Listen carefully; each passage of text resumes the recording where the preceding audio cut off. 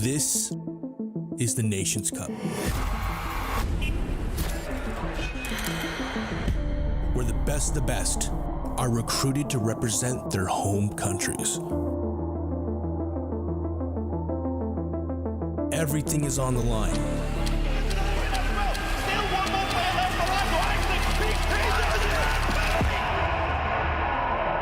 Which also includes a $500,000 prize pool. We're going to be showcasing FaZe Clan and their journey to this global tournament.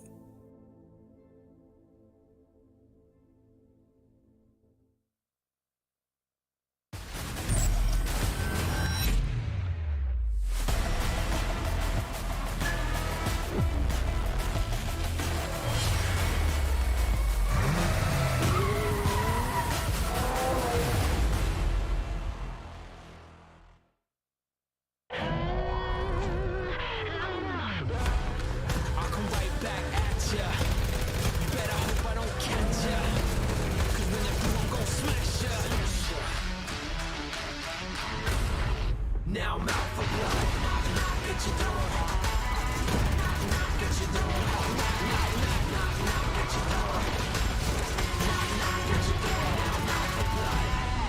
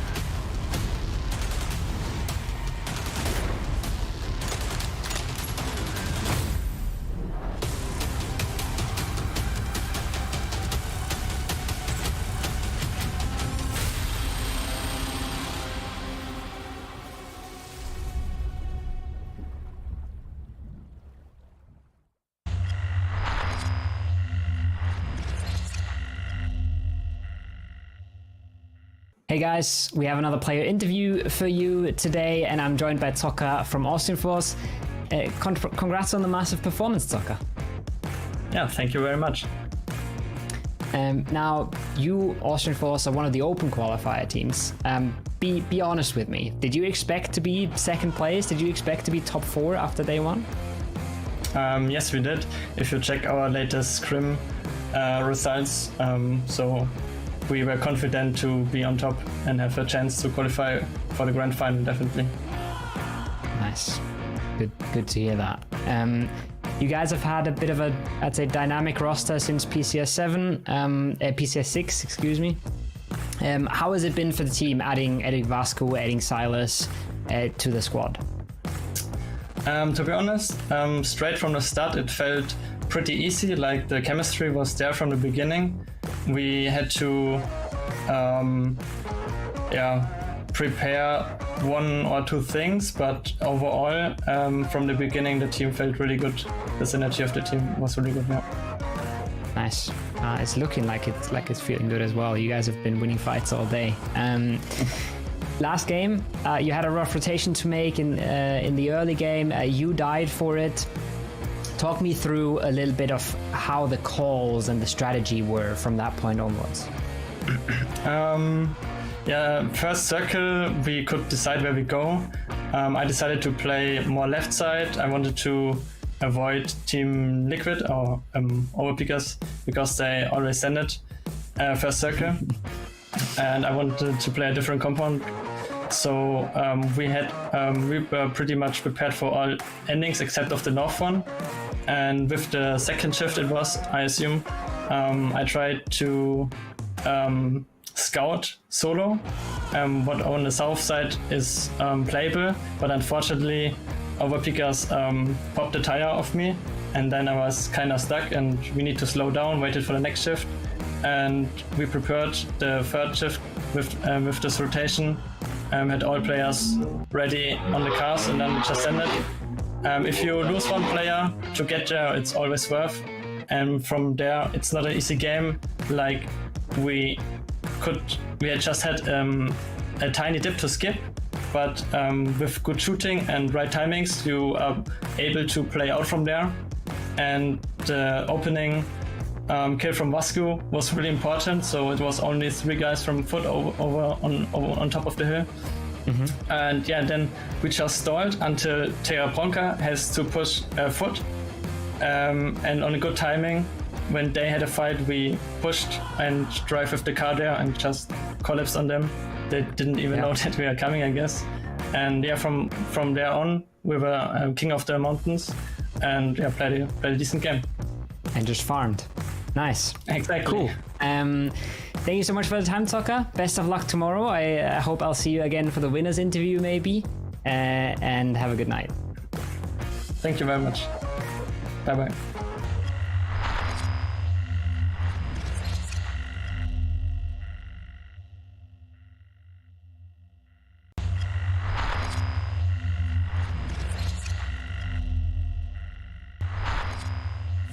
Digital Athletics solve him, but DA with the more central position. Mert going down first, though, might be the catalyst for Solve him to move in. Again, we gotta go back to Olsing. The solo player left alive gets to rest all the remaining 3 of them. Here comes the drive-by attempt from DA. Not sure what that was all about. Wow. And it's been a spoon. Toby, that plays in Northern Lights' favor, but I think they're gonna start feeling like the only way out for them is through Polish power. And that's what we're seeing come out now. Exactly. Oh, Flash is coming through. No more lethal utility crew near those spots. One great peek over the top. Norgis finds the second fish in a barrel as they go down. Third one to fall too. Cabby does go down in return. Where is the reaction play? Where is room for improvement? Where is Heroic in all of this trying to be? I would only imagine that they would want to try and make a play on this, but it's not going to happen. Polish power butchering Northern Lights on the hilltop. Jump at a chance for third party like this, but opting not to. I think the respect for, oh my god, this is what we were just saying for Northern Lights, and it's happening to Polish power instead. Well, 2 nades thrown, the hopes and dreams for Polish power destroyed by 2 frag grenades. Norgis now peeks on him, and this has to be. If he likes what he sees here, not sure if he does, but neither does room for improvement. Faceland trap and Lassa from behind. Wow. It's going to be the element of surprise to take down Gustav. Room for improvement here, potentially struggling FaZe at the same time. Yeah, they have to try and make a play here. And here we go. And Northern Lights not actually going into Sheesh, they're coming down as well. Oh my god, Polish power into the Expendables who have 2 left. Norgis needs to turn around. Doesn't quite make it into...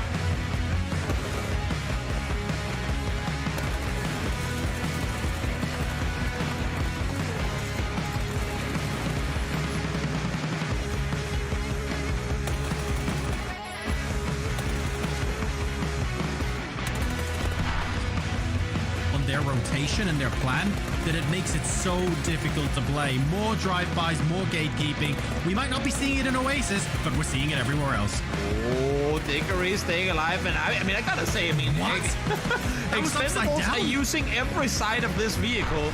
We saw it in the Southern win, where DA just full speed sent it to their own death, and I'm worried that could be the exact same thing to happen here. 3 in a car, so many targets to shoot at, and so much damage being done.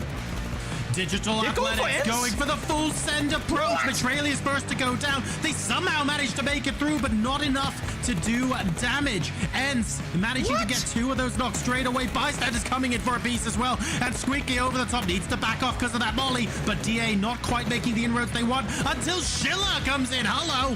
He's been able to open the door. And Ents are the ones that get eliminated first. Haven't stopped fighting or pushing, and now they're looking for Dante, the last member of Question Mark. Beautiful molly hitting the top of the wall, gets Mert, and he literally lands knocked just in time for Dante to get the flush. Perfect utility usage from Dante here now, though he's flash, trying to lob a flash in return, not gonna need to actually.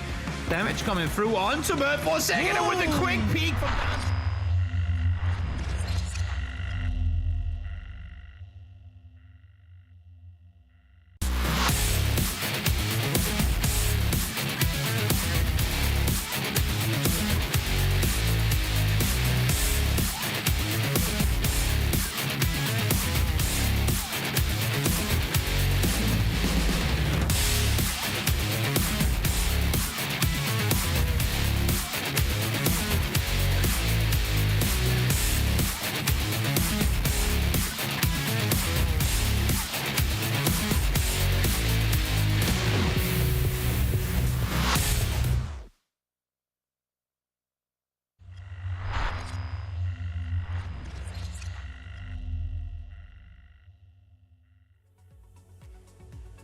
Greetings, ladies and gentlemen. Once again, it is PCS7 Europe, and we are currently in the group stage where we find ourselves now bearing down on the last day of Group A. A warm welcome to everybody around the world. My name is Kyle Laris, your host, and joining me here at the desk, it's Team AFK. They're back, baby. We are here for all of the action to bring you from the battlegrounds. Martin, I've seen you literally 5 minutes ago. How are you doing, friend? Yes, I'm doing great. You know, we're here. We're going to be playing the last day for Group A, and top 4 teams is going to be going through straight to the grand finals, skipping the next 2 steps. It's going to be a very fun time for them. They can have all of next weekend off and tomorrow off, and just look at all the games and enjoy their time off. Yeah, very important, as you say, with those top 4 advancing on. Froz, you've been studiously looking over the past 2 days. Are you excited to conclude Group A? Definitely. I mean, it's great to be back here and see how this new, or kind of new, but it's the old format, right, that we're having, and see how some teams are actually struggling a little bit. You are a little bit surprised of it. You would think they would be top 4 already, but yeah, not yet. Yeah, definitely so. I think for a lot of people watching Group A, this is a group that currently sits as maybe a bit more predictable than Group B, even though there are some contenders that are trying to push all the way to the top, as Froz mentioned, and haven't quite found it yet. So as things stand here, though, Martin, so far you've got Overpeakers, Austrian Force, Entropic, and Na'Vi in those top 4 positions, looking pretty strong, I think is fair to say. Yeah, for sure. And, a lot of those teams are in a situation where we're expecting them to do well, and a lot of expectations on them throughout has been pretty high, and they've been able to deliver. Entropic, Na'Vi, very, very good form so far this year. We definitely expect them to be in the top. Liquid have struggled a little bit, but we're starting on Erangel, James. That's right, 6 games coming at you today. We will have 3 Erangels and then 3 Miramars later on. If Erangel is your bread and butter, you're going to need to make something happen in the first 3. But here's the overall standings for us as we get things going. Overpeakers, I think it's fair to say, of course, just leaving Team Liquid. I can see how they're going to play things out. Definitely. I mean, it is a refreshing start, if you ask Jimbo. I talked a little bit with him earlier, and they really like that they're having this kind of fresh start. It doesn't affect them that they're not really with Liquid anymore. They're still just as focused, and they just want to continue to play on really good. And so far, it's been a little bit of a setback for them as well with the PNC happening. Yeah. But they feel like they've had really good progress with the new roster. I feel like that's super important, considering that they picked in Vard and Fuzzface on the coach role, of course, as well. Yeah, definitely. Martin, your thoughts looking at the overall so far? Yeah, definitely surprised there with Austrian Force. A little bit of surprise, of course, with Overpeakers after having a rough year, being able to be in #1 spot, but still they are a fantastic team, and the expectation in general from the community and from the scene has been that they should be a team that definitely could contest for those top 4 spots. I'm happy to see down the line, though, that there's only 2 points from Pink Pony down to up to Na'Vi, 8 points from Ascent and Fellas. That's also going to be really interesting. And then, of course, that's kind of it for me. BBL is a team that I expected to be on the left side of this leaderboard here, but unfortunately, they're only on 21 points. But then again, with a great game in the first or second game, they could definitely jump in and be within the striking distance to the top 4. At least in the left-hand side of this table, right? As we take a look at our top 2 right now. Overpeakers and Austrian Force. I think for us, overall, Austrian Force, probably the surprise of the group, although looking at the names on the roster, not that much of a surprise because they're vets, Yeah, they are for sure. But again, them having 2 new players, Silas and Vasco on the team, is going to be somewhat of a hard task. But so far, they're the ones with the most placement points on the board right now. And that is super important, because if they would end up, for example, being a tie for the 4th place, they are going to be the ones who's going to be on the top because of the tiebreaker with the placement points. Yep, definitely so, definitely so. Your thoughts, Martin, for Austrian Force and seeing where they're sat right now? Do you think they can continue this on? They're definitely setting themselves up very nicely here for the next day, but again, we're coming back to the situation where we have a lot of teams that have a lot of experience in, analyzing what happened on day 1. Going into this day here, they had a whole day, more than a whole day, to look at the VODs, to try to analyze, and I think they could maybe be the victim to the more experienced teams that's going to come back strong here for day 2. Well, for us, before we get in, just a few more seconds before we start game 1, we're getting in fast and furious. Any thoughts before we go into Erangel here for us? I want to see a lot from Austrian Force. They had a great start yesterday on Erangel, and it was by far their strongest map looking at the results that they put up on the board yesterday. But 5 out of 6 games, they managed to be able to put themselves within placement points, and hopefully they can keep that up today as well.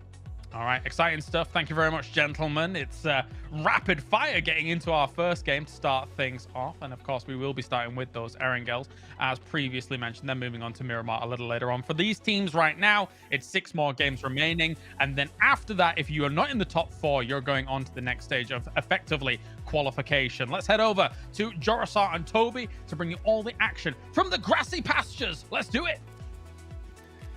Thank you so much, James, Martin, and Frost. Pleasure to have you guys break things down as we come into game number 1. I'm Toby, joined by Joro, and final day now for Group A, Joro, here in the group stages, and we haven't been milling over the last 2 days, so how about if we kick things off with that here? Plane sure looks like it could go that direction. We are starting with the potential caster curses very early on today, and I like it a lot.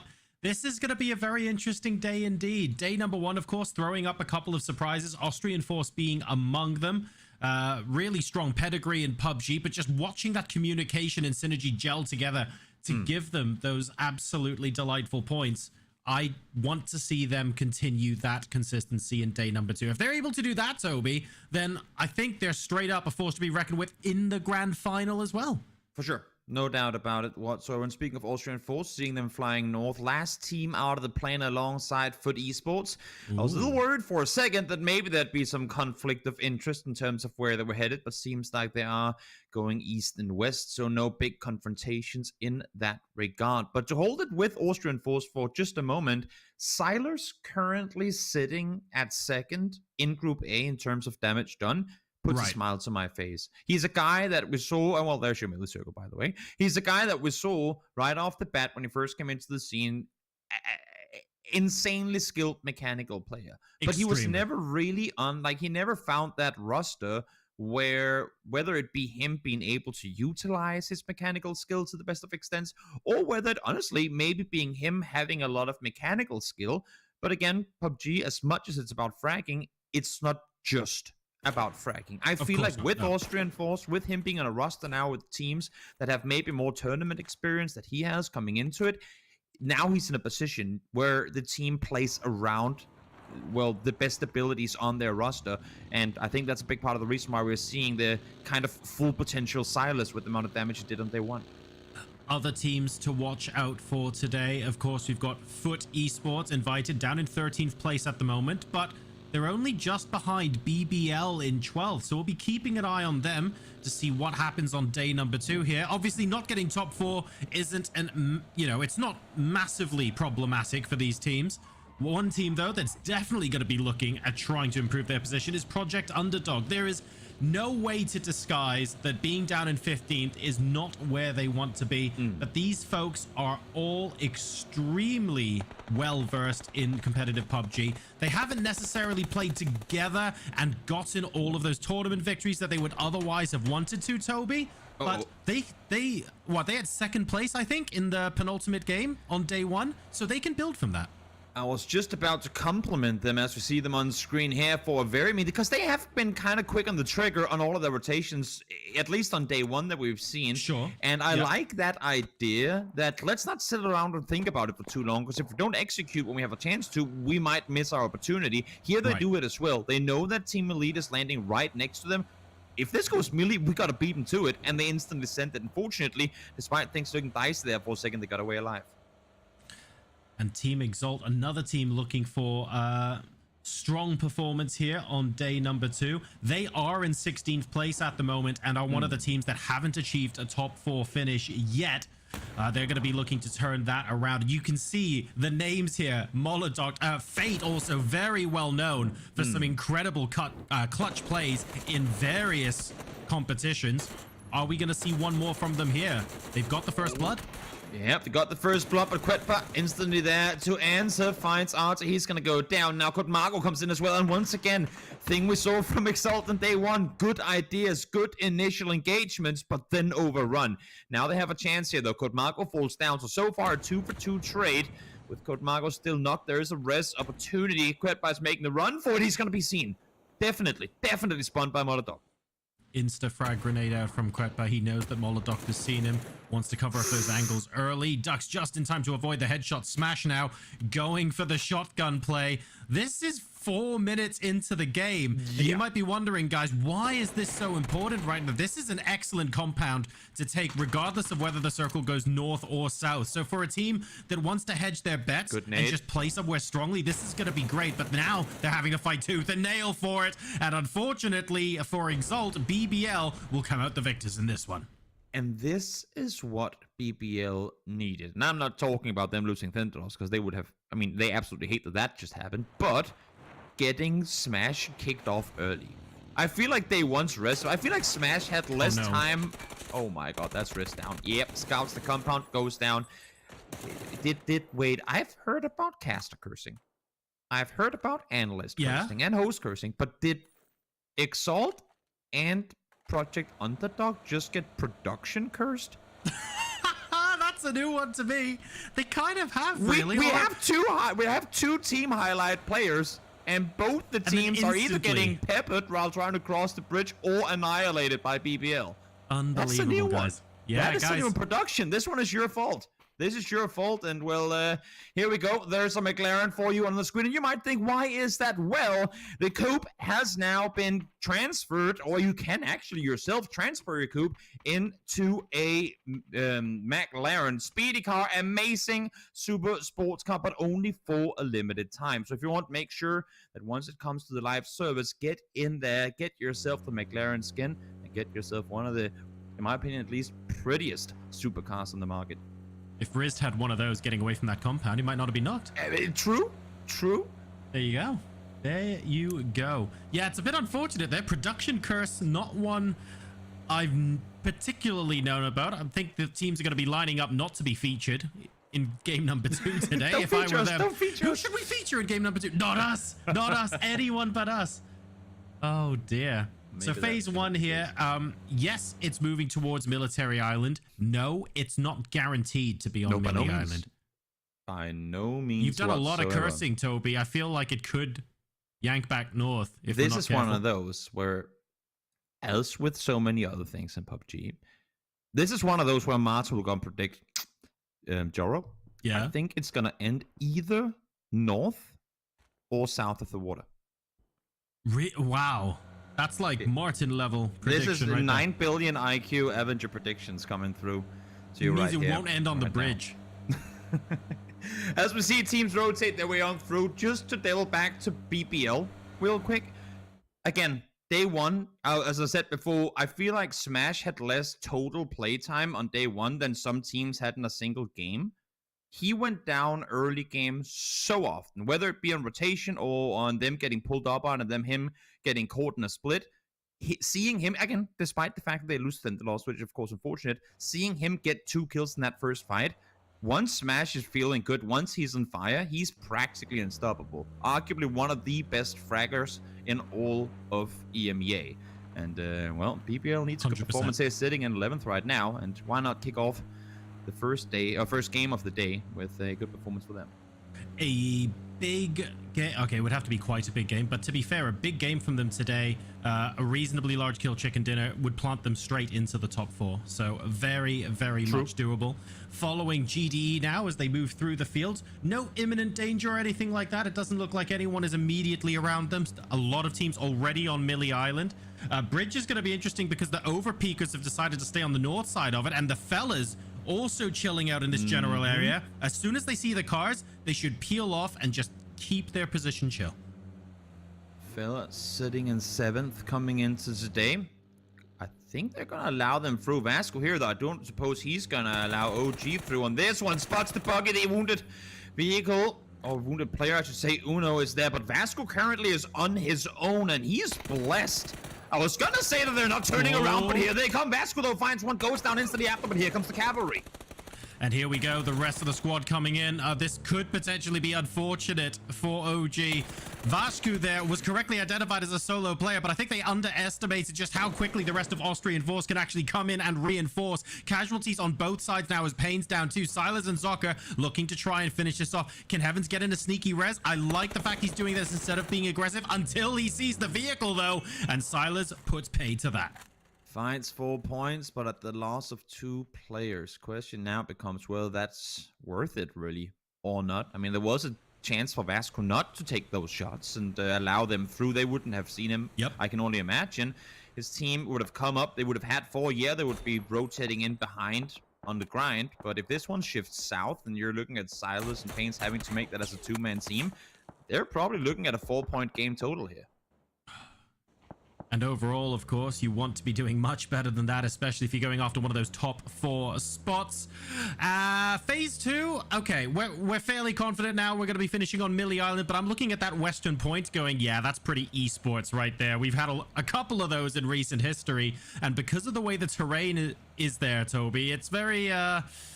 it's challenging to play if you don't get one of those compounds near the edge of the beach early on.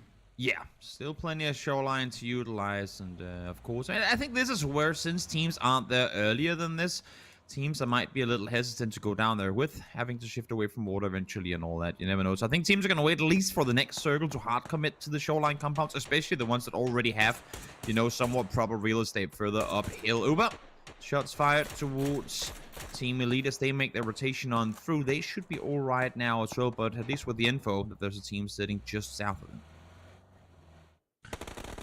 Team Elite looking for a new home, but hold that thought. Project Underdog have gone from one fight to the next, and it looks like the Pink Ponies are their next object of desire. Rhinolock going down early, with Girya having a decent angle from inside the house, but unable to get too much beyond that because Hakatori has done most of the work for him. Pink Ponies fighting back, and Fragger now needs a very big 20 seconds.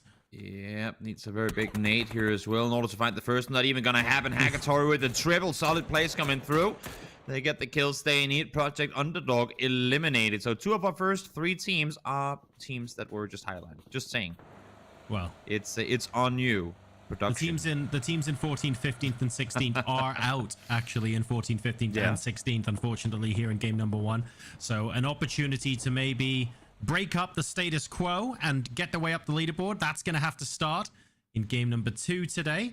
Team Elite, they will absolutely have been heard by Win or Die, who weren't in their vehicles. So I don't think Team Elite knows Win or Die are here.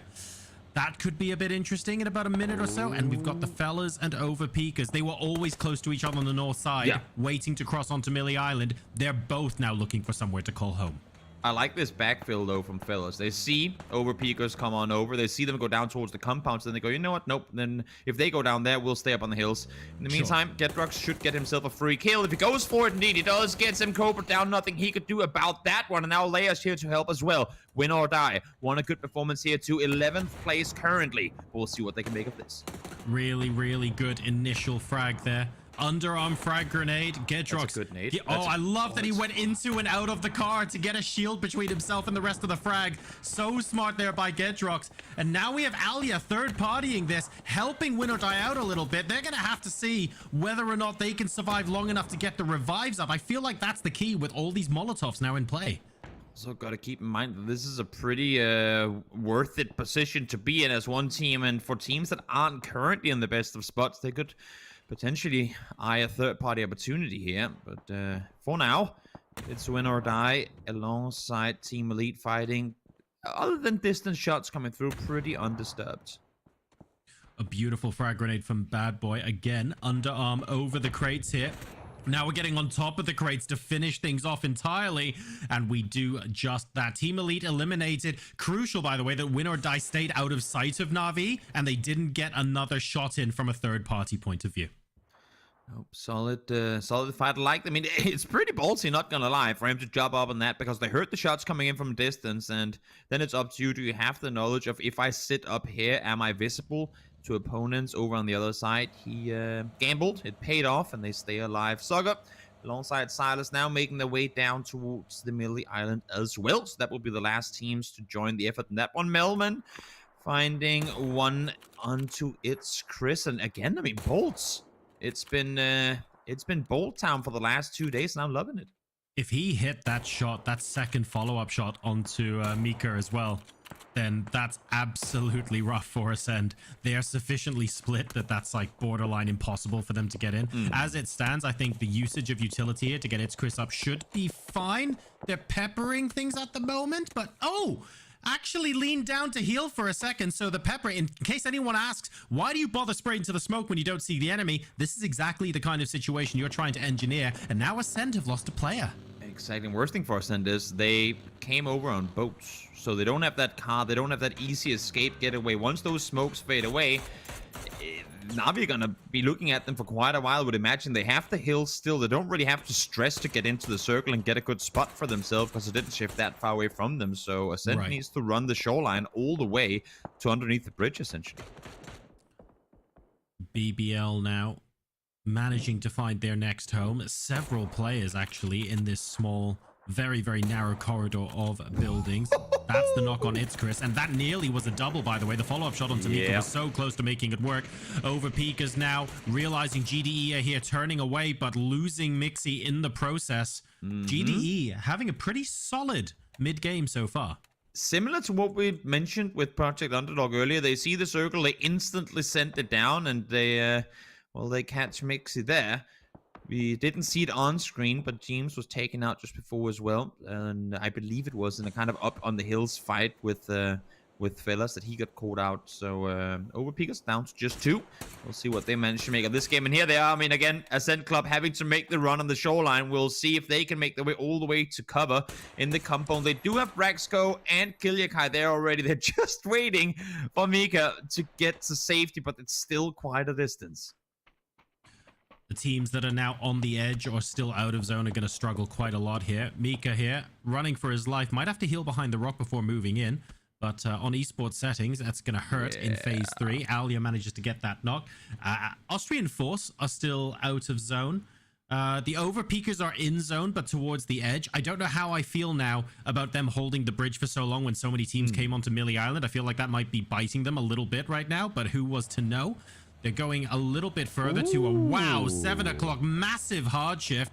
And now, how important was that win over Project Underdog when Pink Pony solidified control over this compound? Sitting very well in the center of the circle here. Overpeakers making a full speed send, only 2 players alive. As we mentioned just before, where are they planning on stopping their vehicle? I would imagine they go to the ridge just up here on the left side. Do they stop? Yes, no, maybe. I think they do. Smash finds one more. Again, 3rd kill for him already. Clearly off to a better start here than he was at day 1. Austrian Force finally making it in. They were the last team after Foot Esports to make their way in as well. More bolt action shots there. Not quite getting a hit onto Alia, but that absolutely would have made a highlight reel for sure if that connected. Expect him not to peek too much longer, as Kilyakai and Ko now need to move. They're on the far side of the circle as well, so Ascend don't have as much time as some of these other teams. It would have been a crucial shot to hit as well, because that would have really slowed down the Na'Vi rotation. Sam Olsen peeks on over. They know that they have Entropic, or at least an opposing team up in the shack in front of them, kind of preventing them from getting on forward. But now Nailab actually, while peeking towards the north, shot on the side from Hakatori. Again, Hakatori as well, very active this game. Example from the car. SKS in hand finds Brexco. Drive-bys too strong. As, he peeked over. Unfortunate for him, a car with 4 Na'Vi players in it. Too much for him to handle. Kilyakai, though, alone.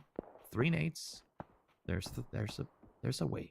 Oh, well, downhill as well. I mean, uphill against the full Na'Vi 4-man side. Maybe not. Yes, there's a way, but I mean, I'm not saying there are 14 million possible outcomes and there's only one where Kilyakai does this, but I would love to watch that as a highlight reel for sure. I think he's going to struggle here, as the fellas are, by the looks of things, getting a knock early. I think that's the rest of actually Ascend that are close by to them. Ascent. Just 1 player left alive. Kilyakai trying to stay put as best as he can. That shoreline sprint really got the better of them. We'll see now the example. It's not all Balties, you know. The fact that that's even possible. That is wild. Navi will try and rotate on forward. They do have, I believe, 2 vehicles, having found one on the hilltop. Samuelson's going to peek on over. They now know for GDE that we were looking south to get further in, but we have to deal with a threat from behind. Samuelson shots connected. Can't find the one needed to get the knock. No, finally, Mailman goes down, but he falls too. And that was a critical for Na'Vi to spot. Unfortunately, Kilyakai is now a thorn in their side. Trying to get the kill. Does get the kill. Kilyakai picking up another point for Ascend. Unfortunately, out of the placement points, but going to try and do as much as he can. You've got you've got the crate weapons. You might as well milk it for all you can. Yep. Try and see what you can get away again. We talked about yesterday's salvage situation. Salvage mode activated for Kilyakai, but now shots coming through. He should be going down to blue in just a second. There he goes. 12th place for Ascend Club. Not the way they would have wanted to start off the day, but we'll see if they can turn things around coming into game number 2. GD Esports. I mean, the amount of cover here is approximately nil. And firing a few shots in Lukarux when you're trying to get into zone with 5 damage a tick might not have worked very... Oh my god. The beds are definitely burning in this house. What's happening here? We've got Pink Venom and the fellas. Pink Venom look to be the ones upstairs defending at the moment, but that looked like a scene from the 3rd Circle of Hell. Yeah, fellas knew they had to make a play on forward. They got the res on up and now making the aggressive push in. They found one more. Just Kazoo left alive. Trying to stay put on his own. Only 1 kill for Pink Venom this game, so not been their game either. Now underhand nade coming through. You could only imagine that's a kill to follow. Yes, there we go. Miracle finds the final one. Still having to make their way out from here with Na'Vi on the northwest side and BBL just below them. Austrian force now coming under attack by Win or Die, and this because this is actually outside of circle, they're fighting for the edge circle compound. It quite literally is win this fight or die. I think in order to get into the circle, you can't still be fighting this particular engagement. And to make matters worse, BBL, even though they're not super close, are actually just north of them. They're engaging fellas at the moment, so they're no threat to Win or Die. But there's a chance that if they disengage or win this fight, they could come south in 3rd party. I'm loving this push-up from Code Marco. They knew that they had to be active about it. Can't sit back in the compound and wait for them because you will have to move yourself as well. Smash Marco working together, not allowing for Na'Vi up above to engage in this. Quetpa actually finds Alia in the middle of it. I saw them pull up on the hillside. I thought, oh no, maybe BBL have extended too far, but Quetpa was there to defend his teammates on the hillside. Great awareness for BBL. Great understanding that they had to make that play on the hillside in order to stay alive down below. BBL didn't have the best of day ones here, but starting to show us some of their best performance now as we go into the second half of this qualification phase of PCS7. Already up to 8 kills and counting. More bolt action stuff coming out from Clib. Actually had 1 bullet left in it. Decided to reload rather than make it count. Let's see. Smash. Kind of isolated, or completely isolated, I should say. Trying to find an angle down below. Knows now that he has to make a sprint forward. No. Ain't a whole lot of cover to work with. And now spotted from the other side. Layers does find him. Liking the way that Win or Die, again, their compound is on the very edge, but slowly creeping their way into this one. Not just full speed sending it in. They know they're playing backs free in regards to what's behind them. Other than the blue, of course. So let's play it slow, play it smart, use your smokes, use your vehicles for cover, and shoot your way into the circle instead of just blindly sending it and hoping for the best. Code Marco already in phase 9 non-stop smoke field finish mode, and that can't feel good in a circle like this. Everybody is in for placement points, of course, back here. But if you're BBL, this is going to be rough. Win or Die. Now probably making a huge push through. That was a great nade. Even though the overpeakers got eliminated there, they did a lot of damage to Win or Die. But critically, the result is Win or Die actually have all 4 left alive. And while the southeast rotation comes in from Win or Die, the southwest rotation is made by Entropic. They now have a compound to play around, and in very good position there. Win or Die spray comes through. Marco 1 HP. The car is burned, and he's gonna be dead. Jumps out of the car, denies the point, and will go down. BBL out in 6th place. But as you're saying, Win or Die, great performance from them so far. Austrian Force as well. Out did not imagine AF to survive for as long as they did. They lost 2 very early, but still managed to get top 5. Final 4 teams now in this lobby. Win or Die and Tropic, both with 4 players left on the team. Pink Pony and Na'Vi trios, and Pink Pony has seen their fair share of engagements. It looks like they're going to be coming up against Na'Vi now as well. Smokes to mask their entry. Zubila and Hakatori on a potential flank, though. If they can spot and knock one of the Na'Vi members as they approach, that's going to be huge. Giria just holding the house. They need to get this done with, and they need to do it fast, because before they know it, both Win or Die and potentially Entropic as well will try and engage on this. So be fast about it. Do exactly what we're seeing Sabilla do here as well. Try and get him off angle, try and flank around, but also respect who you're up against. Uber peeks forward instantly. Giria goes down. Sabilla, now is your time to peek. Now is your time to use that surprise element. 10 kills for Na'Vi as they continue to look for more. Spots him, takes him down. Nope, not gonna happen. Uber finds one more. Heard the footsteps. Zubila managed to get a headshot, but unfortunately Hakatori wasn't there to back him up. And suddenly Pink Pony are in trouble. Not only is it a 3v1 here, but we've got Win or Die coming up from the east, and Entropic are coming up from the west. It looks like this is the hill everybody's gonna die on. Ivers and QB going, we could also just play the compound that's inside the circle, but Entropic wants it, and so does Win or Die. Uber, 7 kills and over 800 damage done this game. What a way to start the day. Now, sitting in first place, Na'Vi, it's going to be a tough push down, because as you just said, Joro, they have teams on both sides trying to find those kills. Austrian Force and Overpeakers being leapfrogged by Na'Vi here in match 7. We've got Entropic looking to cement their position here too, but Win or Die making a very impressive climb. Remember, all 4 of them are still alive. Na'Vi, the only trio, and Nailup makes that a duo to start off. Entropic and Na'Vi fighting each other. This is going to be music to the ears of Win or Die. Not gonna lie, this is an insane read by Na'Vi, realizing they have players on both sides now trying to make a run into blue to get the off angle. Not gonna happen. Gilsha finds a double, but the idea to just make a smoke wall and sprint down the middle, I liked it. I mean, it was kind of a die or die situation for Na'Vi there. But now, with this circle going south, Entropic knows we have to fortify south, because if we don't do it fast enough, we might get caught in the split, and that's exactly what just happened. Ivers down 4v3 in favor of Win or Die. And he was nowhere close to the rest of his team, but Entropic have decided to reposition based on where he is. So this is a big risk for them, because the drive-by is possible. They're able to get the revive, but at the cost of everybody knowing where all of them are. Here come the nades from Win or Die. They have been so aggressive this game. It got caught in the tree.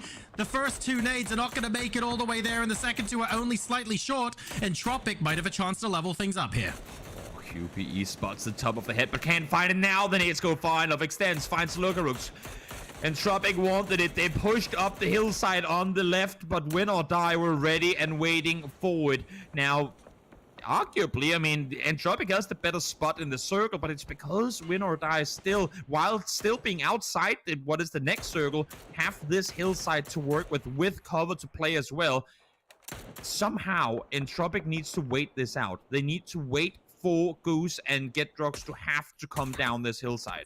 Exactly. It's a 2-2 split at the moment, and Win or Die are making that work super effectively. Entropic have to get a knock so that one of those duos is forced to revive or reposition or something. They need something to swing the momentum in their favor, and they're not dealing with either duo at the moment. That said, 3 of them are still up. They've managed to reset themselves now, so they're a man down, but they're looking to try and turn this around. No smokes for Get Drugs, no smokes for QPE either. Both these 2 players, they're isolated once on their teams. They know to make a run in the open now is going to be suicidal. Get Drugs is trying to do it. He holds a smoke for cover for a little while, but as soon as he peeks out, he goes down layers. Peeks on over, no helmet, barely a vest to work with. Extends though. It's going to be the one to find the knock on the other side. He needs a second one to Evas as well. QB might try and reposition to see if he can swing around and take a look, but 3v2 could become 2v1. The trades are good for Win or Die right now. Oh. Ooh. I love how he still kept that as cover as well. Needed to make sure he stayed super close, and getting the confirmed kill there, very important. If they lose this fight for any reason, making sure that every point is still on the board. Ivers is trying to play the overlook for QB, but it just can't be done when there's still 2 players on the side. As I say, the QB takes matters to own hands. Gets 1 damage done in return, though needs to do so much more in order to stay alive. Out of ammo he goes, as Leos and Extends try to wrap further north. They have the circle. They know they have the dot. They can play the east side with the smoke still for cover and be all good. QPE, solo player now left alive. Ivers having to win this one 1v2. 3v2 becomes 2v1. Leos and Extends hunting Ivers now. Leosh spotted QB, so QB will be able to tell Ivers exactly which tree Leosh is behind, and this could be the thing that makes this a 1v1.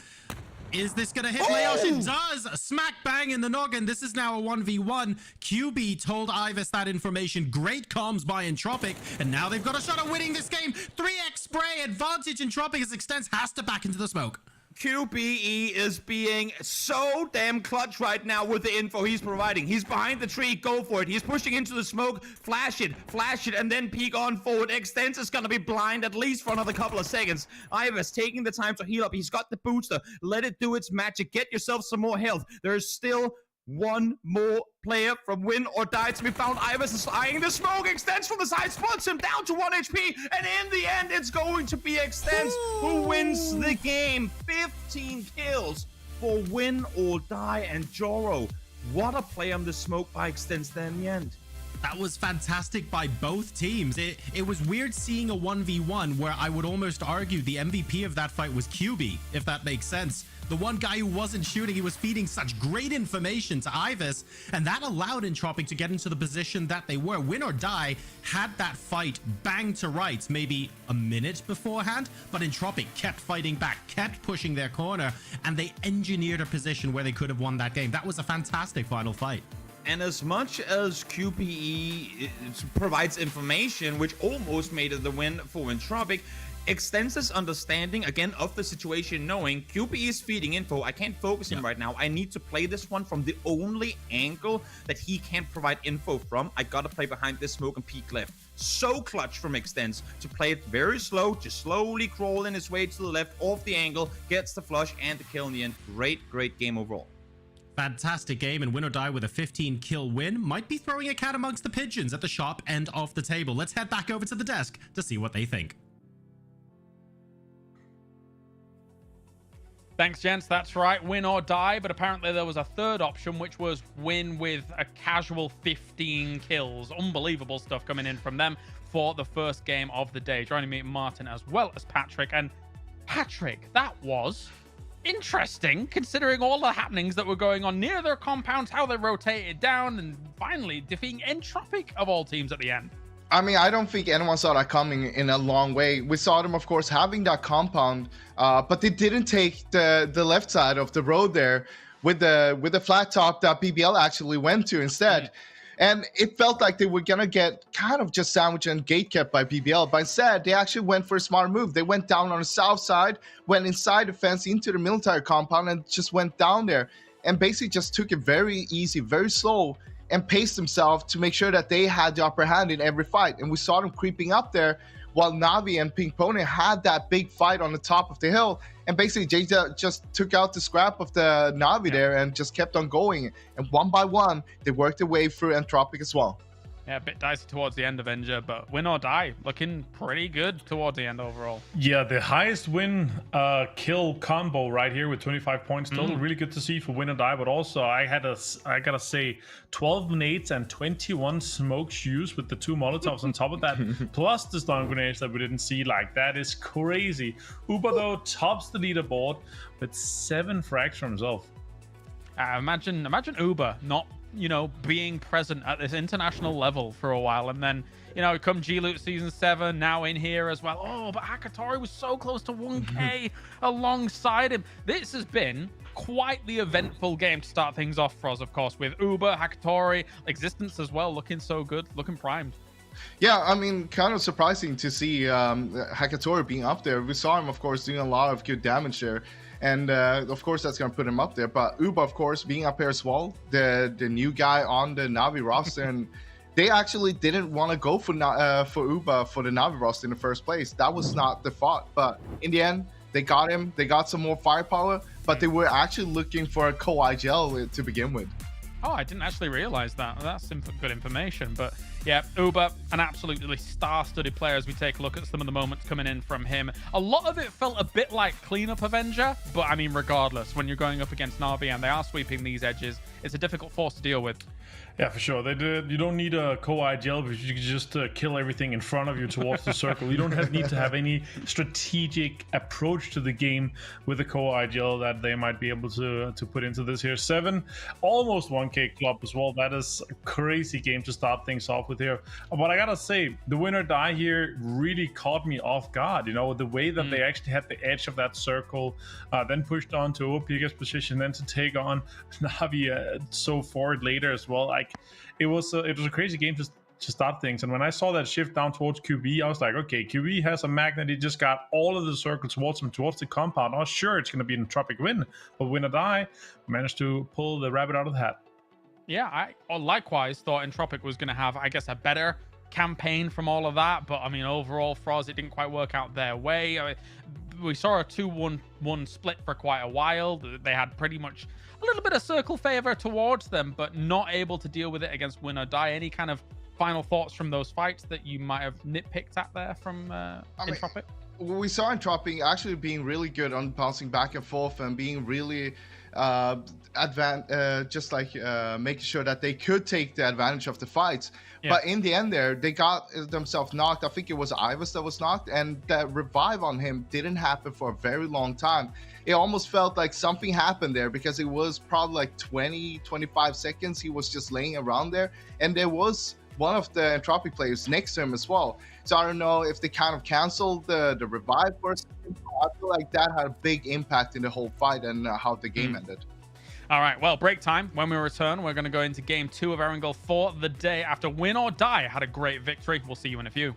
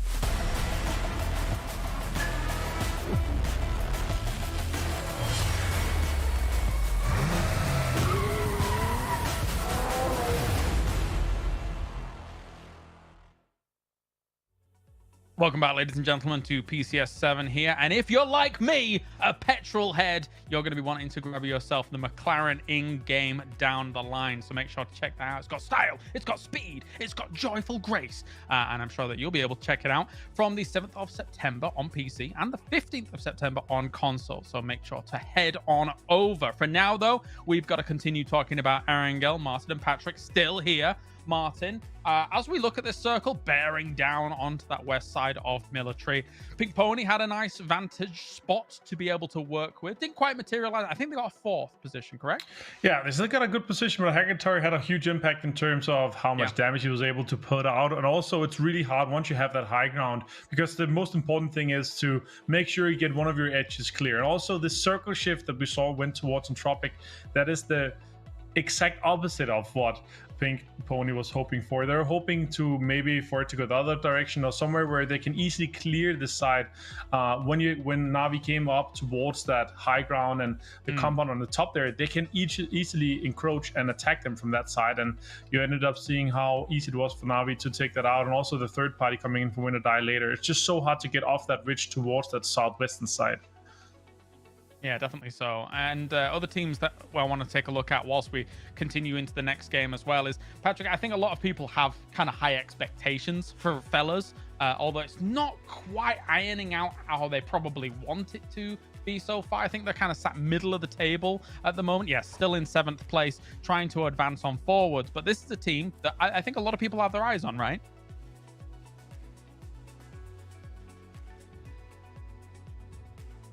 Oh, Yeah, get Frost. it is a team that we know the players of from before a lot, and of course you're gonna have high expectations from these players. They're super experienced, but when it comes down to the wire right now, it feels like they're a lot on the rotation. They're trying to just like drive around a lot, and that's where they're kind of losing out. I feel like, of course, in this game that wasn't really the case. We saw them getting down to the compound, and then they were just gate kept towards the edge there, and they really didn't have anywhere to go. They need to find kind of a plan B.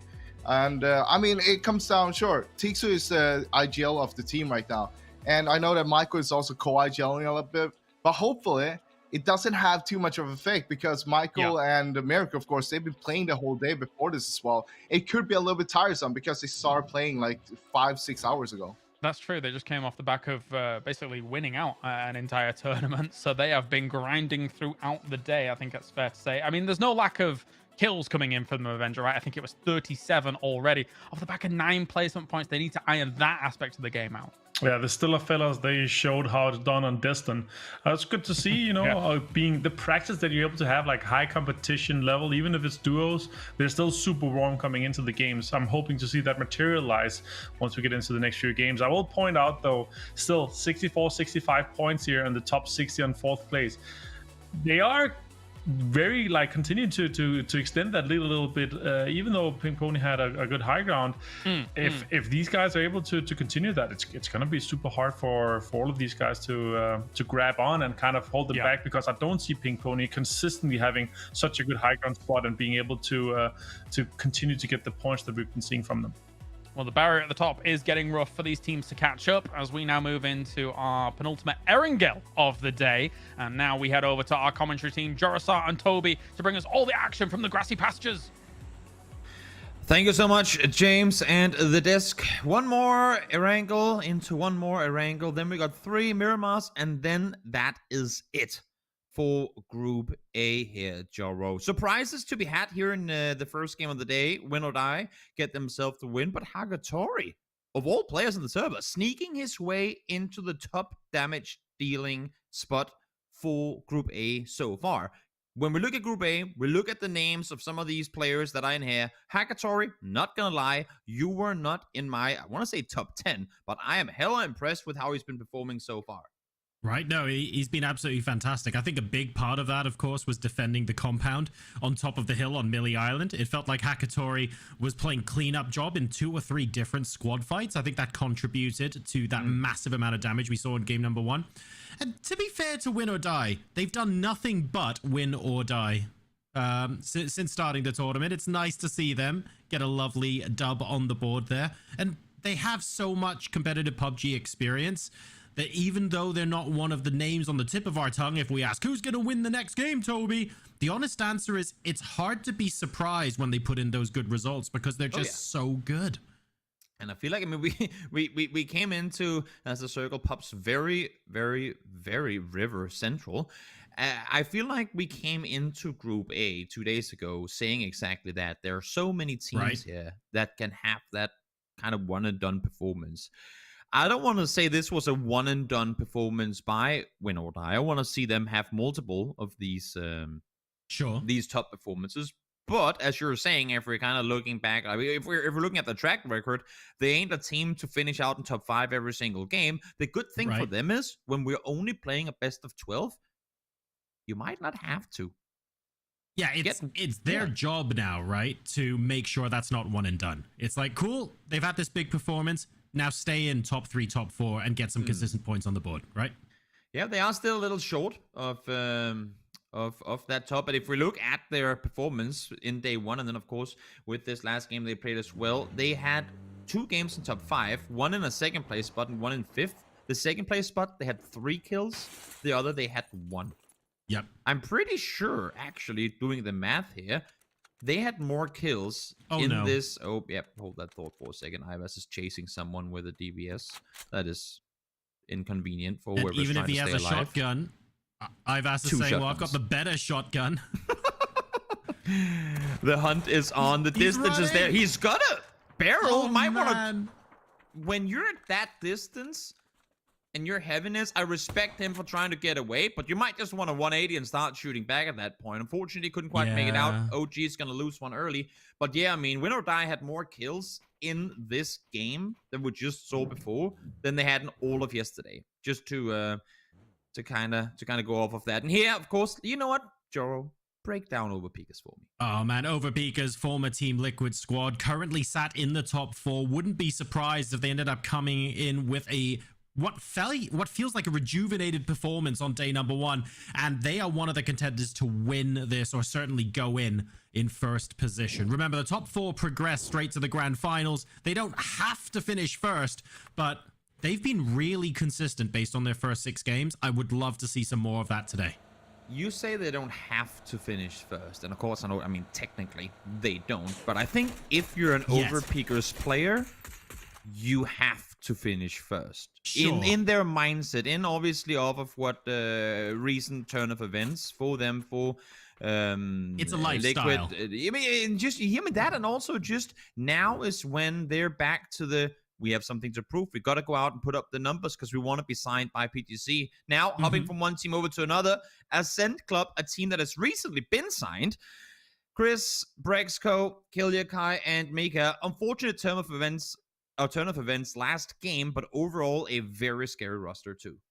Yes, every single one of those players are capable of producing some really fun 1v3, 1v4 performances at the highest level of PUBG. I can think of a couple of It's Chris solo games off the top of my head that still bring a smile to my face every time I think about those.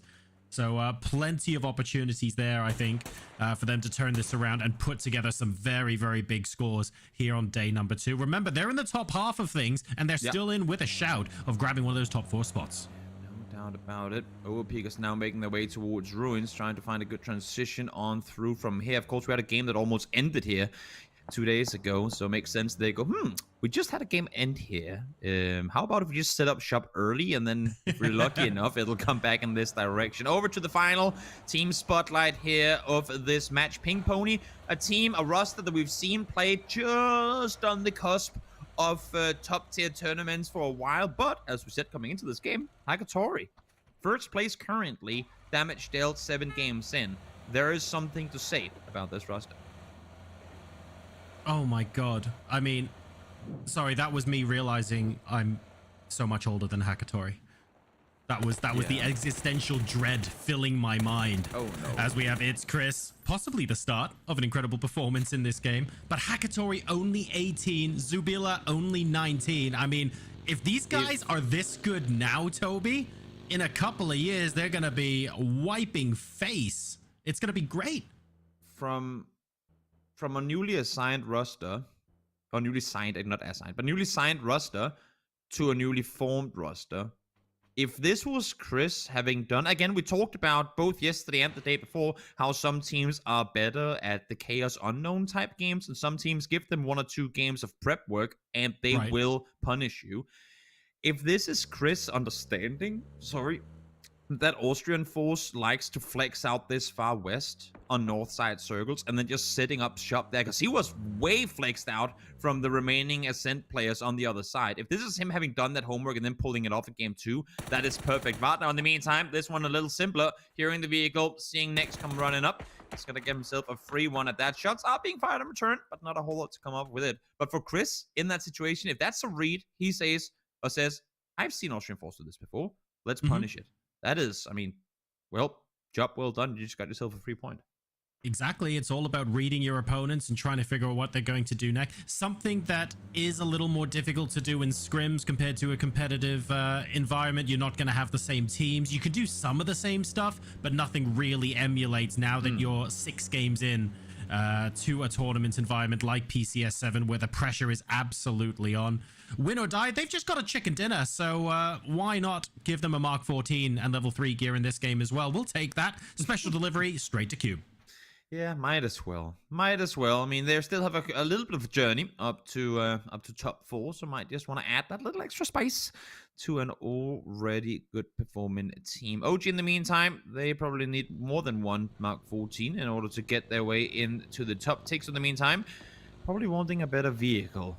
Believe me, if I was the Santa Claus of PUBG, I'd just be throwing BRDMs out there for everyone. Or the new Ice Cream truck, which apparently, at least in solos, has more health than a BRDM. Speaking of throwing, whoa, where Michael, are we going with 23 this? grenades. 23 grenades and 491 damage. Top of the list that you saw just now on your screens. I'm thinking, hang on a second, does he even carry ammo? Where did these grenades even materialize from? We had a 19 on that list as well, which was very, very impressive. These guys just carry so much util, and we enjoy a good nade throw here, don't we? It's the bolt shots and the nade throws that we seem to be living for at the moment. I'm not gonna lie, you went with a whole other kind of throwing than I thought you were gonna lean into. No, like, man, okay, which team are we trash talking now? Where are we headed with this? Speaking of throwing, I thought that was going a whole other direction, but we'll leave that for the we'll leave that kind of throwing for the teams to determine who will be absolutely the team to throw potential wins or good performances away. Is that's up to them. In the meantime, Agatori again, current damage top dealer. That is probably not the way to say that sentence, but that's the way I just did it.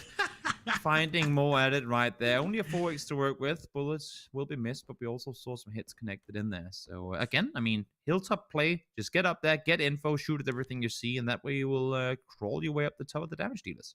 And it's unlikely you get knocked while going up to the top of Everest with someone with a 4x shooting at you from so far behind. But it really is risky, because if you get knocked, there is nowhere to run to. Your team are very unlikely to move in and help get that revive up. So very important to keep juking, even if you don't think those shots are going to hit. You never know when a lucky headshot from range just completely destroys you.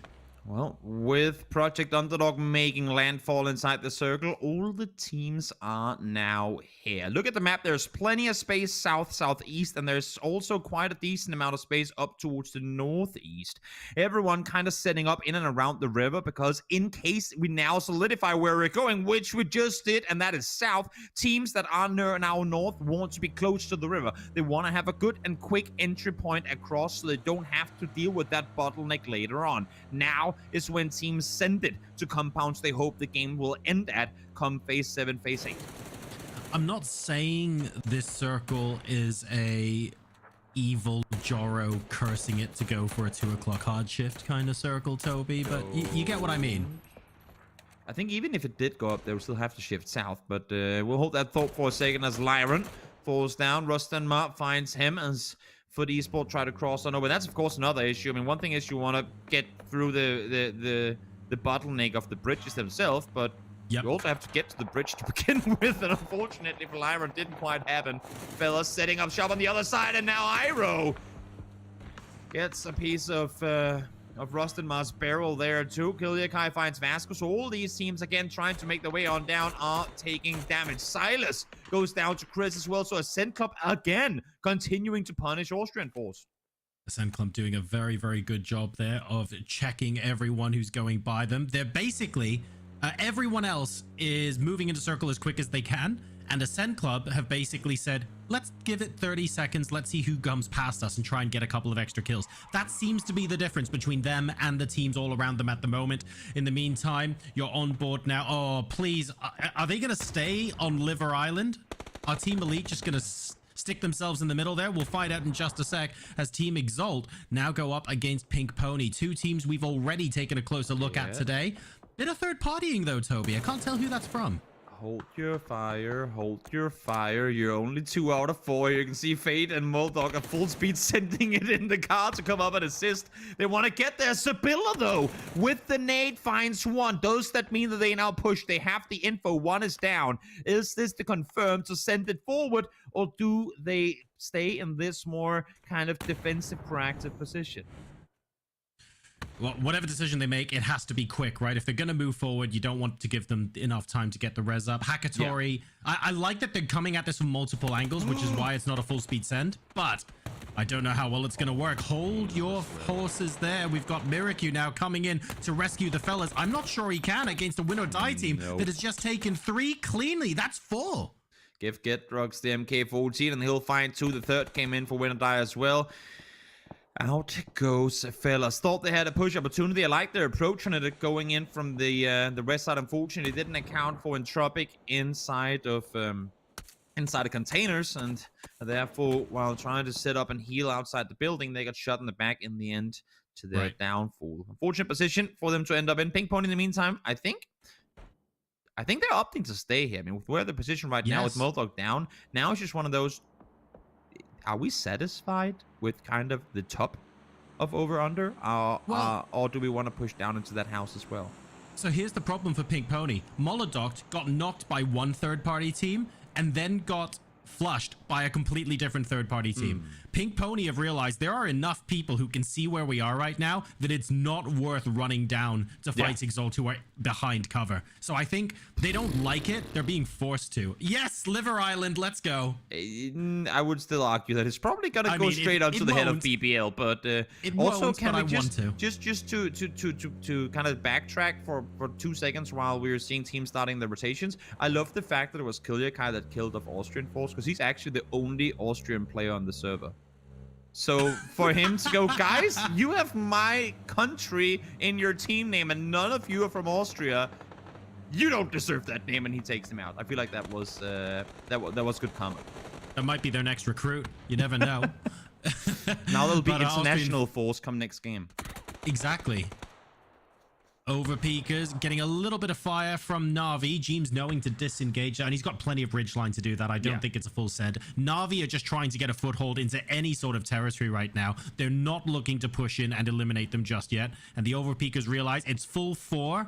Let's go back and consolidate instead of being in a split for now. I mean, the disengage as well, I think, was a good play from James, opting to back off, managing as well to back off. But let's hold that thought for a second. Here comes Ascent Club, full speed in. They got a nail up from the car. Thought Mika was going to get that one easy, but not going to happen. First one down for Ascent.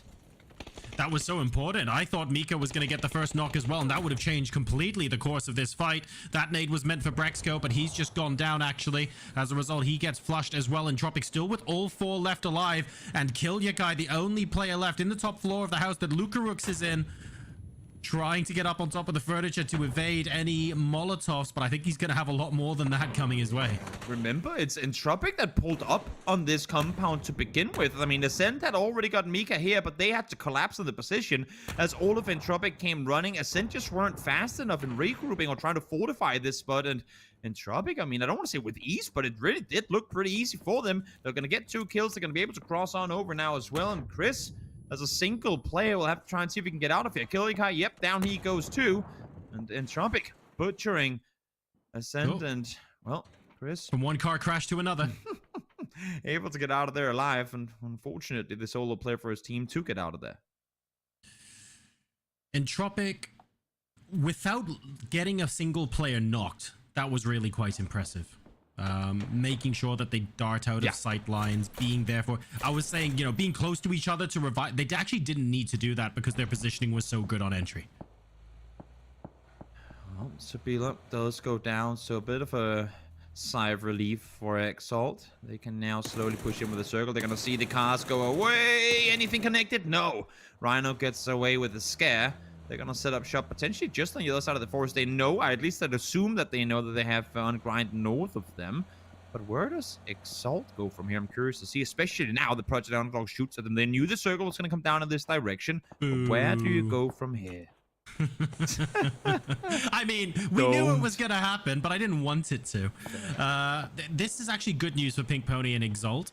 Exalt creeping up on this fight, just down below the ridgeline. They know he's here. Hakatori is down, and actually Girya opting. Oh, he opted to run away and avoid going for the revive, then changed his mind and walked straight into the follow-up nade. That was so unfortunate, and Fate getting the point for both of those. Verbatim from Ungrind up on Everest, trying to apply some suppressive fire for Rhino Lock, but he ain't really gonna get a lot of it, at least not enough. Fate spots him at the distance as well. One tag comes through. Rhino will be able to get away from the initial damage, but I think he's going to be hunted down. In the meantime, Team Elite, full speed sent into the center of the circle. They go where are you opting to play from? They're going to take a position, I would assume, right here on the hillside and see how long they can stay put for. That's exactly what they do. Smash, able to get Quetpub alive as well. Actually, going to pick him up and get back inside the compound. Remember, BBL have been maintaining their 2-way split all the way through this, but now that the knock comes in, they know they have to fortify. Yeah, they can't maintain this much longer, but their 2-way split is also like across a third of the circle, so they need to get all 4 of their players together now. If they wait any longer, they might be stuck. the way that Overpeakers have just continued to kind of disengage. They were sitting at a 2-1-1 split all the way up to the kind of southwest side of Ruins. Now all 4 of them are back towards the south. I like this play. Again, I mean, when a full 4-man crashes into you, back off, give them what they want. Just like, extend the leash just a little bit so that now that you're on the edge, look at how active they are looking south, looking east. They don't really care about what's inward right now. They just have to make sure that no one's backfilling them and that they have some elbow room to kind of spread out and push in once, or if the circle does go away from the compound they're currently in. It's so hard to understate how useful it is. Wow, Woxy there getting absolutely laid into by Win or Die. It's so hard to understate how important playing backs free is in this game. And I think Exalt are making a really good example of that. Pink Venom would like to play backs free, but Win or Die are literally on top of this ledge. And when you don't even have the high ground advantage and they can basically choose their angles, this is going to be really rough for Katie. Indeed, it will be. That's the only good thing to ever come out of Sanok being a competitive PUBG, is that teams got much better at clearing the edges before they pushed into the next circle, because there was always a team behind them, even when they thought they had cleared it, that'd be one more. So maybe the PTSD from those matches is still there lingering, forcing teams to peak that extra time to make sure there's no one behind them. Ascend Club being the third party there. Chris managing to get the knock from Church, or Ruined Church, I should say, but unfortunately not getting the flush. The rest of Pink Venom now further along this ridge. Chris won't be able to shoot them, and his focus, I think now, will turn to these guys up top. Had it just bounced a bit further, that would have been the kill confirm, and the team wipe. That would have been great info for Win or Die to then push further forward. But before that happens, they don't have the exact info on the amount of players alive on that team. Exalt now, in the meantime, knowing they're playing essentially back 3-2 with Fate being this far flexed out towards the west, they need to focus this south side fight. They need to engage in this fight between Project Underground and Overpeakers. In the meantime, Kazoo trying to get away alive. Car is now on fire. Run, my friend, you're not safe yet, and he won't be in the end either. Ice Boy able to get the kill.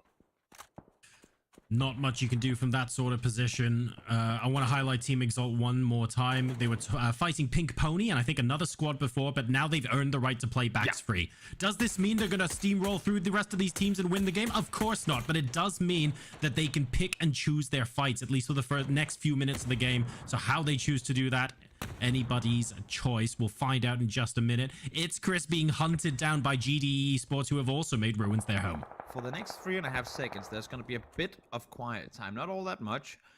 As Chris, again, I mean, tries to stay put for as long as he can here. But I'm surprised by Ungrind. Them opting to push north. I mean, they were sitting Everest. They must have seen BBL regroup towards the south.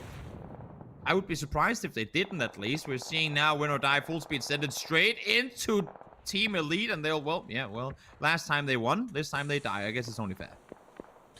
Exactly. I mean, they won last time, they died this time. Maybe that means next game they'll win. We'll have to wait and see. Fair is going for the revive onto Arctic. I like that he stayed reviving. So many players would stop reviving and look around straight away, but they knew that the frag grenade came from far away, and it's okay to tank that damage and keep the revive going. I love that.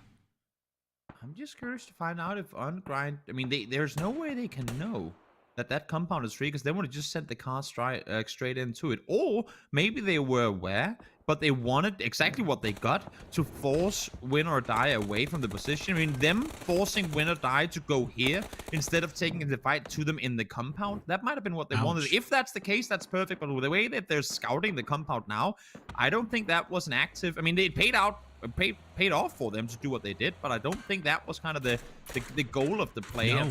I think they're ready to take a fight to the compound, but it's open, which I think they should have known. Yeah, they even went into that dip under the ridge as well instead of coming from over, so it wasn't even a great angle to approach. It gave them another second or so to shoot them before they got there. So unfortunate, but we'll get to see them in the next game. Fairest, in the meantime, enjoying that Mark 14 quite a lot, managing to get Fragger down. The problem, I think, now is James and Glib, who we just saw struggle in the open spaces. They're down to using their smokes already. Yeah, Chris, unfortunately, bad news for you, buddy. You're outside the next circle. You will have to move eventually. We'll see if it's going to be after having shot Ice Boy, or if you're allowed for him to get away. They're playing right on their side here. There's no one that can see him from the hills. That's out. So that's not going to be a threat. And There's no way Iceboy has any clue whatsoever that Chris is He right knows next that to him. someone was here shooting earlier, just not exactly where, and they're going, I Yeah. swear we've missed someone. Where is he? Speaking of missing someone, team's sitting right here behind the screen. I don't think Exalt. I mean, no, I'm kidding. They should know. They have to know that James is behind this tree. If they don't, though, that's going to be their downfall. Because if they play the east side of this hillside and Teams gets an open angle, that's one, potentially two players down instantly. Staying very quiet indeed. Yeah, they know Shots he's are there. coming out towards the tree. James needs to find a way to... It's frustrating because... In a way, Clib is the right idea right now. He's moving further away from the south side of the circle, but James has no way to easily join him. I feel sorry for them. I'm liking that Chris, we're getting the fact that we're getting the GDE cameras up right now. I want to see Samuelson's face when he gets shot in the back from the place they've just been in for 8 minutes. Right. I just want to see the reaction on his face, but I don't think Chris is going to shoot, which, and honestly, is the smart decision. Wait for play. GDE to take a fight. Let them kind of clear out for you now, and then allow for them to take a fight.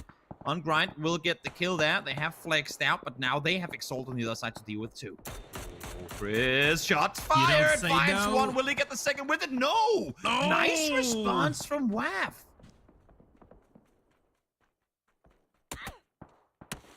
In terms of reactions there, I think WAF had the biggest response. Everyone else seems cold as ice, to be fair. GDE able to get the revive up, and Chris trying to wait for the perfect opportunity. They started engaging Na'Vi. It was as good a shot as any, but unfortunately, Ascend Club will not pick up that extra point. Fade in the meantime. I mean, they want to be the kings of the hill, so to speak. In this one, they want to be the last team to push down that hillside. And if they can force OG off of that now, they'd be in a perfect position to make the flank north around. Because they know there's nothing more to play on the south side here. In the meantime, Navi, they know they have Entropic right next door. And they know they haven't fully cleared out over Pegas either.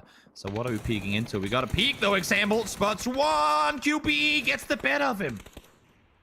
Very good peek, but really good response from QB. Na'Vi now full sending it into the rest of Entropic. Nail up, getting a beautiful tag there from someone other than Melman, but crucially, he managed to get it and the end to finish off that last bit of HP. And now we've got the overpeakers getting involved as well. This could not pay off any better for Clip either. He's a solo player left alive, and look at all the potential kills he can get off of this. Nate, unfortunately, not bouncing off on the right side of that wall there. Could have been 2 knocks confirmed, 2 kills going in the favor of Overpeakers, but now trying to make his way on forward. The 2 full teams in front of him. Ford, does he know though? No, there's no way he's aware that there's a player right down below him. Going for the revive right under his nose. Well, now he knows. He hears them now. Click, click, click, click. Everyone's bringing their flashbangs out. Now the peak comes over, finds the first. Does succeed in doing so. Has to back off, though. Needs to reload. But here comes number 2. Around the side he goes, and down goes Clip. Close to the nade, though. Nope, not going to happen. QB stays alive. Na'Vi now getting aggressed from GDE on the other side, so can't even focus on Entropic. Alia here, almost out of option. If that nade went a little bit further, that would have been an insta knock and an insta flush onto Alia, who was the last surviving member of Na'Vi. Entropic and Na'Vi first and second on the provisional leaderboard at the moment. Only 1 player left alive for both. GDE and BBL, both in this game with multiple members, and Exalt, to be fair, still here as a duo. Yeah, GD trying to fend off as best as they can. If they clear this east side, they know they have the entire, like, pretty much a fourth of the circle to play with. In the meantime, now BBL, because they're not actively getting shot at, as I say that, then the loss does go down. But because they weren't getting shot at, they've been allowed to flex out from the building. I like this play from BBL as well, actively going out and trying to take control. Alia wants someone to peek so he can get a knock from long range. He knows that there are people closer to him as well, which is why he's not going all out. If he stands up and starts running, somebody else he wouldn't have spotted will actually go for the kill straight away. Entropic trying to heal out in the blue, but this is absolutely brutal in terms of damage per second. They actually last until 4th, though, because Exalt get eliminated first, so that's an extra point for Entropic. They're going to be pleased with that, if nothing else, as QB goes down. We're into our final 3. GDE fighting in all directions right now, and essentially the only ones to come out on top. You have 1 knock that's cut, but I mean, you have, I think Smash was forced to make the run-up to try and get the rush up on Thunderlust, and by doing so, Quetpa unfortunately goes down, so I don't think there's any way he gets back up alive. Thunderlust, though, does get up, and now Smash, first real late game situation for him in all of the Group A's games so far, so we'll see if he can come out victorious. He does have a 4-man strong GDE to deal with, but Alia, right, of course, you can never forget about Alia. I mean, look, when you have like, oh, it's 4v3, we should be winning this game, but those three include Alya and Smash. Yeah. It's a bit like, oh, I don't know, man. And Fender lost as the third player as well. All three of these players can produce some absolutely scintillating fireworks. And the most important thing is they're on opposite sides of the circle, Toby. Na'Vi and BBL are not about to fight each other so that GDE can come and mop up. GDE have to take both teams out. With the way GDE are peaking right now, they're all playing the rich as if they're playing backs free. Do they not know? Are they looking at this as a 4v3? Done? They're none of them are holding behind right now. They're all looking west. They have no clue. They think this is a 4v3 against BBL. Oh, that headshot. I mean, does that mean they don't first push couple of off shots this? like that? No, they this do gives push. Alya an opportunity. What about Ice Boy? I'm baffled. I thought they knew. I'd expect for them to know. Thendalos now peeks over the top, finds one. They think this is the final fight. They're fully committing their resources to this. Unfortunately, fortunately for GDE, they get the kill confirmed fast enough to now realize that there's a player behind. And unfortunately for Alya, he now has to pull off a 1v4. He's outside the circle. There is one knockdown, but that's just for a moment. Samuelson is up on his feet again. 9 kills for GDE. Could become a 10-kill game for GDE. That'd be absolutely huge for them. Looking very strong indeed. Alya there. I'm not sure the reason for not third partying when they started shooting BBL. Maybe it was simply too far away and couldn't get a good shot. It could have just been that because he's then look at how much lower the ground Alya is on right now. It's basically impossible for him to do too much from there. He knows it as well. Denies to the blue. GDE Esports will take home the chicken dinner there. How about that?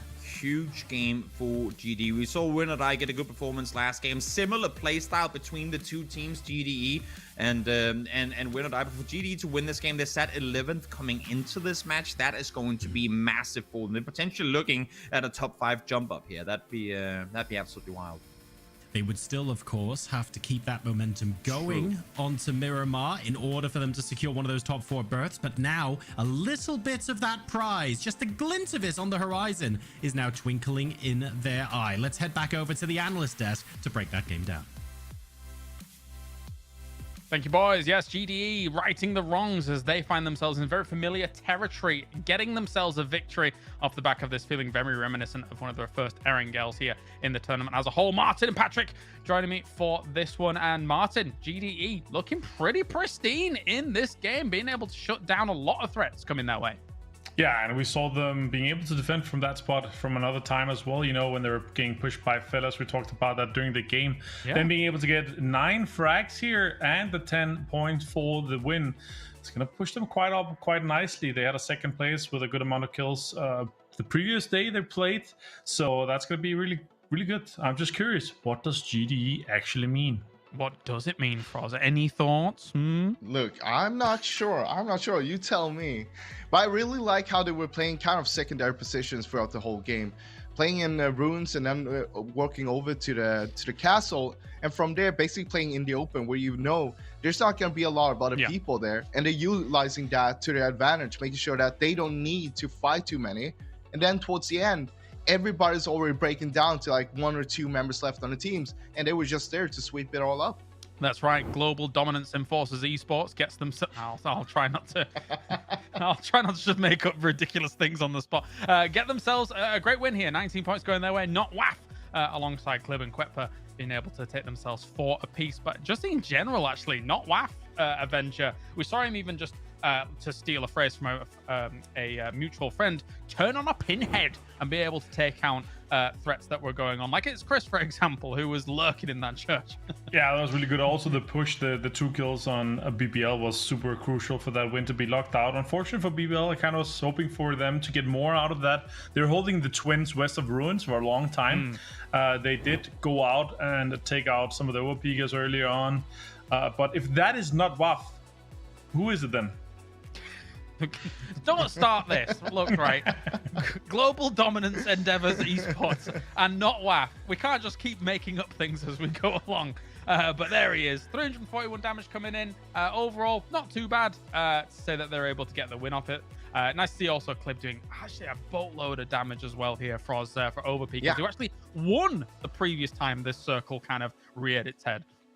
it's quite surprising to see Clip up there with that damage, considering that he's actually playing both actions all the time. Yeah. It is a good thing to play it. Like, if you can manage to have one player on the team that can manage to do that, you can have a good advantage. Like, getting that initial knock, for example, just getting that headshot, it's going to be so good for a team. And it seems like Clip just, I mean, put a bolt in his hands and he's just going to do the wonders. Yeah, looking all right with it. Looking all right. BBL was one of the teams that found themselves a decent spot in the compound, but couldn't quite convert as much with it as I thought they were going to, Martin.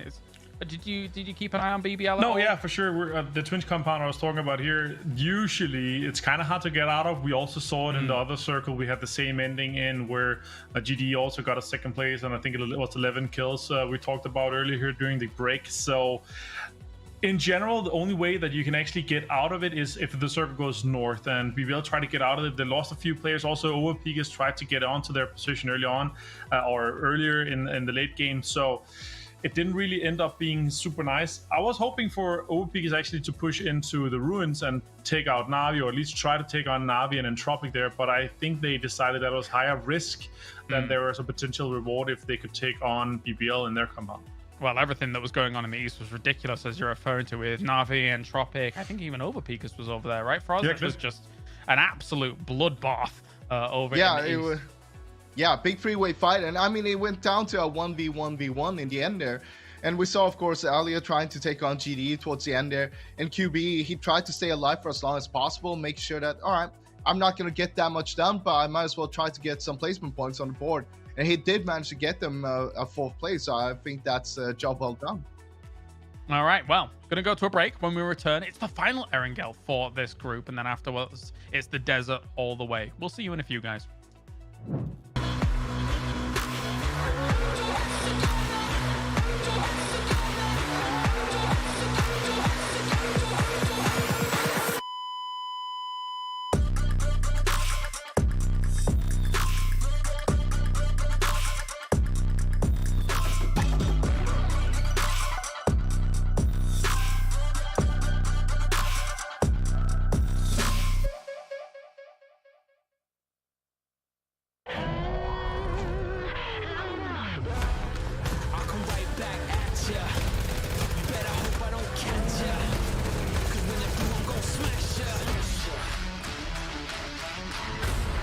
Now I'm out for blood. Knock at your door. Knock at your door. Knock at your door. Knock at your door. Now I'm out for blood.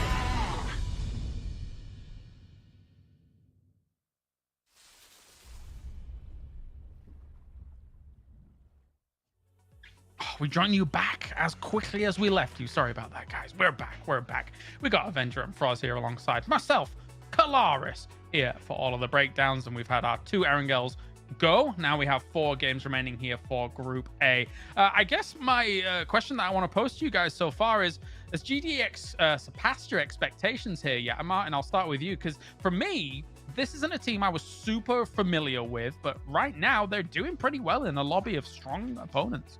Yeah, for sure. And on top of that, it's, you know, the most known player, for at least for me, is Kill still. You know, they've been playing for Nexus Gaming from Romania, been playing for a very long time, and decided to play with a new lineup here going into PCS7. And now with this great game for them here, jumping into 7th spot, only 2 points behind Winner Die, only 3 points behind Pink Pony, but still 13 points behind Austrian Force on 4th. So still a very good game for them to be within, you know, the top 4 distance there. But it's right now with this game, put them in striking distance. And yeah, pretty excited to see how far they can take it. Though also, I want to point out BBL has really been moving up today. And if they can continue this momentum here, we could see them on the left side of the leaderboard. Potentially on the 2 last games, they could be within striking distance with a good game of the top 4 too. Yeah, BBL, I think they came in with something like 21 points or something like that. So it wasn't looking super hot, to say the least. But 43 on the board now after 2 more games for us. And we know that this team, especially with people like Code Marco and Smash on it, if you give them room, give them the opportunity, they are going to strike out those number 1 spots. Yeah, I feel like, I mean, they've been losing Smash a lot early games during day 1. But today, it's been a different story. They've had Smash alive, and it's going to be a key player. It is the entry frag for them, basically. And you can see it time after time. He's going to be one of the first ones to get that knock, the initial knock, to make sure that they can actually make a move and make something happen. Of course, we expect a little bit more from them in the previous game there, but it's so hard when you play the double whites there and trying to get out of them. As Martin mentioned earlier, there is just so much room you have to work with. So they had to actually wait for that long, and because of that, they didn't have a good position to play with either. They didn't have any information to go with. But I mean, sure, they got himself a third place. They got himself, I think it was five kills on the board. So it's still a lot of points considering how far down they were on the leaderboard coming into this. Yeah, definitely. And whilst we take stock of things as well, Entropic and Na'Vi, so far so good for them, now taking those top 2 spots with actually 2 back-to-back banger games for both teams, to be honest. A 2nd and a 4th place for Entropic, and a 3rd and a 2nd for Na'Vi. So they're definitely looking to rule the roost when it comes to the top of this lobby. But another team I kind of want to ask you about, Martin, is a team that I was hoping that was going to do well in the past 2 days, as I was on the analysis desk. It was Ascend. Not that many points here so far today. What are we making of it for Ascend? Yeah, still a young roster compared to them just getting back after Nations Cup and starting to play there. So not as much time as you would have hoped for when you're looking at, teams usually get together in the start of the year, then they have the tournaments throughout the year. Now they are kind of late to the party with all the other teams that have been playing for a long time, already getting familiar with each other. Obviously the core has been playing for a very long time together, but yeah, it's definitely something that I was hoping to see a bit more of. But I'm happy to see what we've seen so far from them. They've been doing quite well in terms of the amount of kills they've been putting.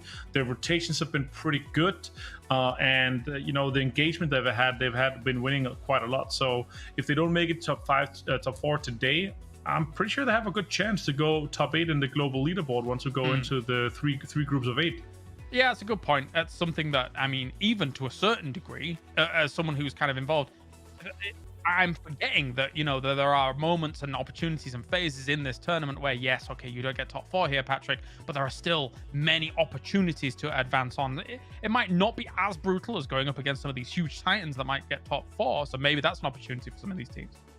Yeah, I mean, it feels like a lot of teams, like GDE, for example, I feel like it's one of those teams that are taking that to their advantage, trying to sweep up when the big teams have done a lot of damage to the other teams.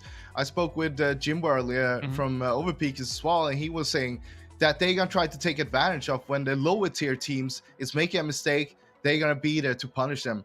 That was his words. Oh, fair. Well, aside from a 16th place, I think it was in gate round 5, the Overpeakers have been very, very consistent, it feels like, here so far. Maybe not able to rack up as much as Entropic and Na'Vi, but still very, very strong. Well, thank you very much, gentlemen. Now time to head over to the grassy pastures once again. We have one more Erangel for all of these teams to rack up the points and move on through as we head over to Jurasar and Ubers. And who? I don't know. I think you're not supposed to be here. I'll be Ubers for a while, if that means I get just a sliver of the Uber skill in PUBG. I'll take that. I think it was tubers, but I'll go with that. Teach me, senpai. Exactly. Final Erangel full Group A here as we head into game number 3 on the day. For teams that do not favor Miramar, this is your last chance to rack up as many points as you possibly can and try and lock down anything close to a top 4 guaranteed spot here, because this is the last chance they will get to play as James say the grassy pastures. And also, I had some time here in the break to talk to Iceboy, and I don't fault James in the desk for not knowing what GDE stands for, because it turns out that even the players on GDE don't know what GDE stands for. So maybe it could be the Great Dane Enthusiasts. That's what I was thinking, that this was really just a tribute team to Martin and myself, but I don't think that's the case. Having said that, I like the idea that you play for a team where there's I think it's called acronym, right? Where it's like shortened. Yeah. And you go, we're not sure exactly what this means, but we'll play with the team and just have a really good time. It's the TLAs, man. The TLAs are in vogue at the moment, and GD is simply another one. I'm also so glad, by the way, that you said last chance twice there, and you didn't say last chance to dance. That's I was waiting for it, and we didn't get it. I appreciate that. Nope, I'll let the desk do those. In the meantime, Austrian Force get themselves a good circle going their way. They could use it, because the first 2 matches here today hasn't exactly been the way they would have wanted them to see. Yes, they get a top 5 in game number 1 today on military, but we also how that came to be. It was a very, very early game fight, then followed by kind of crawling your way into the circle, and I feel like the last one kind of was for soccer as well. So at least this time around, Austrian Force don't have to worry too much about confrontations early on. But then again, having said that, Joro, I know we're looking here at Project Underground, but I've already done the math. They're not going to get any knocks, so it's okay. Austrian Force are in that one position where if there's a team that pulls up on you early, that's the North Circles, usually having the Severny looting and splitting teams being the ones pulled up on. And at the moment, we've got a couple of teams looking to get a bit of a stronger performance. BBL Esports, big fragging action. Smash and Code Marco almost compete for kills on a regular basis. And we've seen in the first game today, we saw just how good they can do that. But they've struggled a little bit for consistency so far. Getting a 3rd place with 7 kills in that last game is going to be boosting their hopes just a bit. But they're currently languishing in 10th place with 43 points. They are still, though, within 20 points or within a 10-kill chicken dinner of a top 4 spot. So never, ever write these guys out because that big frag win can show up at any time. Sure can. Team Elite, in the meantime, pushing up on the other side. So Project Underdog here. It's time to prove now that they are indeed the underdogs. They have a pick and choose kind of buffet of which fights they want to take. Team Elite on one side, Entropic on the other. Not trying to say anything against Team Elite here, but I know which team I'd choose to fight against in the early game. If the pick was between those two Rist, though, right now that's the Hollywood movie. Saving Private Rist has got to be at the top of the priority for Puck here. He sees the glimpse of him through the window, and because of that, he whips out the M4 just in case he stays outside for a little longer. And now he's swapping to the shotgun. Wise decision, but he's not actually coming back in, so he's forced to go upstairs and consolidate his position. More shots going towards him as he spots himself through a window. Dead there, doing very, very good work with his teammate. Great comms. I'm liking the angle predictions for him, too. You can see as soon as he kind of fades away from one window, he's already ready at the new one to kind of continue forward. They know there's only one room he can be in. They've isolated the other one. They have Dead on the rope to give all the info needed. That Molly, I'm not sure if it's going to go up on the top of the building. And regardless, though, they know exactly where they have him. It's a bit warm in here. Have you ever played The Floor is Lava? Well, that's exactly what Riz is doing right now. And somehow that nade did not knock him. So maybe with the double Molly and the nade, Team Leader going, wait, is he even still here? We feel like we've used enough utility that he should be dead if he was here, but now they're starting to look in other directions going, there's no way he survived that, but of course with that flashbang and him flashing himself, there is a pretty clear-cut info gathered that's where he was. Oh my god, take the car. No, he ran back in! Oh, had he taken the car and driven away, that would have been so good. It would have never have happened because he would have been shot before getting to accelerate. But that would have been absolutely phenomenal. Not gonna happen though. He goes down, and well, I mean, the remaining teammates were kind of already leaving. So unfortunately for Project Underdog, not quite the underdog in that situation there. Riz doing his best impression of us during the heat wave the other week as a fragger gets absolutely caned by It's Chris as well. Unfortunately, things going from bad to worse. And I mean, Ali and Anonym are close enough that they're within a kilometer, but I don't think they're coming back for this. No, I think they're going to have to continue the game as a duo. Super unfortunate start to the game here for Project Underdog. Yeah, Cobra running over a teammate. Inconvenient, but fortunately for them, there's no opponents nearby, so it shouldn't be too big of a burden. Of course, it is one of those where right now it might not matter. They can laugh it off. He can heal on up, but should they come in a hectic fight late game, that one extra bleed timer, like that one situation of having been knocked once, that 1 second really could be the difference in whether you get the rest or not in a hectic moment.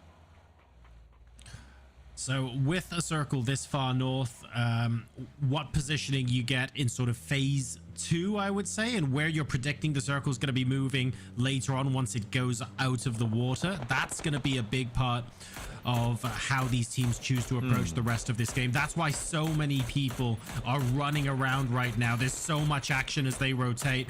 Absolutely excellent shots onto on grind there from Lyran as Foot Esports look to take a knock that could be a res and turn it into 2 points, but it looks like Verbatim will just about be able to survive here. Yeah, just exactly gets over the ridgeline there too. I'm not gonna lie, I'm a little surprised, really, that wait, is he coming forward? Wait.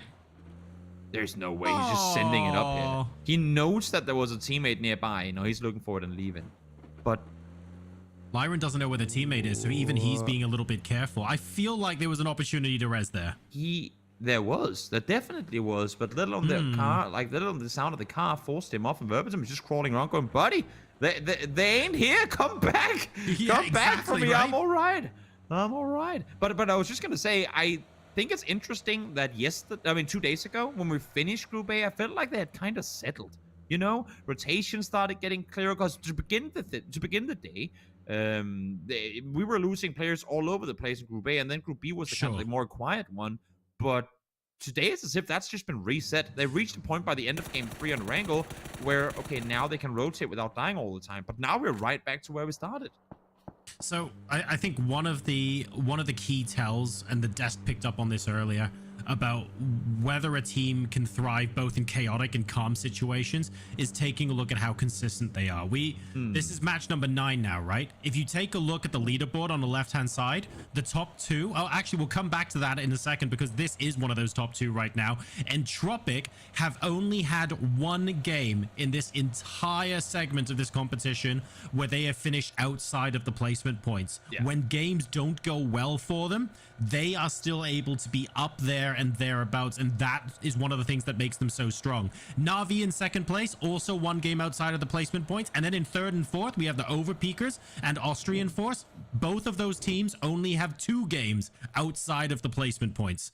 You start to see these patterns, and you expect just to see these teams at the end of the game, and those extra points go such a long way. And they're not as, I kind of like their playstyle in this tournament so far. They're not as, harvest, kill focused as we've seen them be in the past. But this Entropic, of course, coming off of having won PCS6, they're playing phenomenal. And I think right now what they're doing, having slowed things down a little bit, is them, as much as they want to keep their focus on PCS7, they're prepping for PGC.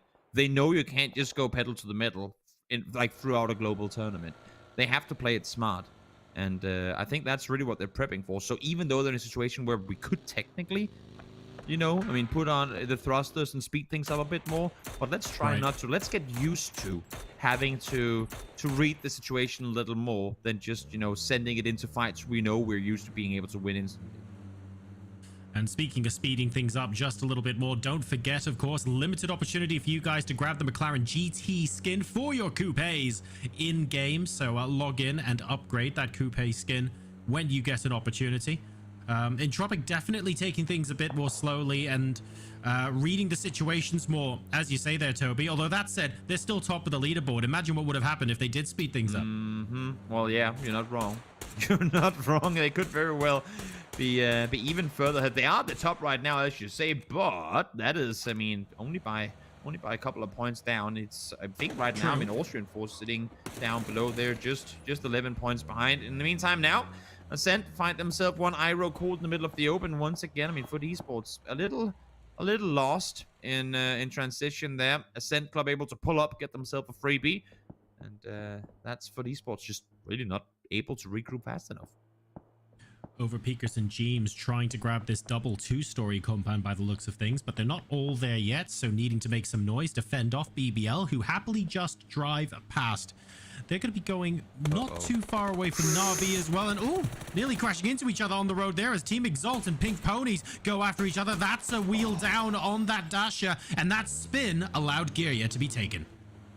Yeah, not too much you can do about that one, unfortunately. Giria, drive-by is too strong. Small Dog gets a turn around. He'll probably either, I would assume he runs him over, but fortunately for him, even having stopped the car there for a second, it's or at least it's his teammate. I was like, no, it got stolen. I'd be so angry. He gets the kill, but with him slowing down as much as he did, had they stopped on the other side, that could have been a world where he wouldn't have survived that flush there. Fortunately, not quite the case. They'll be just fine. Oh man, if that was another team getting the point for that, that would have infuriated me. They get it though. Team Exalt are able to continue their journey through.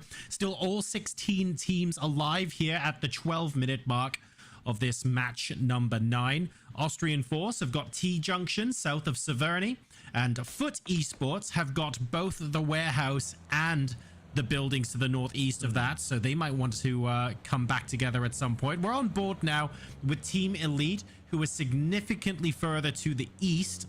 They're barely out of Yasnaya essentially, and they still need to decide where they want to go next.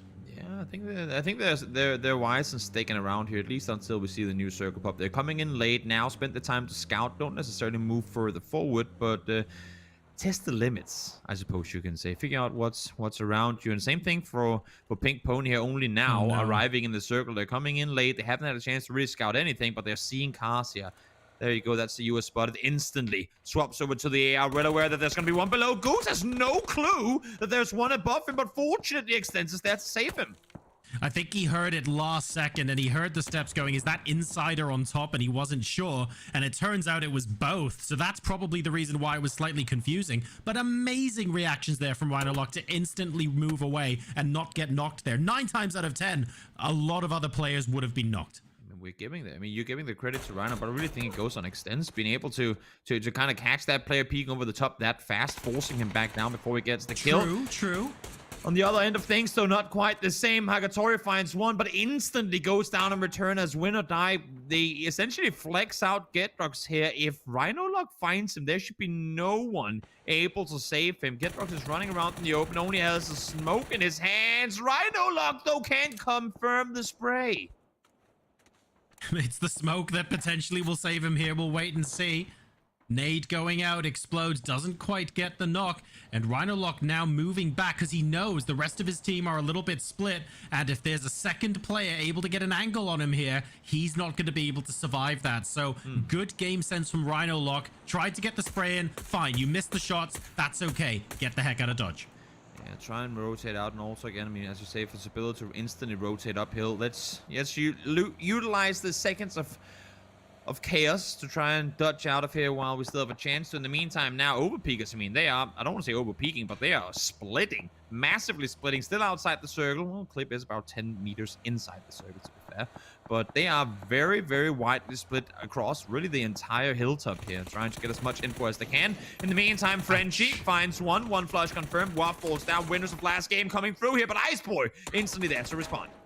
Really good flick from Ice Boy there. He actually got sprayed on first, but was able to turn around and get the confirm. We now need to see if Zamolson and Killstill can beat the last surviving member of On Grind here. And Ice Boy and Zamolson combining. Beautiful grade to finish that off. I'm not sure there's going to be too much time for a revive, though, because the fellas are looking like they might want a third party. This was exactly what they needed for Killstill to not instantly commit to the rest, but go for the shots and then connect the headshot instantly, forcing them to leave, forcing them to bounce straight off of them and into Ascent Club. They find 2, takes Michael down. Now there's no way. Like, they just the foot is off the pedal, really. I mean, they have to turn around, and that's exactly what they're doing. No third party because they got third party themselves. I think the fellas were excited to be in the third party here. They rode up, focused on that, and basically blind spotted themselves to Ascend, who get 2 of their 4 members down. Now it's Pink Venom's turn. Exactly. I mean, had Killstill committed to the rest then, there'd been a no kind of pressure applied to the rotation coming in from fellas, that would have been GD done for. Oh, yeah. But now, as you say, Pink Venom rotating their way on. In the meantime, up towards the north center circle here, and Tropic have found themselves a place to call their own. Austrian Force as well. Well, they've sat here for a while. Only 1 kill so far. Haven't really had any chance, I should say, to get those kills now. I mean, again, teams being forced out. PBL leaving as Overpeakers make their entry. This is the gas station on the southern side. We're watching the fellas who have found a shack, which I guess is better than nothing, in the shadows of the warehouse that so many teams fight for. Notice there's only 2 members of Foot Esports in that warehouse, by the way. The other 2 members of Foot Esports, I think, were in the compound that Entropic are now in, so I can only assume that they got lost in transition as opposed to lost in translation. I like that one. We're going to keep with it. So many fights still going on, especially in the northwest of the circle. Pink Venom can't get away. GDE are pincering them in with win or die on the other side, so they can't just get in vehicles and run. Well, I mean, they don't have to. At least not right Well, now. yeah. We'll see. We'll see how long they get to stay alive within nade range for two teams. That's never fun. They are flying forward. GDE trying to apply pressure, trying to force them off. And now Ascent, you can see in the map in the top side, trying to make their way in. But so is Overpeakers. James caught in the open. He's going to go down. Rhinolock sitting here alongside Sabilla. They were ready for a team to drive on by. He's going to go down. Bart makes his way inside the shack, but can't survive it. Now here comes Clip. Tries to get in. Manages just exactly to get inside the shack with a sliver of HP. That is about as close as you like without someone knocking on the door with a Molotov. And don't forget, the shack isn't their only piece of real estate. Mixie is outside, able to continue to scout for them, so all is not lost there for the Overpeakers. We'll see if they can come back into this one. In the meantime, this hard shift to 10 o'clock is forcing the teams that were previously in the southeast, like Exalt, like BBL, to rethink how they're going to get into circle. They're still trying to scout to work out where they're being shot from and use that to formulate a plan. I would have thought BBL, I mean, once they see Overpeakers leave and they head back towards this position, whether it be because they pushed down without vehicles and just couldn't make that play fast enough, that they would have instantly fortified where Exalt are now sitting. Because the 2-2 split that Exalt has set up, they're not inside the circle, but they're again focusing on let's play backs free. We're sitting up here outside the circle so that we can take out BBL, or at least force them off of us to make a play for the circle in a better position. Maybe, and Exalt have been looking BBL's way, so unlike last game where they got caught by surprise, this time around, they know that there's somebody there, and they know to expect BBL coming in. Exalt could, I mean, so I should say Team Elite could be kind of the downfall for this Exalt split. Now that they see them coming past, they actually have to regroup. I thought they were going to commit to it for at least for a little bit longer, but again, important that they apply pressure to forcing Team Elite to not go down towards their teammates on the south, because they have a whole other fight to have to take in just a moment. Here comes the remaining two towards Overpeakers. Do they go out? They open the door. Clip peeks out, but instantly headshotted as he makes his way on out here. He's seen from behind, and it's going to be Miracle from the other side of the map that takes him down. And simultaneously, BBL are trying to move their way in. You can see them coming into this position on your mini-map. They're coming up against Pink Pony, who were trying to third party. Pink Pony gets absolutely wiped. That was clean from BBL, which allows the Overpeakers here more breathing space when they're fighting with Team Elite. There isn't a third team coming in because that third team was taken care of by BBL. Oh my lord. Vard able to stay alive through that one. Finds the double. Team Elite eliminated. Pink Venom right there to follow. Entropic trying to stay put here now. It's just Naileup and Lookarooks up close against Foot Esports, who still have players alive in this position. In the meantime, Na'Vi full speed forward. They come. Multiple kills coming through. Fayez finds 2 on BBL as well. They're fighting on multiple fronts here. And it's all hell breaking loose on the south side of this zone. BBL trying to be the last one standing. Na'Vi getting involved as well. Molotov trying his best to be an absolute hero for his team, but gets taken out by a nade via example. BBL and Na'Vi still here. Overpeak is just ahead of them. This could not have been better for BBL. And I'm saying that even though they actually just got 2 players knocked to a nade, but the timing of that happening right, because that nade came from Exalt. Exalt were ready to take the fight to BBL. They find the 2 knocks to then push forward, but at the exact same time is when Na'Vi up to crash into Exalt, meaning they can't commit to that push, and now they go down because of it. And because of that as well, BBL able to get at least 1 rest back up. That is huge for them. Lookarooks peeks out, finds 1 on Lyron. Just 1 more left from Foot Esports. Should be pretty easy cleanup onto Odin. As I say that, 1 down, 2 down, but the cavalry arrives just in time. Foot Esports losing their team, unfortunately, 2 at a time here. I don't know if they lost the first 2 to Entropic. I can't quite remember the kill feed back at that point of the game, but the second half certainly is the case. The fellas, though, fancy themselves a little bit of bite of the apple here. I don't think they realize that Entropic have almost already reset. Sample trying to scout forward and see what's available. Ascent in the meantime, full speed forward. They go on one side, fellas. Here as well, the 3-way fight is going to pop off in just a second. Chris finds the flush on, so Lookarooks rush them. Now they want to push into this. They want to be safe inside, but they're running straight into the open arms of Entropic. Oh, this is huge, fellas. Getting eliminated as well there. Entropic defending this position twice, but they're going to have to do it a 3rd time as well. Ascend are not giving them any room to breathe. You just flushed 1. You see 2 knocks in the kill feed. You know it's a 3v1. They have to go for him. Now they spot him as well. They do damage to him too. There has to be a push on this building. They have 4 players up with just QBE to deal with. There's no way they can allow for the rest to come through. I'm seeing now Win or Die making their approach to this position too. Flushes come through. Just QBE left alive. But as I said, win or die, making their way closer here. Wow, fantastic bounce on that nade. It's Chris getting QB to finish that off. And now him and Mika basically have to get in. And Tropic have held that position for so long. Ascend, though, successfully being the last team to come in and hold it. They've got all 4 alive as well, which means they're in a good position to defend should anyone else, like Win or Die, want to come in and give it a chew themselves. Well, the disc said they wanted to see more from Ascent. How about this performance here so far? They've played it smart from the north side. Now they wrap on down. Bart finds Stentelost in the meantime, trying to rack up more kills for his team. That's going to be around the other side. Finds the second, and once again, Vart prevails. The survivor, the defender of the shack. And he will stay put, at least for now. But here comes the next challenger. Yeah, Austrian Force here. Damage from afar. Might make things very difficult for Vard. Mixie actually doing a great job of doing some provisional damage from afar. Unfortunately, a full frag grenade means that even Vard can't outrun that. And Mixie is now all on his own. Silas trying to cover as the rest comes through. Mexi, well, loses her teammate. That's never fun. But Circle straight on top of his head. Wouldn't or couldn't really have had it any better, to be honest. He is...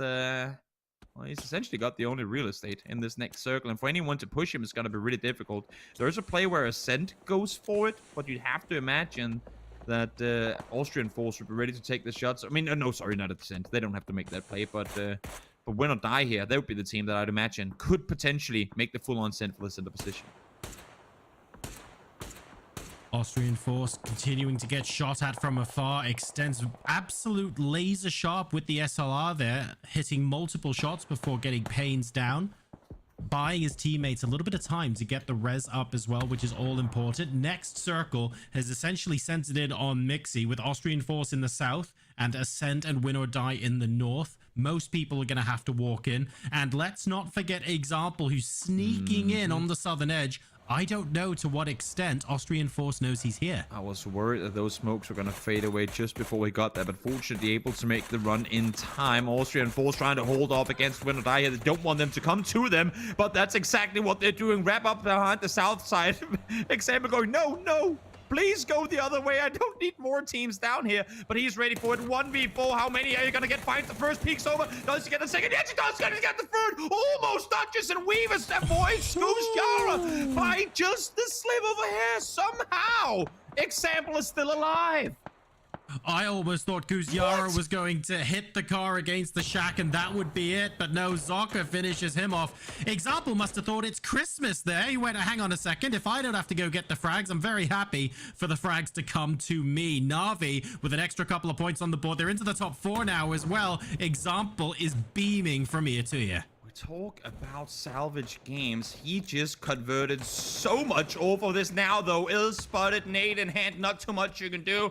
Sucker goes down. Elsie gets the flush. Kiliakai gets the knock. Braxco there to find the flush. 13 kills for Ascent Club. They're inside the next circle, hoping that we're going anywhere but south in this one. But even if we do, Joro, there's still play to be made for Ascent Club. They got vehicles. They got utility. This should be their win, unless if Austrian Force really pull off something big here. And don't forget the Joker in the pack. Austrians versus Ascend Club, but Mixie there in the shack chilling out. I mean, he's got 2 options, right? He's happy to relax and let these guys fight each other, or he can try and third party to get an extra kill point or 2. So which route will Mixie choose? And it's going to be based on audio cues. He's not exactly seeing that much right now. No. And he's still in the circle, so he's got time to decide. I don't think he wanted this shift, really. Because now there is a, it's going to be, he's already swapping over to the nade. You can see it. He's ready and waiting for it. He knows that there's only one place Austrian Force can go. But the issue for them is that every single second that we go with here, that is tires pop, that is cars exploded. They have to play this one on foot. And look at the angle from Kiliakai. Oh my lord, is that a narrow one? 25 smokes, anybody? Because that's basically what Austrian Force are going to need to comfortably get to within nading distance of Ascend, I think. Mixie very happy to sit here and play the long game, I reckon. As long as no vehicles are coming in to attack him, I think he's okay. Pains is across. Silas is across as well. They have got a foothold in on the other side, but they know they need to deal with Mexi. They saw the nade coming out. They have to worry about the player up close. Headshot connected from Chris. That's a molly, and that's going to be Mexi. See, nice clear from Pains. Understanding of the situation, knowing that they need to deal with him before they can do anything else, but at what cost? Vasco now falls down. They have to make a hero play here. Silas, you need to pop some heads in order to make space for your team to move in, because you're going down by the second. Now 1v4. Silas now the only player left. Potential drive-by here does get It's Chris, and he's actually got 80 hit points to boost, so he should be able to move in. He's getting the flush, by the way, because he wants to secure the point for his team in case he dies here. Kill Yakai up to the top. There's another opportunity. He's blind. He's going to be full blind with that one coming through. Kill Yakai. Again, not in a hurry. They know exactly where they have him. Use this. Allow it for your teammates to wrap further down. Kill Yakai now has the top side angle. Mika, Brexco can peek from down below. This is pretty much done already. Now Circle is coming in as well. Silas, are you going to molly yourself? Are you going forward on this one? It's a team that you don't want to give the points to, but Kill Yakai will get it in the end. Once again, the one Austrian player on the server takes out Austrian Force for 16 kill. Ascent Club win.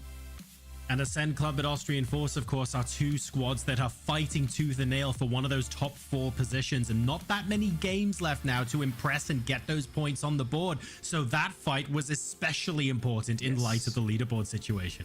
Absolutely huge for them to rank. Like, the way that they post up on this, they played it very far north early on. Remember that, slowly pushing in with the circle down towards the south, knowing exactly when to set up their third-party engagements. And honestly, I like to think a little blessed by, I believe it was GDE, forcing Fellas into Ascent Club, because that could have gone a whole other way if Fellas push in, take over that position, and then all of a sudden you have a 4v3 Ascent versus Fellas fight on the north side.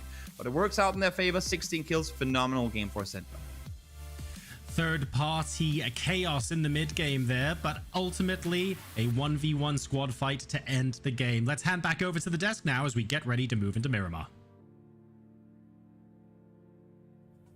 That's right. Thank you, boys. As we descend from the roof, some people out there would ask me, would I like to talk about Austrian Force as well as Ascend? And I would say, I'd love to. Because to be honest, they have done phenomenally here throughout what we've seen here, especially in the last moments of this game. Martin and Patrick joining me, Avenger. That is two of the teams that I'm really hoping are able to strive for more here in this tournament, considering the makeup of them. And they did well in this game. Yeah, and it actually might end up being those two teams that are going to be fighting for that 4th spot that we've been talking about. That is kind of the only one to be available at this point. And Ascent to end up with 16 kills, 26. So the highest now, what we've seen for the playoffs here for PCS7 Europe. Kind of crazy for them to be able to do so. Because remember, when 2nd and 3rd circle popped, they were actually on the northern side. They had to breach that warehouse that Footballist was in on a third party from Entropic. The timing was super impeccable, and they managed to stay 4 guys alive and completely clear up and take over that warehouse. So that was actually what won them this game here, that third party timing. Very important to claim something in what is torrential and torrential is not the right word to describe it, barren terrain here for us that a lot of players really have a trouble with. I mean, obviously like Mexi, for example, in that shack, but everything around him is so open. Very difficult for these teams to approach it. Yeah, definitely, it's super hard for him. And I mean, Austrian Force, they did a good thing there. They went for Mexi towards the end. They're making sure that they get at least that 2nd place, no matter what would happen. But Ascend, again, having that high ground, of course, that is going to be the key. With that, they can get all the information. They're going to get all the angles, and they just had full control. Of course, we saw It's Chris trying to do that drive-by on Silas, but that did not really work out. But it's also down to Austrian Force. They've been getting a lot of circles on their hands, and they're utilizing them. They're making good use of them. They're not trying to just like overpeak anything and stuff like that. They're trying to make sure that they stay alive, stay all 4 alive towards the end, and try to make something happen from there. And of course, we get Vard here alongside Kiliakai and It's Chris, and just picture perfect here from Vard, I think, when it came to the gameplay overall. Martin looking very pristine in terms of defense, in terms of the shed that they were trying to deal with. Overall, kind of a scrappy moments, but you want someone like Vard in those moments to try and hold down the fort. Yeah, it wasn't that hard for him to be able to get out and secure those kills in BBL as well. And also the amount of both the second place or the third place finish that they got, that's a good 5 points for that. And also the frags that they got throughout, 5 for Vard. And I think it was Mexi that ended up getting 3. So a really good game for them to kind of salvage in the 2-man situation, actually. But again, this terrain and the area in general, it's actually one of the hardest terrains to play. It has very little cover, a few shacks, not that much dips and divots that you can play, and the high ground usually kind of controls the area in general. And here you see Vard with the BBL, the 2-punch there, and 8 kills for them total in a situation where Clip and James, they died earlier without any. And I was actually kind of hoping to see Vard being able to take on Austrian Force a little bit more after we saw Pains actually get the team knock. Yeah. But he ended up dying to a nade. The timing was a little bit unfortunate. He didn't get out in time. He might have been able to actually clean up some of the Austrian Force guys and got a little bit more kills from that. Oh, definitely so. And then, as you say, with Vard doing pretty well for himself, screaming for the help from Mexi, I think, Froz, during some of those moments, but it's a bit difficult. It's super difficult for Mexi to try to help since Vard is on the southwest side of that shack and Mexi's doorway is towards the north side. So Mexi basically needs to go outside the shack to be able to get a good angle. And if he goes outside, all the teams that are on the high ground north of him is going to get that angle on top of him. So it was surprising that Mexi even got to put a few shots into Austrian Force there. And multiple salvage situations across the board, it feels like. I mean, example, just bringing it to win or die, Martin, as they try and go for the rotate. I understand the thought process behind win or die because it is so barren in this area, but of course they run into example. Jeez. Yeah, I like the idea that they had. They wanted to get over on the east side, the lesser populated side in the situation, but it was just too late. And again, the terrain in general, it's just so flat with so little cover. You have the junkyard compound, the high ground warehouse compound, and then the shacks that are kind of placed around this.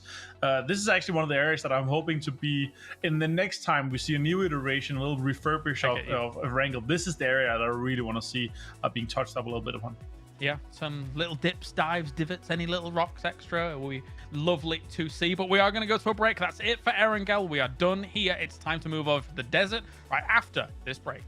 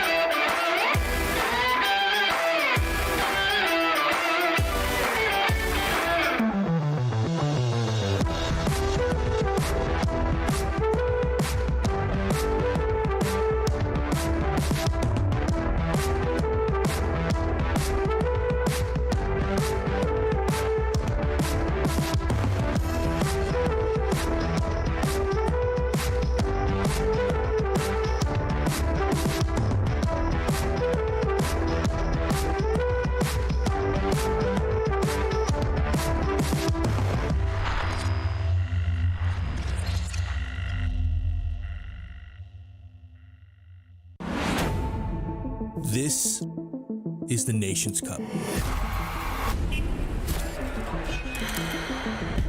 where the best of the best are recruited to represent their home countries. Everything is on the line.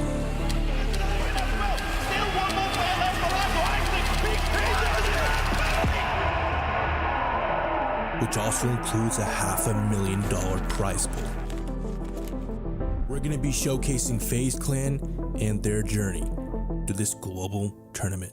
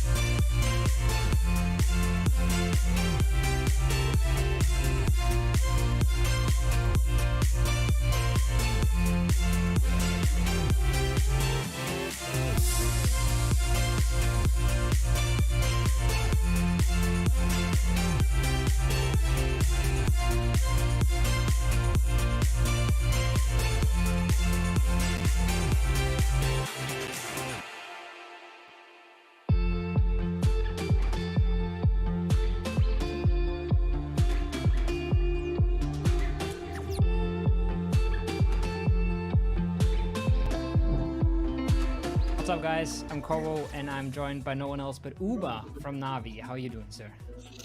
Doing good. Decent. Nice. Okay, so you've been back for a little while after your break. Tell me a little bit how does it feel to perform so well instantly, and to probably go to PGC in your first year instantly?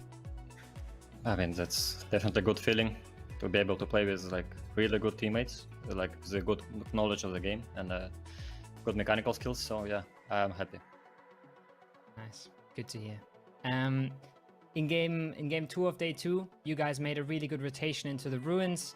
It worked out really well, but then suddenly Entropic snuck up really close to you. How exactly did that happen? We just meet them for a little bit. I mean, we didn't know that there could be like coming from the ruin side. We were waiting for Liquid to go from yellow houses. So yeah, we screwed up. That's it. Happens. Now you've been on this team for a little while. Can you tell me a little bit about the roles on the team? Does everyone play exactly the same way, or do you have a little bit different jobs? I mean, Melman is agile. He's like focusing on our macro plays and like mostly draw zones. And after that, everyone is involved in the decisions we make. So yeah, we have good communication and everything works for now. Nice, perfect. Thank you for your time, Uber. Hope you have good 3 more games, and hopefully we'll see you guys in the finals very soon. For sure. See ya.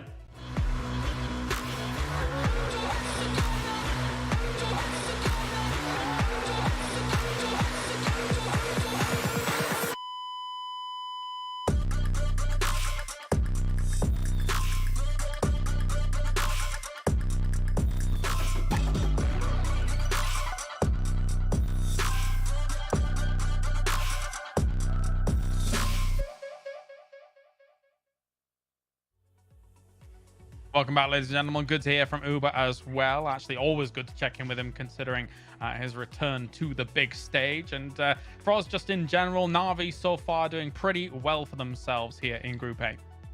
I mean, they are really scary to look at, and it feels like they could be the start of a Na'Vi era that we're seeing here.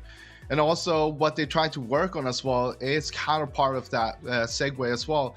If you think about it, right now, they know how to play different circles. They know how to play, depending on which map it is, where they're dropping, and so on. Yeah. But one thing that is scary is what they're working on. They're actually trying to work on a way to try to adapt themselves depending on what teams are in the lobby and changing the game style depending on that. And that is something that we haven't really seen happening yet from any teams. And this is something that they started to work on already.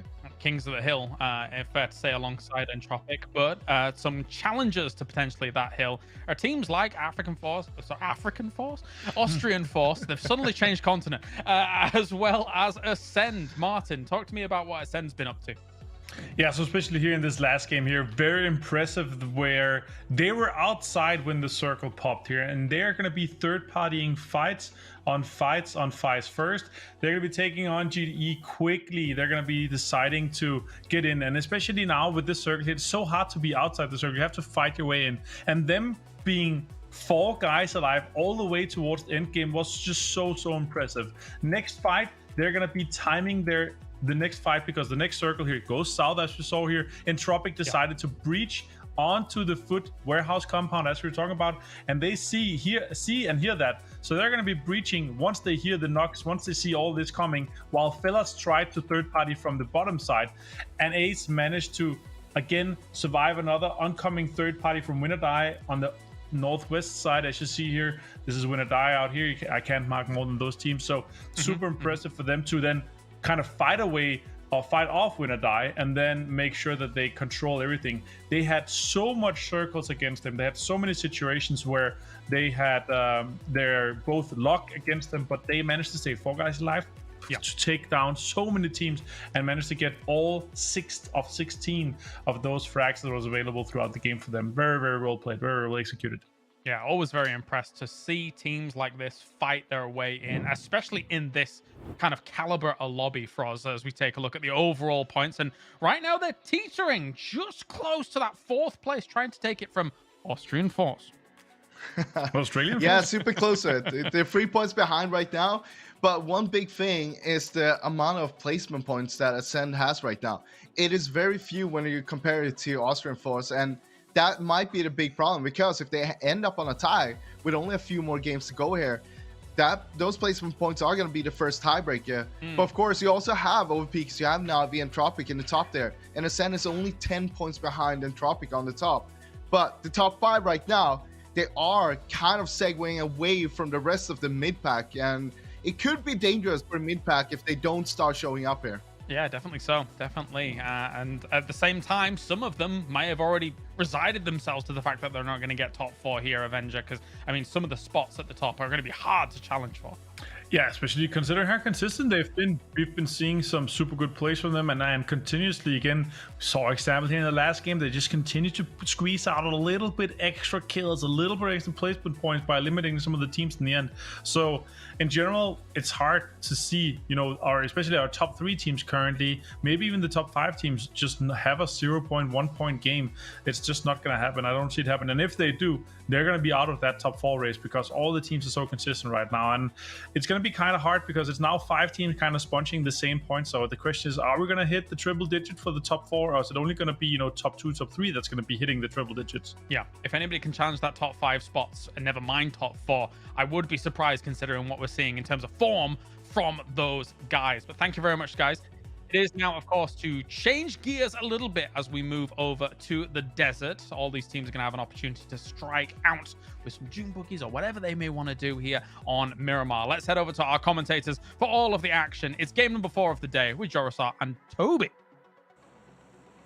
Thank you very much, Team AFK. We are on to Miramar. Map change halfway through the day now, and it's becoming crunch time for Group A. Currently, the top 4 Entropic, Na'Vi, Overpeakers, and Antarctic Force is my favorite. We were going through places beginning with A. I was about to say country, but that would have been wrong as well. Wait, it's Antarctic? I thought it was Azerbaijani Force.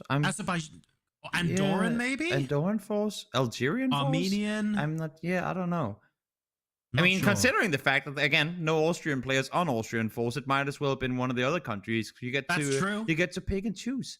Regardless, Could be Australian Southern Force. Plain, different from what we've seen, just to kind of bounce back into the game for a little bit, then we'll go back to our crazy shenanigans. Different from what we've seen in this tournament so far, or at least the stage of the tournament. Very, very Southern airplane on Miramar. Look at the map and look at how many of the, so to speak, named places you have up on the north side here.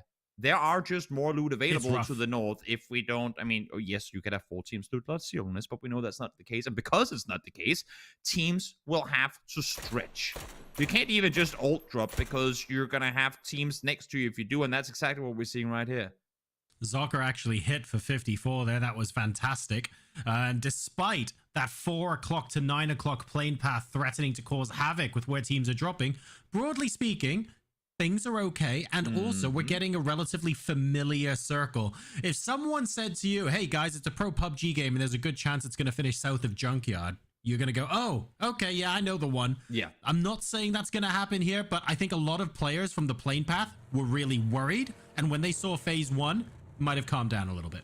Wait, I thought they had settled this. I thought this was done. They settled it. Again, we're going back to what we said in the previous game, where we said they started off kind of crazy, then they sorted things out. And by the end of day 1, things were looking good. Now they had a hot drop in El Pozo, then hang on, they don't, though, and now Toby. they do again. They were going there at the moment, and I realize as soon as I say this, I might cast a curse it into being true. You probably will. They're far west and far east of El Pozo at the moment. There is a chance that they've agreed to take the vehicles on the west and east side, and they both just rotate in calmly, and no shots get fired. Maybe. Especially when the circle doesn't go there. It's one of those where when the circle goes in that direction, what happens? Then one thing that is interesting to me, well, as I hold that thought for a second, GDE Esports. What does GDE stand for? We will find out someday. Everything. They've got themselves a very, very, very good performance here today. They got themselves a win under the belt. But other than that, at second place with 11 kills, of course, again, phenomenal. But other than that, I should add, it's really been close to nothing. I mean, of all their placement points, they've banked almost all of it on just 2 games. It's tricky, right? Because they've had some fantastic games, but at the same time, they need to work on that consistency. So at the start of the day, when we looked at the top 4 teams with only 1 or only 2 games outside of the placement points, GDE is clearly not like that. But at the same time, they're still in the top 8, Toby. They've still got an awful lot of kills. Yeah. They're on 55 points and in 7th place. So if they can work on fixing some of the things that result in them having really poor games, they really can pull the cat out of the hat in the last 3 games. I think it's possible. Cobra trying to pull off a magic trick here as well, being don't get spotted by Na'Vi. Stayed low, managed to survive. Scream, though, I'm afraid he's not going to be able to do the same thing. Now 1v4 against the entirety of Na'Vi. Goes into his vehicle. Spotted. Here comes Alia over the hilltop, though. Will he spot him? Yes, he will. Will he get the knock? Yes, he will as well. Free B, and I'm seeing on the map as well, in the open, we have BBL players in trouble. Smash already down. Code Marco now down as well. Once again, tricky situation early on rotations.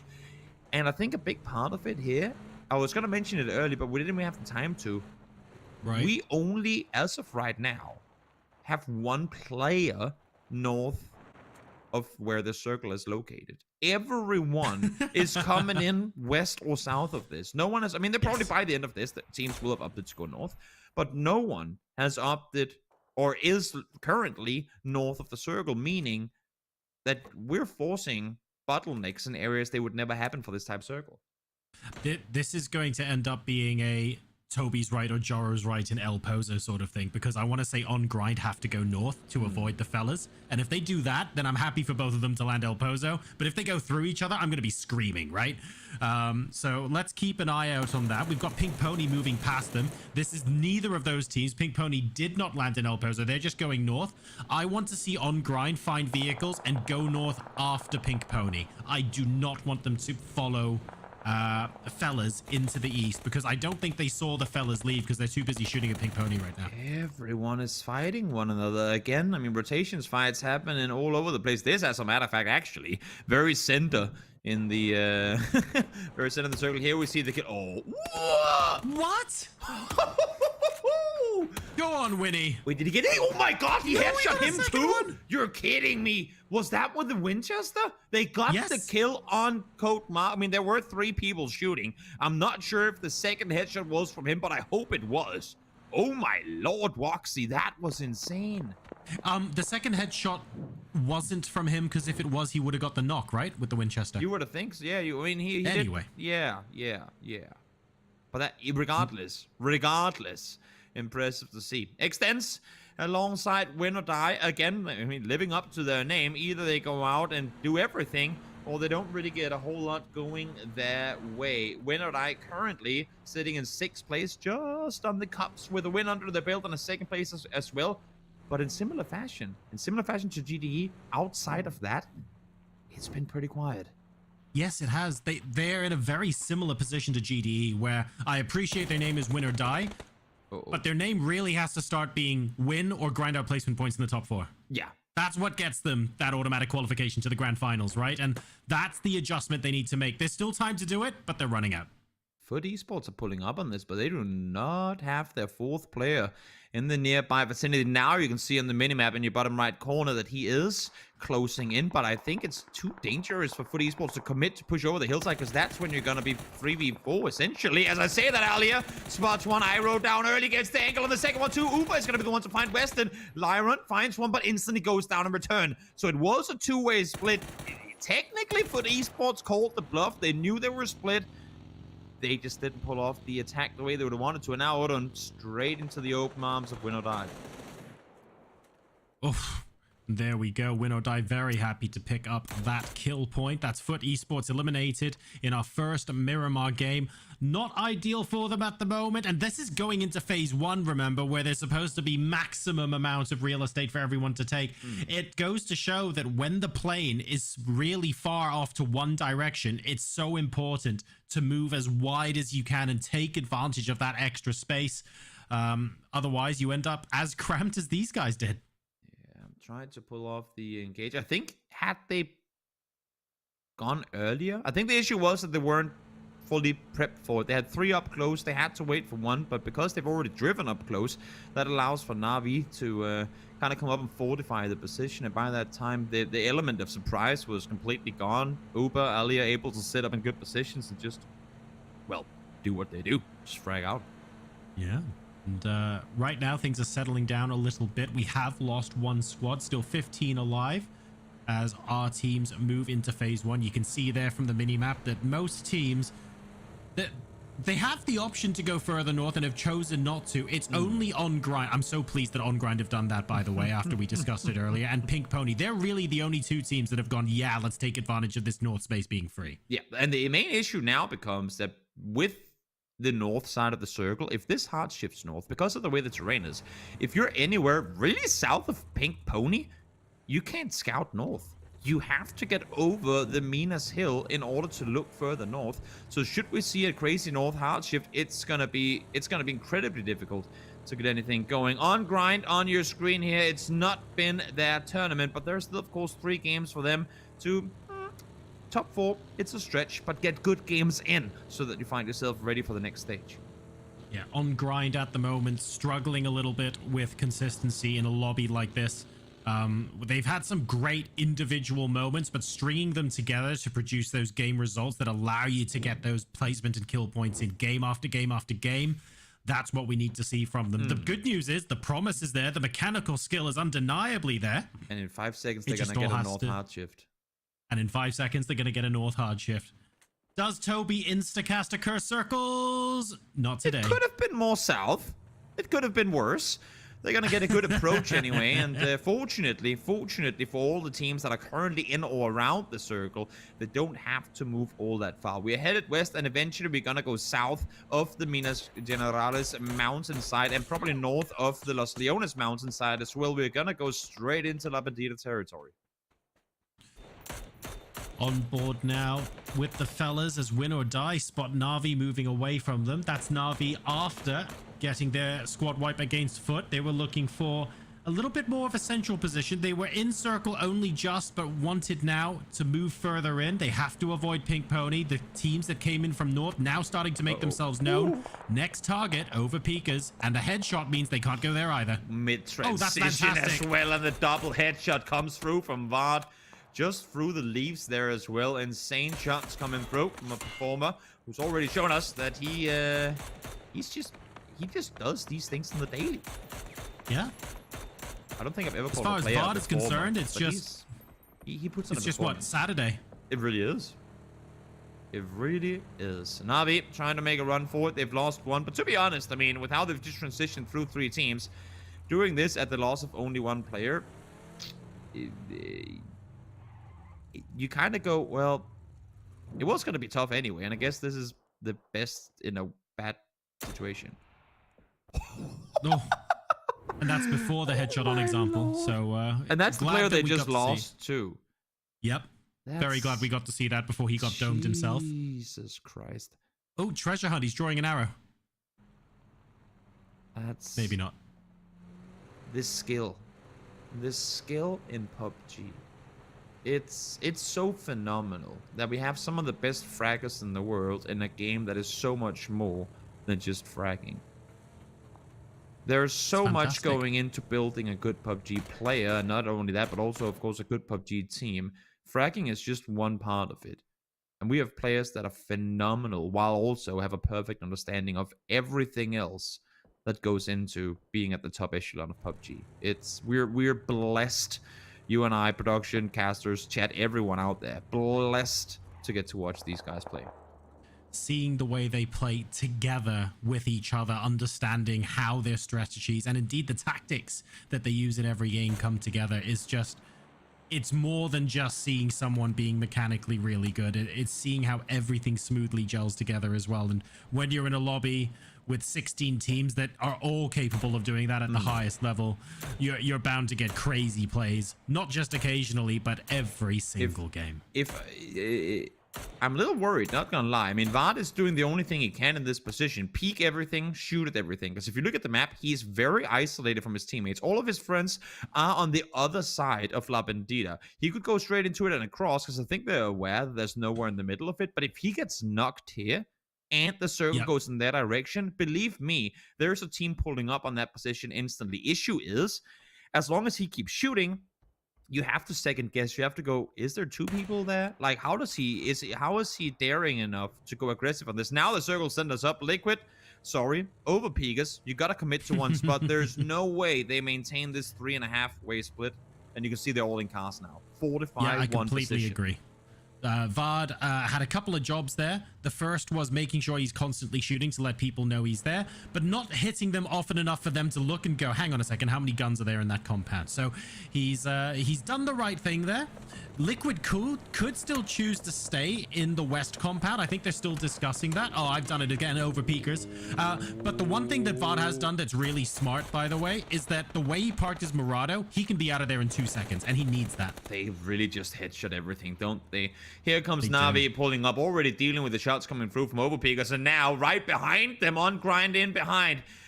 Verbitum goes down instantly. Blessing to Na'Vi, trying to get some room, trying to get healed back up before they have to take this fight. Melman with the nades coming in. On grind might be able to get the revive up onto Verbatim, but Na'Vi already pushing across. They have to do it now. If they wait another couple of seconds, they won't have time. They'll be fighting. I think it's going to be a 3v4. Na'Vi pushing their way in through the middle, trying to work out which side the players are on. They're mostly in the double story, but Uno, if he goes down, they lose the flank angle. You have to imagine Nate is there. Nope, it's a smoke. Trying to hold on through. Uber just isolating really now, trying to make sure that they can't peek anything, but he does. Uno daring to peek through despite all the utility being used, and Uber goes down. Millman down to low HP as well. They're getting shot from all angles while trying to take the fight here, and you can see it. Molodok now finds Millman as well. Alia all on his own as a team has pulled up from behind. Exalt there, trying to make the most of this, grabbing themselves a knock. Not 100% sure if they got the point for that, but Na'Vi, thanks to a third party, struggling a little bit at the moment. When you engage in those kind of fights, they might be really advantageous for you, but if you don't finish them quickly, there's always somebody watching, and Na'Vi has fallen foul of that on this occasion. Win or die, taking casualties here as well, trying to make the rotation on it. It's just extend, and Leos just left alive. Leos trying to fortify the position, but it's going to be too late. I would imagine extends goes down. Can he get there in time? No, just a second too late. He will have the cover, he will have the utility and the car, but no reason for him to stay in the exact same spot that his teammate just died in. You know, get there quickly enough to grab the utility from your teammate. Maybe that was his plan all along. Lol. Leosh gonna be struggling now to find a place further west to call home. An awful lot of Ascend Club are right next to him, and he knows that. So if he can do a bit of scouting from the top of this hill, that's great, but it's not a place to stay permanently. Nope. Swings around as well as he sees players inside the city. This is we're counting seconds until he's dying here. There should be no way that win or die stays alive through this. Half the server has shot at him. The remaining half is about to do exactly that. Somehow he has found a place to prone. But you can see Mexi continuing to push forward. Yeah, there's got to be nades coming in just a second. The good thing for Overpeakers here is that all the shots being shot at Leosh gives them info on where opponents are. Yes, exactly. Using that to know how many other squads are in La Bandita. They should be able to work out it's just the one. Were there any shots from up on the lip of La Bandita? There were none. So those 2 bits of information for Overpeakers are very, very useful, so that when the circle continues to move in, they choose where to go. Ouch. Oh, that is so unfortunate. The only thing not to have happened, it looked like a good sprint towards the center for Austrian Force, but a tire gets popped, they spin out, nothing else you can do about it. Unfortunately, they lose 2 because of it, and look at it once again. It's Ascend Club. They really have been their kryptonite today. Ascend Club knowing that they need to up their game a bit. Their fight with Austrian Force for 4th place, so important. GDE managing to get a little bit there as well, but Dead gets into a position where he can get revived. In the meantime, inside La Bandita, we've got another team coming in. That's Project Underdog, I think, and Win or Die, both in alongside Overpeakers, Austrian Force, and BBL. So it was just the 3 teams before. It's significantly more than that now. Yeah, quite pal. Lobbing an 8 forward, wanting to buy some time to get Thindalos back on his feet. PBL, tough game for them here, losing 2 in the very first rotation, and now trying to find a footing, trying to find anywhere to hide. With 3 teams pulling up at the same time, there's only so much you could do. We said it was going to go into La Bandita territory. We are full on donutting on the crater itself. If we do that, then we're going to have to buy time at the end of this game for Kalaris to put his setup back together, because he's going to be flipping tables and yelling in excitement if we get a perfect La Bandita ending. That is for sure. Entropic on the southeastern edge, mopping up what's left of GDE and Kill Still. They are really split, even though they had all 4 alive, and there's nothing they can do to come back. Entropic have way too much cover here. They just have to get into zone, but they've got Team Elite ahead of them. Exalt is flexed up on the hillside too. I like this play from them. Send 2 up, keep 1 down below to make sure you don't get pushed from behind. Vard from afar finds Waff. I'm not sure exactly how that even came to be. He's so far away. That's like a solid kilometer and downhill flat terrain with a lot of... it's just to get that angle, to get that headshot in there. Incredible play from Vard. Evas getting third-partied from Clib as he tries to mop up Leosh, who's very happy to just stay quiet. Win or die, though, get eliminated nonetheless. There's only so much you can do in that situation. Ascend Club mopping up left, right, and center, but maybe need to get back together a little bit. Yes, they get the finish onto Pink Venom, but they need to make sure they stay within reviving distance of each other, or so they can trade these things out. It's been a while since we've so elegantly circled up La Bandita. But here we go. Still some space to maneuver on the north side, but down towards the south, you got to commit. You have to push in. Great molly onto the entrance where Bashku was, I think, a second earlier, and that would have been it. The molly gets him anyway, though. Ketpa getting the knock. Payne's relatively close by, but still technically in the next building along, and he doesn't want to give away the audio cue, so because of that, Vashku is not going to get revived. Yeah, no way. He's going to have to stay upstairs. Good thing for him is this building... Everyone knows. I mean, if there's a building where a 4-man team gets killed trying to push in, that is this building. Those stairs are absolutely treacherous trying to push up. Fortunately for Payne's, oh, I should say, it's only a 2-man team trying to make the run, so not as difficult just yet. But Payne's able to stay alive at least for now. Everyone trying to outthink each other. Thendalos coming outside and throwing a Molotov into the window that they expect Paynes to jump out of if he wants to escape. He is not moving a muscle. This whole building is a meta in itself. In the meantime, down towards the south, Ascent Club and Entropic, that is a fight that has to happen. I mean, either they both push in and probably die because of it, or it's done on the hillside. The circle is closing in now. They have to do something about it. Paynes jumps out, finds the first one, able to get the knock. Flush should be confirmed in just a second as well. With the bleed time is coming through. Nice angle, but Quetpa able to turn on a dime and get him down. BBL needed that so badly, Toby. They risked being completely out of the running for the top 4 with 2 games to go. They are on sub 50 points. This keeps the hopes alive. Project Underdog and Ascent Club continuing to be at each other's throats. La Bandita is turning into a bowl of death. The pipe protecting the player coming through. Mika on the other side and has to get inside to dodge the damage coming through once more. Does exactly that. And somehow Ascent Club able to get inside without any real damage done to them. Impressive plays coming through. Rustenmar in the meantime, 0 points of failures. It's not been their game. They were the last to leave towards the south from the north side, and they have been paying the price ever since they started rotating in. This is potentially critical for Ascent Club because Austrian Force are out of the game, and they are both on 78 points right now. So keep this moment in your mind as we go through the next 2 games of Miramar. Ascent Club really are on the ascension themselves. Yeah. Meanwhile, of the fellas, only Rustenmar back up top. An all-star lineup here for the fellas, but they haven't been able to make it past 10th place at the moment. They're struggling a little bit on this day number 2, on the same number of points as BBL. So it's not like they're doing terribly, but that top 4 position is looking quite far away. Bad Boy being a nuisance here, and Tropic wants to put all their focus on trying to find a way into the crater itself. Don't want to have to deal with the solo, but he is making it hard for them to look elsewhere. Nailub fully blind. I can only imagine Ivers is the same. So many flashes available. Level 3 gear and an Orc for Bad Boy too. We know what Nailub and Ivers are capable of, but I want to see if Bad Boy can pull this one off. Good nade comes through, spots one headshot and the nade to confirm them both. Bad Boy might be a solo, but he takes down 2. That was beautiful, taking down both of them at the same time. That's going in the Team Elite scrapbook, no matter the outcome of this game. That was picture perfect, and with the AUG, that double headshot as well. Very, very sweet indeed. Well done to him. A long way to go, though. He needs to survive a bit longer to get into the top 8, and with Entropic eliminated, Bad Boy gets a placement point out of that as well. Brexco gets to push up, just take the last 2 down. They were their threat. They had to put all their focus on them, and now they go, oh, Bad Boy. Well, thank you. I guess we don't have that to worry about anymore. Now we can look northward. Of course, they still have the last remaining Team Elite player down there somewhere, but rather worry about that one snake than the entirety of Entropic. Right, exactly. Na'Vi now getting cleaned up. We've got On Grind trying their best to get into zone. They actually have all 4 alive at the moment, looking decent. They need a decent game in their pocket to be sure, but getting into the next zone is what's going to be tricky. Rustenmar having to crawl his way into circle. It's not ideal. Trying to throw a frag. They need damage. He just wants to get a kill before he can get in here. Realistically, I don't think he's making it. Nope, he has 1 bandage too. So heals not really looking too strong for him. It's been a tough game for fellas, as I said before. Trying to do what they can. Not gonna happen. 7th place for them as they go down. Pink Pony there. Kryptonite. This game taking out all 4.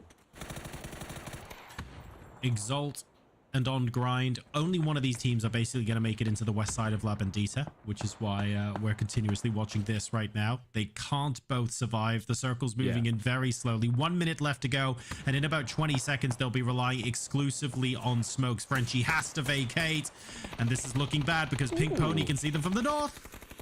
As much as Pink Pony is looking this direction, I'm so happy to see them not overextend. Hakatori now joining in as well.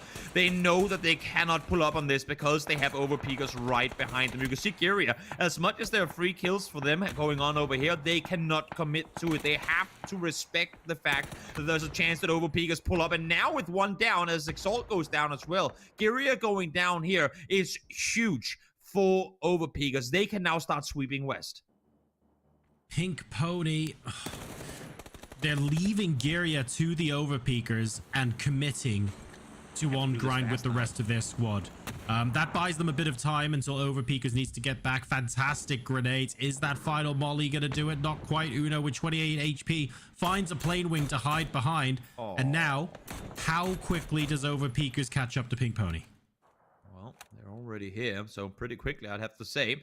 Teams pushing on forward. We know he likes to be the spearhead of their fight, so we'll see if he can get a good underneath angle. They're looking towards Clip. I'm not sure if they're aware that there's one right over to the top, but teams moving forward with this pace, you would have to expect that they're starting to hear the footsteps. I think so. I mean, the shots onto On Grind as well. Overpeakers taking those points.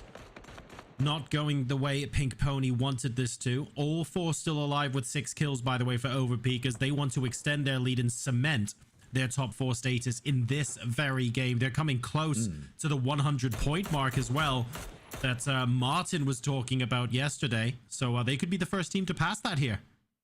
Overpeakers, 3rd place, last game now in top 3 again. Ascent Club winning last game with 16 kills. Now find themselves at double-digit kills and 3 alive. And a top 3 guaranteed once more. Hakatori continuing to impress.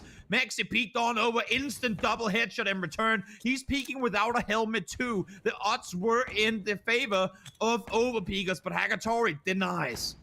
Why peek with a helmet when you're getting things done without a helmet? Hakatori is a one-man killing machine at the moment, but after throwing about 25 million flashbangs, I was looking for the peek over the ridge. It's not happening. Maybe trying to bait Jeems into revealing his own position so that it can be a 2v1. He gets Rhino Lock instead, so Hakatori has to keep going. Vard, in the meantime, is going up against Ascent, goes for the flush instead of the second player, who, to be fair, he only spotted last second, and suddenly the Overpeakers are in trouble. Yeah, he's flexed out so far. There's nothing they can do to assist, really. Teams and Clip have to ball back here. They lost all backside control. They have to dip on it. And now one more not coming in. Hakatori again. Just continuing to rack up point after point. There's so much damage done from this one player. In the meantime, dodging and weaving as best as he can. 10 kills now for Ascent Club as they push further forward. Chris finds Jeems in the end, so that's going to be Overpeakers out. Ascent looking at a potential back-to-back win here if they can take down Hakatori. Hakatori, what can you do? 1v3. I mean, he's done so much this game already. I wouldn't be they know surprised where if he he is. does something else right now. But Ascend Club, you have to say, double-digit kills. This game is theirs for the taking. Nate's now in the hands of Rexco as well, looking grim for sure. Mollies, everything. Flash is being lobbed on forward. Still not quite got the distance yet, but what they can't do on their own, the blue will do for them. Hakatori considering, do I leave? Do I deny? Do I go into blue? Yeah, I think that's the play. No reason to give more points. Smoke off. Don't even give them the chance. Denies, but what a performance from Pink Pony to get second. And even more so for Ascend. Back to back wins, both with double-digit kills. 27 kills over the last 2 games. Ascend Club, absolutely phenomenal performance here, and they're chasing that top 4 position. They want to cement it over Peakers as well. Even though the way they died in 3rd place might have been disappointing for them, you have to say extending their lead at the top here can only bode well for them. Hakatori as well. I mean, what a fantastic game. He had so many storylines to follow. Absolutely phenomenal. Essentially, when the circle pops that far east with everyone being west, they're the team that are the furthest from the circle. They loot Valle del Mar, and they have to go all the way east, like kind of backfill on everyone. So then eventually they go, we got a full space centered inside. Maybe a little bit of a thank you to Team Elite. Bad Boy taking out 2 from Entropic. I'm sure they'll be pleased with that. Let's hop back to the desk and let them break down the rest of that game. Thanks, lads. That's right. We have ourselves quite the circle, quite the ending here for our Miramar. We were truly hoping for the perfect circle to fall straight on La Bendita. Didn't quite get that. That would have been very satisfying, but it's extremely satisfying for Ascend Club here, Martin, who now pushes themselves all the way up to 1st place. What a great achievement for them so far. Yeah, insane games back-to-back for them here. That confidence booster after the last record-breaking game here for PCS7 in terms of how many points they've been able to do last one. So yeah, honestly, I'm so happy to see them be able to do this again in a situation. And this is just a testament to how much a fantastic back-to-back game can do for you. Definitely so, as the numbers roll on, and not exactly the most amazing amount of damage coming out from them, but exactly very very methodical in the way that they're actually playing out this game. As we look at the points coming on in here for us, 21 points will go their way after sitting in 5th coming into this one. And with that, I mean, the way that they're playing out La Bendita, it's kind of a weird spot, right? Because I mean, going into La Bendita early can be fraught with danger, but with the way that this game played out, they flex quite nicely. Yeah, they did it in a very smart way, actually. We saw them playing on the south side of La Bendita for a very long time, flexing left and right all the time, trying to take out all the threats around them, making sure that they had as much space as possible. But when they saw that the circle was going to move away from there, they started moving right a little bit. They went into Entropic and decided, okay, this is not the fight to take. Instead, they went inside, cleaned up the fight that was happening inside La Bendita, and they basically took over that. They knew when the next circle hits, no matter where it's going to be going, if we go into La Bendita, we're still going to be inside. And the only time they would be inside if they took out Entropic instead would be if it would have been a hard shift to the east.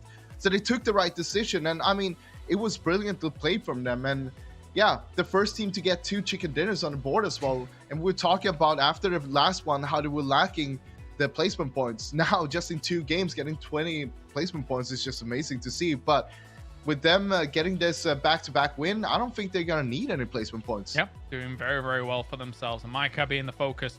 And I think for him especially, after PNC here, Martin, kind of like big kind of spotlight of a tournament, this is almost like vindication for him a little bit, to be able to do so well on a big stage like this alongside some familiar faces. Very, very For sure. impressive. And they were also super confident when it came to, their tweets. They're like, guys, we need to win this to get to PGC, but we're confident that we know that this team has a possible chance of doing so. And with this, I'm actually pretty happy to see them, and they are not guaranteed to go to the PCS Grand Finals just yet, but it's looking very, very good after these 2 last games. Oh, definitely, definitely. I mean, it will take quite a wild step up from some teams to knock them down 4 places effectively here in the next couple of games that we've actually got coming up. But beyond that, Patrick, I mean, Overpeakers looking pretty good throughout all of this, controlling nice ridges along La Bendita, and play it slow rolling this one, I think is fair to say.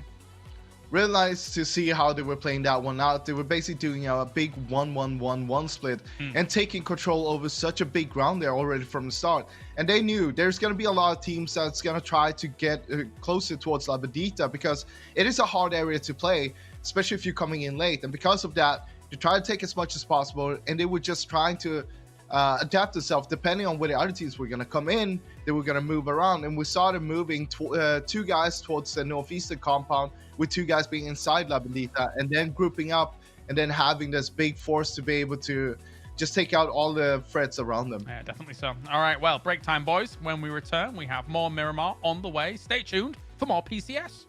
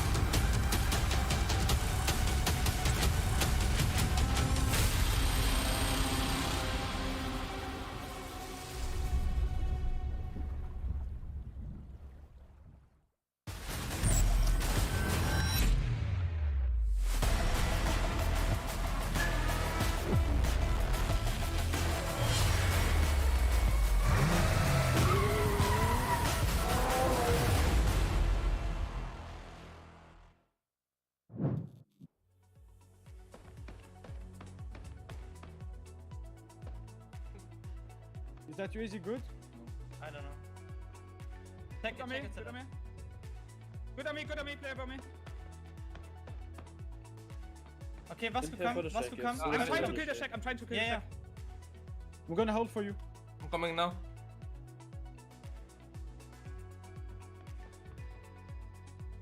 You might think shack is free. No, there's one guy in, 100%. Hit that, check that, check that! Nice, nice. One's on the rock on green, okay? One of them. Rock on green. Oh, I'm dead, I'm dead. Try to control the shack. Can't. I'd think about denying. Deny.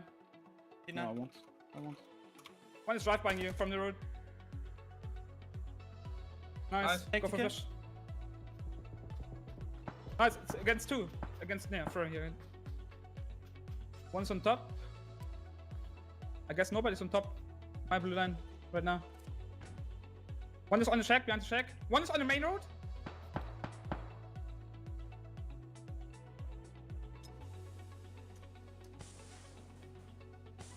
It's a bait smoke, it's a bait smoke. Huh? No, Nice, one guy on top. Oh yeah, it's one guy on top. 2 guys pushing you from bottom. Yeah. Gaming left, right, and center here at PCS7 Europe. Thank you very much for joining us once again. I'm joined by Erangel as well as Froz. And we like to go fast, but would you also like to go fast? Because we've got ourselves for you the 4-liter, the V8, the twin turbocharged, the 612 horsepower, the 465 pound-feet of torque. It's the McLaren GT. You can claim that in the game as well. I really like cars, guys. I don't know what to tell you. So if you want to claim that, you can be claiming that in the game from September the 7th on PC or 15th when it comes to console. So make sure to check it out. Did I get my specifications right, Erangel? Was I all right for you? Yeah, I was happy. You know, once you anything above 300 horsepower, and you're like, ooh, you're like you're turning ahead already at that point, right? I know. It's got significantly more horsepower than my car, and I'm absolutely livid about it. But anyway, I'll tell you who is going fast right now. It's Ascend Club there at the top. 93 points so far here in the group stage. That's a big statement for us, I think, when it comes to a group like this with X-Team Liquid, Na'Vi, and Tropic all here looking to vie for the top spots. 100%. I thought it would be a contestant for the top 4, but not that we would see them in the top. And with only 2 more games to go here, I mean, it wouldn't surprise me if we see them coming towards being in the top there and keeping that spot with how they've been playing these last 2 games out. Feels like they're on the roll here.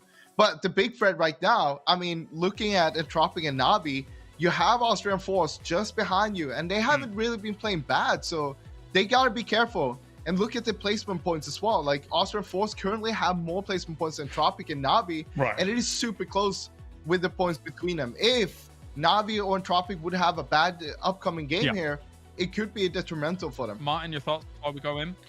Yeah, insane situation for the top 4 to be this cemented already with just 2 games to go. Realistically, it's only Austrian Force. I'm not really seeing any other teams to pull up something crazy like that. And even Fellas on 50 points, like they're just too far behind for something to happen like that. Realistically, it's only Austrian Force with 2 great games to outperform one of the teams in the top 5 right now. So I feel like the current top 5, that's going to be those, like 4 of those teams are going to be the ones going to our grand final directly here from Group A. It will be difficult though at the end, because teams like Entropic and Navi can be clutch in these moments, whereas we haven't seen as much of Austrian Force in the upper echelon of competitive play to really say exactly the same about them. But now it is time to go into our penultimate game of the day. We're heading over to Jorosar and Toby once again. It's the desert as we get ourselves Miramar on the cards for day 3.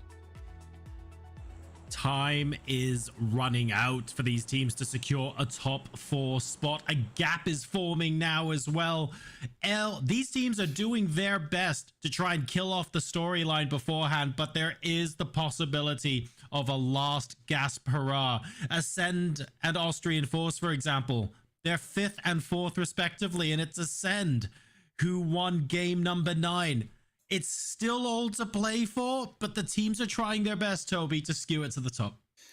Everyone trying to crawl their way on up, because if it was up to them, they would not be playing any more qualifier stages. Get us straight into that grand final, get us straight to closer, I should say, to those PGC points, and potentially for the teams that haven't racked up enough just yet, closer to that first place PCS7 spot and a plane ticket to Dubai. Now that would be something, wouldn't it? That would be absolutely phenomenal indeed. And step 1 of that, of course, is getting to the grand finals of PCS7. There is an argument to say that 5th place is the most painful place to finish at the end of today's games, because you were so close to not having to play any more games and you'd be straight through, but you have it all to do again. 2 games now before we determine who those top 4 are for this group. Local Rooks, spray comes through. 2 players in the car. Actually, no, 4 players in the car. Could have been terrifying, but fortunately staying alive. Scream, though, not quite safe just yet. Dodges and weaves as the bull named Michael comes sprinting for him, and now there's people shooting as well. I feel like Scream lost a battle for a vehicle, and this is the price he had to pay. Yes, indeed. Very tricky. You see in scrims all the time, you lose a battle for a vehicle, you get a lift to the nearest compound because everyone's very gentlemanly. Not now. Oh, no. And the worst thing is, this is a vehicle that I'm pretty sure Scream has had access to pretty much the entire... I mean, all of yesterday, or 2 days ago, and the first couple of games today. But fellas, I mean, we know they want to go to El Pozo, and this was the line they stretched via. Yep, true. So maybe just, I haven't been contested for this vehicle in the tournament so far. I might just put on my music as I'm dropping on in, getting hyped, and then as soon as you land, you go, wait a minute, you guys didn't tell me there's an entire team next to me. Unfortunately, at that time, it was a little too late for me. It's a bit unfortunate for them. El Pozo is just the fellas here. On Grind have actually dropped in Torre up north, as you guys can see in the minimap. First Circle has sensed it almost square on Chumacera. So GDE, off the back of a chicken dinner, they've got home turf at the moment. Ascend, who are really on the ascension and absolutely dominating at the moment. If they keep their momentum up, they are absolutely a shoo-in. They have home turf as well. There's no one between them and Center Circle. So all eyes are on how, for example, Austrian Force move in. Whether Overpeakers want to come in early. I don't know. This is going to be interesting. We see it time and time again where the team that's given the entire buffet to themselves crumble early because teams punish their split positioning. Right now, Braxco and Chris are separated. Of course, there's still quite a while to go until teams start coming into the area, but I really hope they don't gamble too wide. They're in a good spot now, sitting in first with a decent chunk of points, but those teams behind them are not that far away.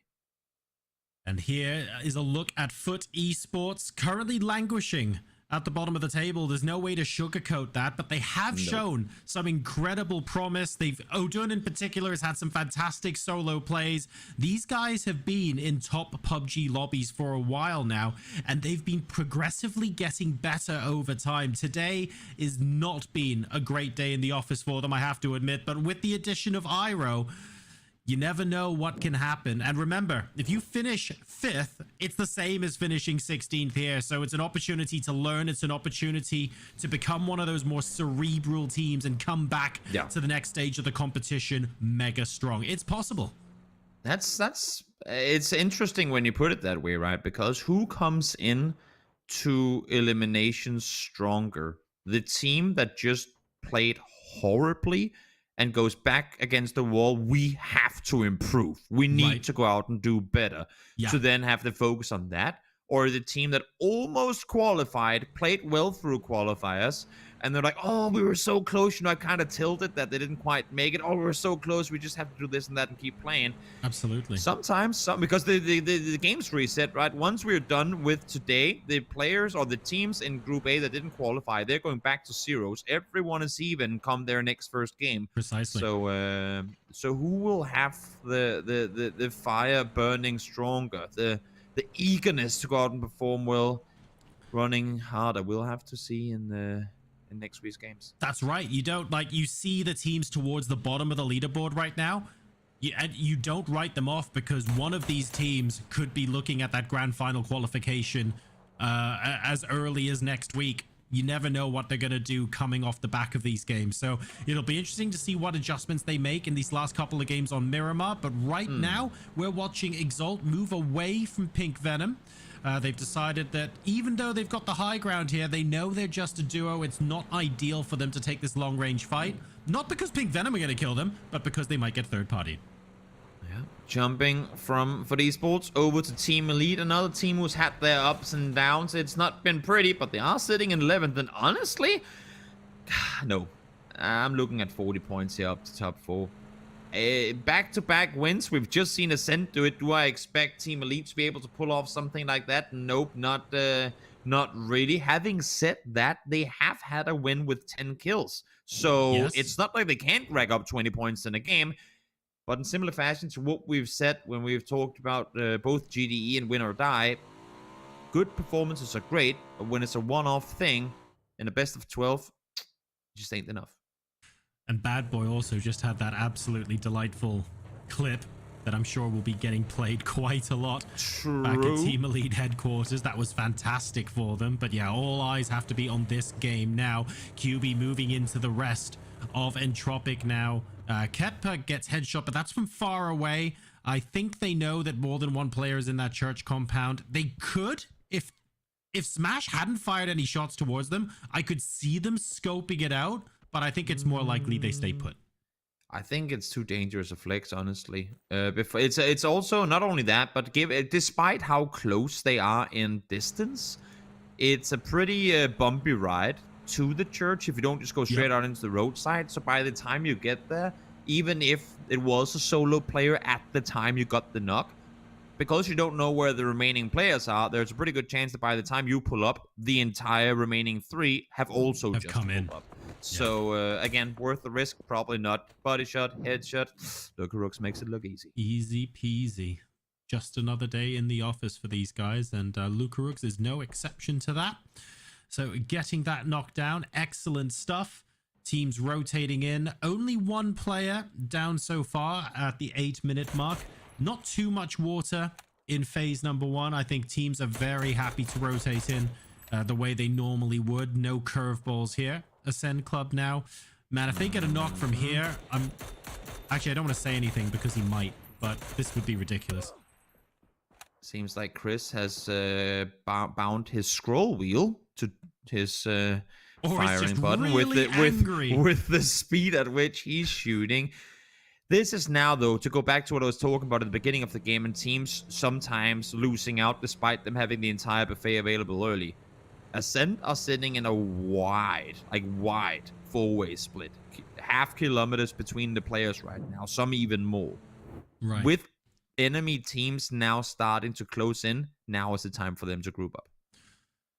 Another team we're looking at that isn't languishing towards the bottom of the leaderboard. Na'Vi here being incredibly strong, incredibly consistent. They've been sat in that top 4 pretty much for the entire duration of this stage of the tournament. They want that automatic qualification to the grand finals. It's not mathematically guaranteed just yet, but if they keep playing the way they have so far, having so few games outside of the placement points, they will be just fine. I think one of their team's greatest strengths, even though they have such great individual performances, is how they respond to bad games. They always find a way to get back into the placement points and find a way to squeeze an extra couple of kills out of situations where you think they should walk away with nothing. Exactly. Everything is about salvaging. I mean, even in your good games to kick things off with, if you lose 1 or 2 early, as long as you get enough done to call a bad game a decent game, then you're going to be good. And that's one of the many things that Na'Vi are excellent at, is always making sure to not zero out. Looking back at their games here, I don't believe, let me just see, no, they haven't had a single game with 0 points. I mean, that's just Na'Vi in a nutshell. Even when they get fought early, even when the odds are against them, they always manage to find at least 1, 2, potentially even 3 kills before they go down, just adding up the total over time. And they were one of those teams at the start of today where they had only 1 game outside of the placement points, which was their very first game. They have got another one now because they finished 9th once, but they've always had points. Although, if anything's going to upset the apple cart, it's going to be a circle that looks like this. That is a hard shift, Toby. The fun thing here becomes now, when we see hard shifts team try and like go around the side and backfill from underneath on the upper, like it's technically from the side that the circle just hard shifted to. But how do you wrap south on this one if you're up on the north right now? You can't just hard commit down into Val del Mar. There's too much of a threat. There are too many teams lingering in those areas of the map. So this is going to be interesting, even more so because the very center of the circle that teams should usually be vying for is a big open field. Right. There's really no center to claim. GDE has 1 spot. Overpeakers are going to get the other. Those are essentially the 2 spots available in the circle center. And Tropic on the hillside will get arguably the 3rd, but that's it. Center already occupied just a couple of seconds after the new circle was revealed. And I think the teams that are happy to play edge and work their way in will be the ones that get the high kill totals this game. Because you're absolutely right, Toby. Sending it to center means you're crashing another team right now, essentially. So the earlier the teams on the outside realize this and go, okay, let's pick a sensible place on the edge and have plan A, B, and C for depending what the next shift is, how we get into circle. I think that's the way to play right now. Sure is. Ali, looking around, trying to see if he can get just a little more loot before things get too hectic. They're in a 2-way split in a decent position here, but you can only imagine they'll get attacked eventually because the the caravan on the west side is making its way towards the south. And I'm looking at the compound, which we have Project Underdog players in. That's really the first stop on that caravan. Like on the tour of teams making their way south, that's when you start rotating north, is when you get down there. I'm looking at alternate rotations here. BBL looking into the overpeakers. This is one of the 2 compounds you were just talking about, and it's clearly important enough that BBL have decided to have a go. I love, by the way, that they've managed to get into the broken wall, but unfortunately, that first nade from Jeems is too good, and they have to move in quickly, Toby, or they get third-partied. Vaulting over as well. They can't play the back wall. This approach, I have questions. It's dangerous. They need knocks and they need them now. Issues, they're not coming quick, but finally does find Mix. He needs to get inside. He needs to fortify. He needs to make room for his team. James spots one running up the stairs. Now they know where he is. But what more can they get done? James outside in the meantime. Quit but falls. This should be BBL done for in just a second. Still 4 up, or at least I should say still 4 alive for Overpeaker, so they've stood strong for now, and that's important too, because even if BBL found just 1 more, all of a sudden, a lot other teams would say, oh, are we gonna third party this, not just from a distance, but pull up? As I say that, Dentalust finds Mix. He just got up, but he goes down again. Absolutely delicious spray there. But yeah, they had I don't know how much damage Na'Vi got to do to them, but that was the team that was third partying them on the broken wall. And I think I'm okay with BBL pulling up, Toby, as long as they go over the wall and rush in straight away. The longer they stayed there, the more they got stuck, and they didn't really have any good options left by the end. I'm all right with BBL pulling up, but I'm not all right with where they pulled up or how they went about it. If you're doing that, you instantly smoke. they were still running around without smokes thrown 15-20 seconds into that pull-up. Yes, good It's point. it just wasn't coordinated. I mean, the fact that Smash, knowing that there are players in the building right next to him, opts to vault over instead of peeking the corner to then push in, it just seemed stressed. It seemed chaotic in a way that BBL usually one of those teams that thrive and actually play well under pressure. Here it just seemed like they said, we gotta go into the building, and everyone said okay, but that was, I mean, that was kind of the only plan that they coordinated. Everything else from there was kind of improvised. Things appear to be settling a little bit after that massive hard shift south.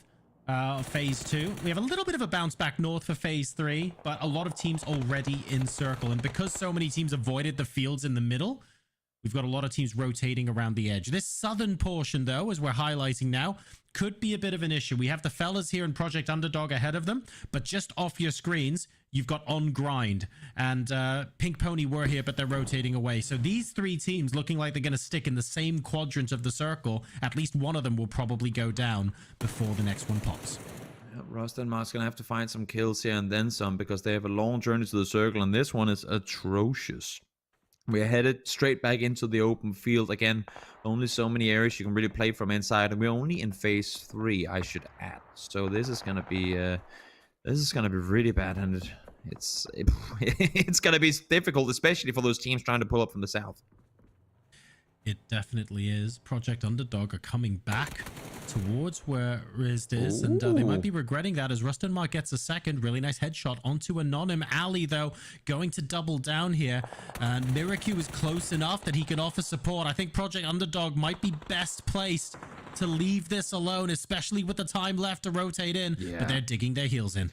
They're isolated. They still got 2 players down the hillside. Fragger, Ali not in a position to help. They have to back off, get to those cars. You actually have a compound inside the circle that you just left from. So, if worse comes to worse, at least you can go back to that. In the meantime, now Austrian Fools in Tropic. They've been side by side for a while. Shots have been fired, but now is the pull-up time. Pain's already down, unfortunately. Multiple players down, and QBE solo player now left alive for Entropic.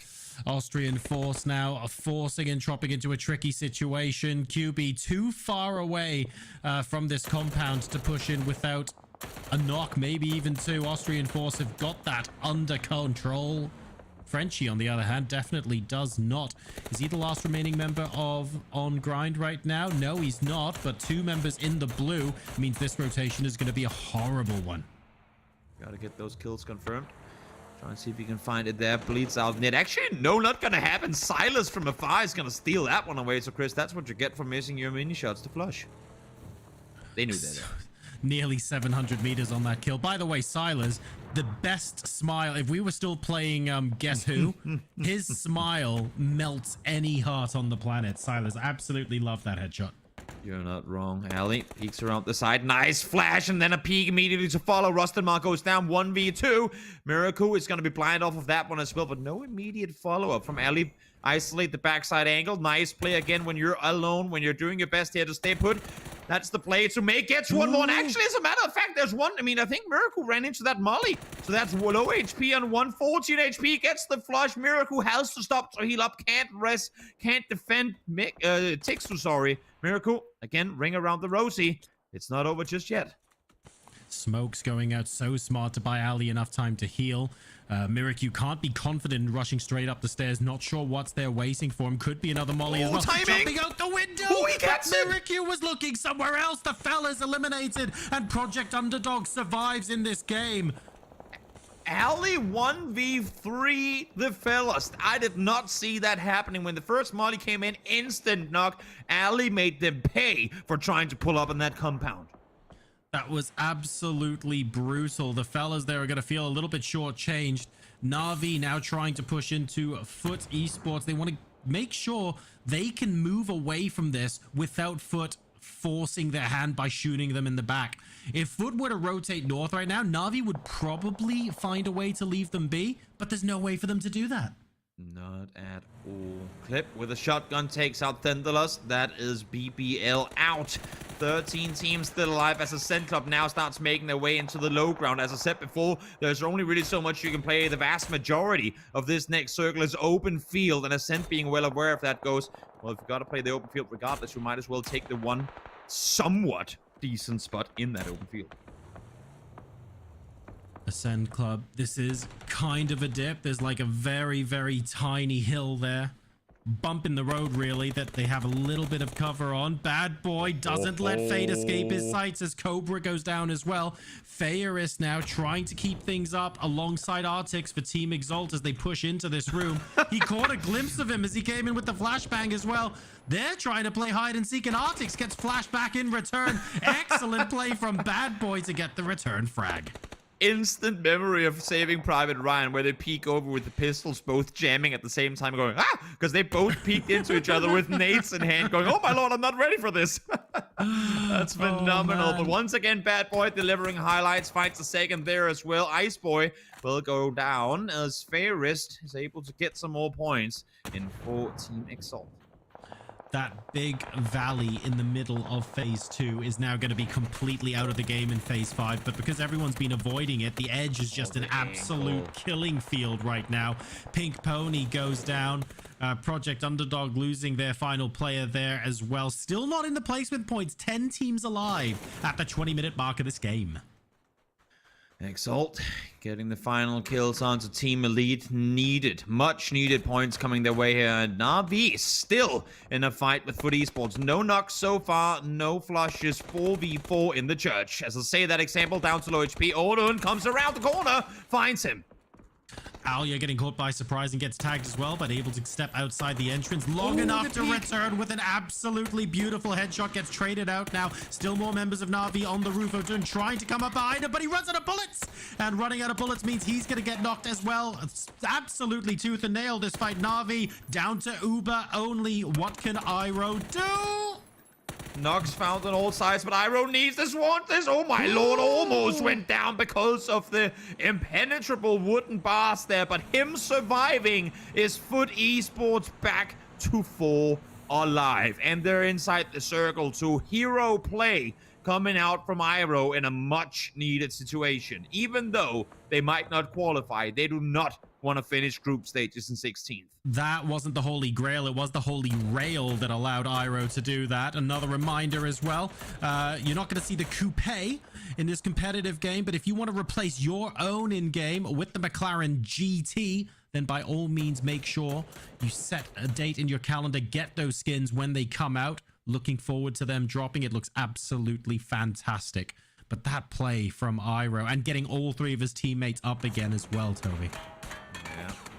Phenomenal, to say the least. Next, in the meantime, not so phenomenal, trying to make his way into the circle, but as you can see on the minimap, literally the entire server is shooting at him, so there's no way he was ever going to survive that push.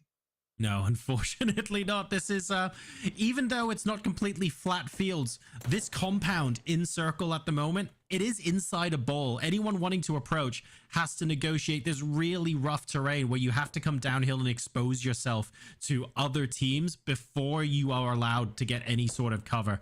It's, staying in one place is okay, but moving really sucks. This is one of those circles where, I mean, the next shift here could very easily, while we're only in phase 5, the next shift here could very easily decide the winner of match 11 for Group A here. So much open in the middle, so much terrain you can't really utilize for anything. Where do you want it to go, Toby? Really, east, straight east. Oh, Okay. you know what? Center. No one gets the circle. Center up. Do overpeakers get it if it goes center? It does. A little center east, and yeah, Oh. that's a good circle for overpeakers. Now, there is space, though, on the north side of this circle for one squad to hold the top of the cliff. But I think it's only one, right? I don't think you can get multiple squads up there. No. I think I'm curious if, let's say, Ascent pull up on the south side, and you can see that's what they're fortifying right now. They're expecting, if a push comes in, that it would be coming in from the south. Sure. If they pull up from the south, now you can see the position that overpeakers are in, they're gonna defend that. But should Pink Venom somehow go through both Molotov and WAF and make their way into the north side building, I'm curious to see if overpeakers commit to try and take them out or if they allow them in. Can they Because approach if they start fighting in the compound, that's when you know Ascent is going to push in from the south. That's when you know Austrian force, who are now moving, would have tried to pull up as well. They go for the shack. There is one shack to play. It's within nade range for Clip. Vehicle upside down. Maximize the cover. But here comes the nades. James finds one. That's Chris. That's elsewhere. Go into the upside down car. And Soccer stays alive, only taking 9 damage. But here comes Ascent as well. 1 HP upside down. That's an interesting one. He's still inside the vehicle, by the way, to my knowledge. Mika coming in now and taking a lot of damage from Clip. Yes, Soccer's still in the car. He's still in the car. He's still in the car. Wait. 18 alive. Foot Esports are moving, Toby. Foot are moving. Timestamp 18 alive with Soccer in this car. No one knows. Oh, no. No one knows. He's gonna die to a random nade coming over here because someone else hides behind that car. That is my prediction. Oh. Mika is looking around going, where the hell is the last player? We saw 2 in the car. Where the frick is this guy? This is the 3000 IQ play for the ages. And by the way, while all of this was going on, Foot Esports are now on the east side at the top of the cliff, and Pink Venom are on the west side. So now we get to find out if it's possible for 2 teams to be on the high ground here. We've got Pink Venom in the west, Foot Esports in the east, and if the circle shifts south again, okay, this is going to be rough for them both. But even if it centers up, this is going to be a really interesting endgame, because how long can the overpeakers last in their compound?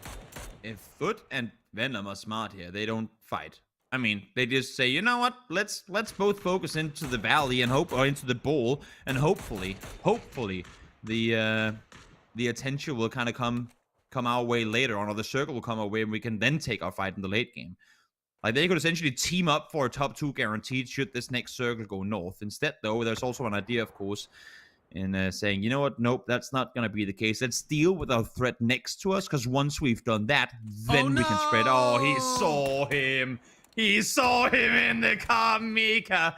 Finding Soccer, former teammate, goes down. He knows the strats. If anyone was gonna know the 2 billion IQ plays from Soccer, that is Mika, the former teammate.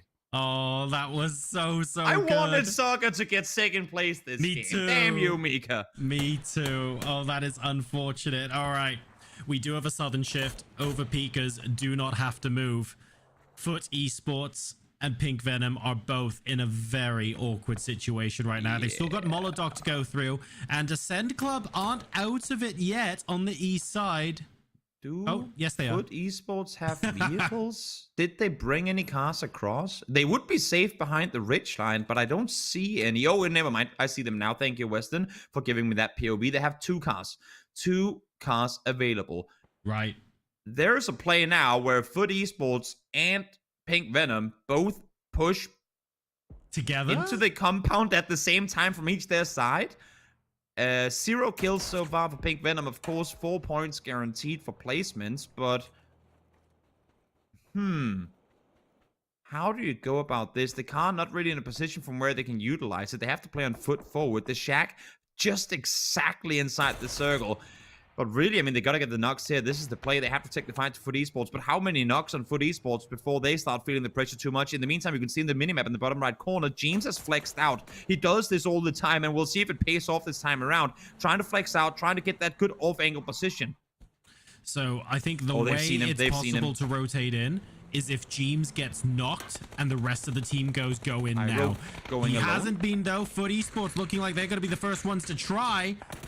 They're only going down one ridge. They're not going all the way, Toby. So they're going to try and build a vehicle fortress here. This gives James a really good off angle. Yeah, and this is exactly why he peeked over the ridgeline. Makes it 5 kills, but James opening up that angle for them to peak from 14 kills for overpeakers. And believe me, this won't be the final kill they're getting this game unless if Pink Venom just opts to completely zero out on it. Oh, no, cars. No. Oh, but because they pushed it off to the side too. That is unfortunate. The car with no one in it, pushing that car off to the side. James does go down, but really, I mean, even if he dies here, the damage has already been done. His position has been utilized to full effect, and there's nothing that happens here. Kazu, you're going to go down to blue. Question is when? There we you go. Oh, throwing the Molotov 1 second later, and that would have been a 17-kill chicken dinner for the Overpeakers. As it stands, they're gonna have to be content with 16. And you know what, Toby? I got a funny feeling they'll be just fine with that. Oh yeah, no doubt about it. They committed early. They took the fight to the compound. They held off against BBL in arguably a somewhat easier defense position. But then again, even though they never got pushed, it was in their own doing, because they were constantly in the right place at the right time. Had Ascent looked towards their position when they were sharing spaces with Austrian Force and seen no one in the southern compound, they would have taken it. So if Liquid, while they have the circle coming their way, if Liquid hadn't always been on the right side at the right time, they would have been pulled up on by many more teams. So, a fantastic chicken dinner and well above 100 points now. They are home and dry with a game to go. Congratulations to the Overpeakers. A lot else happening in that game as well. Let's head back over to the desk to hear what they think.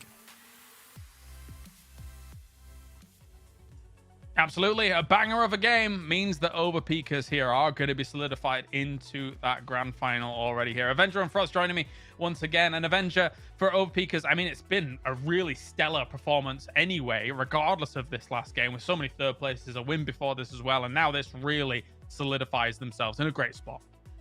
Yeah, I'm super happy to see the guys being able to come back from a situation like this, and also 16 kills. You know, it's a huge one, contesting Ascent Club's highest one so far, so it's good. And you know, solidifying, cementing their spot, as the boys said here after the cast. This is great, you know, and it's a team that we're really hoping for, even after you know, rough news with Liquid quitting. Now they're guaranteed for PCS7 Grand Finals with a huge chicken dinner here with just one game to go. Yeah, definitely so. Good hold, good position for them to be able to stage their game from here, Froz. And for a lot of the teams trying to deal with the position that they had, it was very, very difficult.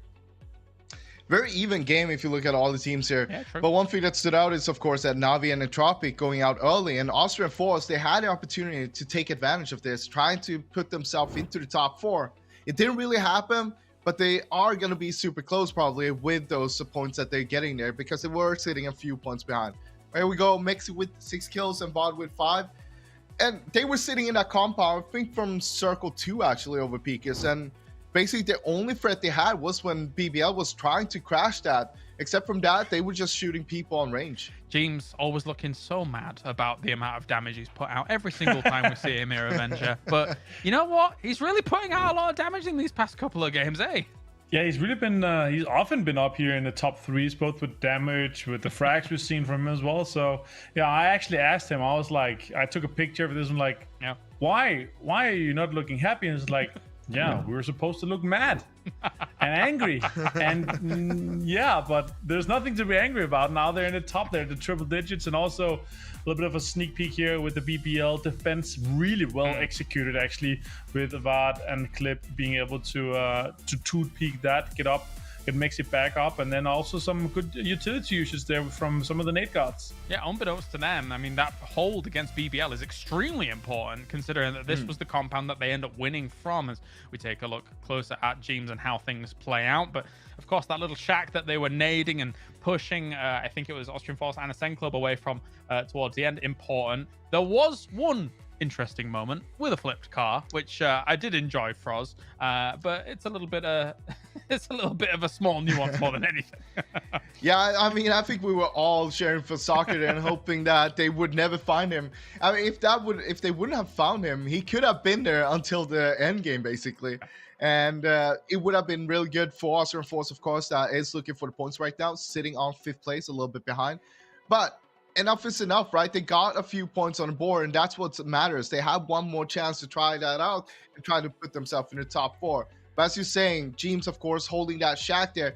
We also saw him how he was flexing out towards the end there, flexing up on the mount itself after taking out Ascend. They knew that Ascend wasn't getting shot in the back there, so it was kind of free, and he could make that rotation, forcing the players up there, footballers, to actually needing to go away, because James would have that angle, and he would put them in a bad situation, because if they weren't peeking the teammates down in the compound, they would be peeking James all the time. So yeah, it was like, yeah, pick your poison, basically. This makes things really spicy now because, Martin, it feels like one of Entropic, Na'Vi, or Austrian Force is not going to be getting one of those top 4 spots. Feels like, you know, That's factual. Quite safe, right?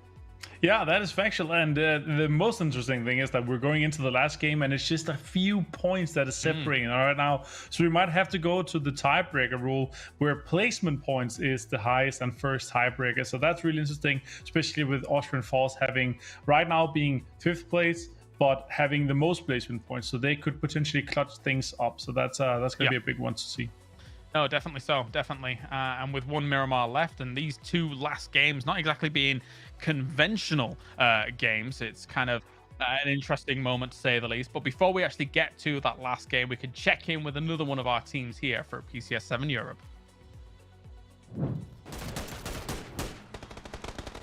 Vaulting in, playing time. Using nades. I'm bleeding outside your building. One vaulted in on me. I not in my house, outside. Knocked. Nice. My corner. They're outside wall. By you, Club. Nade on me, I might get knocked. I'm alive. I'm in the toilet healing. Could have come in my app. Nice. Outside wall on the main entrance on Okay, green. full comes. In my house. Main door in, upstairs. Upstairs, one. I'm in Only with one. you now. I'm really low, I need to go in. Knocked on. Nice, I flush one. One active. No info. Holding. It could be a resting gold mark on out the wall on green. Okay, comes. Resing as well. I'm gonna cross back so I don't lose my app. I knock him outside wall on green. Yeah, please comes. Yeah, he rests, I think. Other warehouse, other... Okay, other house. I'm low. Yeah, place low now, place low. You need to Healing smoke again. that window and... Move, I need to healing.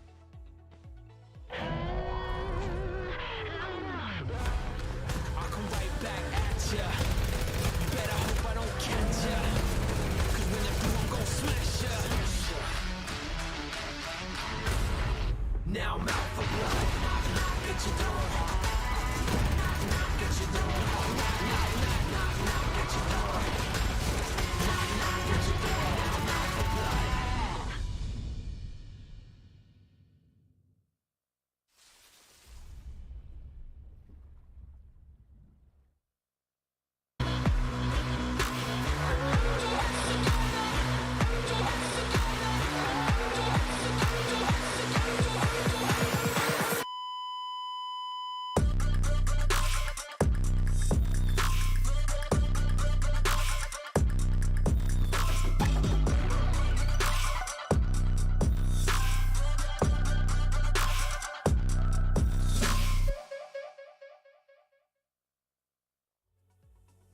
Awesome opportunity, as always, to get a little bit of a listen in to some of these teams. And OP will be moving on into the grand final. And you can even hear in the comms here, Martin, coordination between verbiage as well as marking exactly where somebody is. Very important to clutch out situations.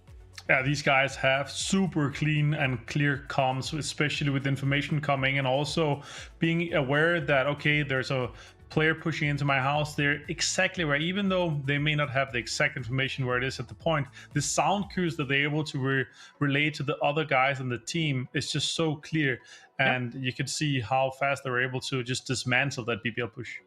Very, very well done, and dismantle the rest of this lobby. As I say, they will be moving on into that grand final. Congratulations to them. 118 points. There is no world where 4 teams would take them over at this point. Likewise, Ascend, probably safe, as we now have Entropic and Na'Vi teetering on the edge here, Froz, but they are 2 teams that could quite easily take the top spots.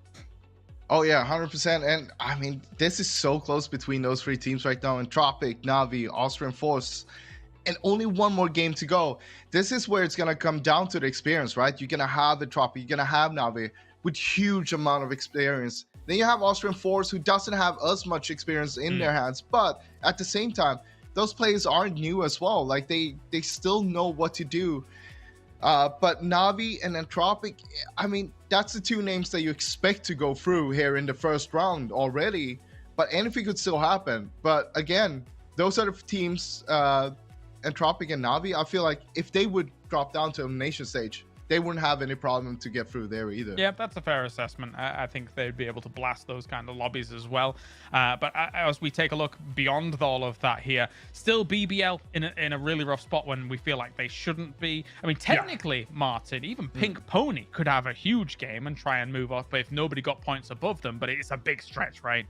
Yeah, it's very unlikely. For me, you know that. And also in Tropic, Navi, Austrian Falls, they know exactly what's going on here. They know that they need to squeeze out as many points as possible for this game here. And they're going to be hyper aware of each other's position, both in Tropic, Navi, and also we're going to see a lot of third parties with those teams especially. As you're pointing out here, I'm super sad to see BBL not being able to perform, but then again, BBL is a team that I have 100% confidence that's going to be able to move through to the grand finals through the next 2 stages. Definitely here with the group stages of the 3 times of the 8 groups where they're going to be playing each other, and we're going to have a global leaderboard. Fellas, they had a really, really bad day today. They had a decent day on the first one, but they have struggled today for sure. Yeah, a bit rough. Again, I really wanted to whip out the PNC jersey, wave it high after they got themselves a win, but it's not happened. It's not materialized yet, which a little bit of a shame. Maybe I can at the end. You can do it for VOD. I know. Yeah, I suppose I could do. I just wanted to hit as many members as possible in one outing. You know what I mean? But yeah, it was worth a shot. Patrick, final thought before we go in? Anything? I mean, talking about Austrian Force, their biggest threat right now, if they would go to the elimination stage, would be ENS, that they feel like is their biggest threat. ENS is, of course, in the other group, and they both drop in Saverni. ENS is doing good in the other group, though, so it might not happen, but that would be the biggest thing if Austrian Force doesn't go through after this game. That's true. I identified that as well whilst we were watching out these 2 groups. Very important stuff to know. All right, it's time to head to the last game of the day, the last game of the group. Jorisar, Toby, bring us it. Thank you very much, folks. It is the final game indeed. 7 to 1 o'clock plane path, nice and central for us to finish. And Toby, with the final game, are we going to start seeing shenanigans? I hope not. There's simply too much on the line. But then again, for the teams that already now know they're not making top 4, it's kind of scary, right? Because they know they're not gonna win.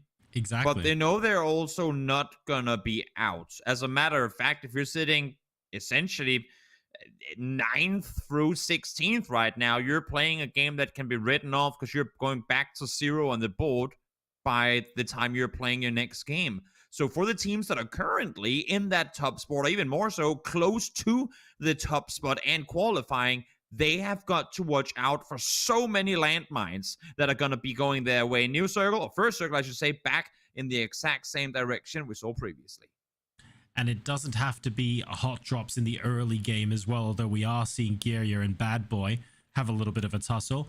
It could be differences in the mid game, like a situation where you get a knock and normally you wouldn't push, but in this game you decide that the push might be worth it. The interesting position on the leaderboards could mean all sorts of different decisions get made in this final game. So it's not just at the beginning of the game. We have to keep our eyes and ears peeled throughout. Geria, Bad Boy will probably be on our screen for a little while now, because there ain't really anywhere else where teams have probably landed on top of one another. So at least that part of the potential last game shenanigans have been avoided, which I'm liking to see, because then again, I mean, you don't, even if you don't make your way in, you still have to play the next stage. And if there's one thing you don't want to do is make enemies now that are going to be hunting you, because then you might be in a situation when you do make it to the next stage where you're the team that almost qualifies, and the team that you just defeated are now the ones with nothing to lose. Like, just next week, it could be the time where you pay the price for having quote unquote trolled in the final game of this stage of the group stage here. So what you're saying, Toby, is that if you're going to troll if you're going to try and hot drop anyone, make sure it's one of the teams that qualifies. Oh, the timing. Yeah, exactly. make sure that it's a team that you're not worried about having to fight when it's you who have everything on the line. Let me put it that way. Neither player can easily give this up, and they're slowly starting to push in on this compound. Both teams on foot as well, which is dangerous. Scream is nowhere to go. But we've He's, got Dead on the isolated, offense. but Dead is there to help, and it's Hakatori really who's taking damage here. But as I say that, every single shot coming through is returned instantly by Hakatori. Top damage dealer again, playing phenomenal this tournament so far. And Pink Pony, they are close. They are close. There's a little while there, but they're the one team that could potentially upset things here. They need the first knock. Do Team Elite, although they've got Cobra coming in now, which I think evens the odds a little bit.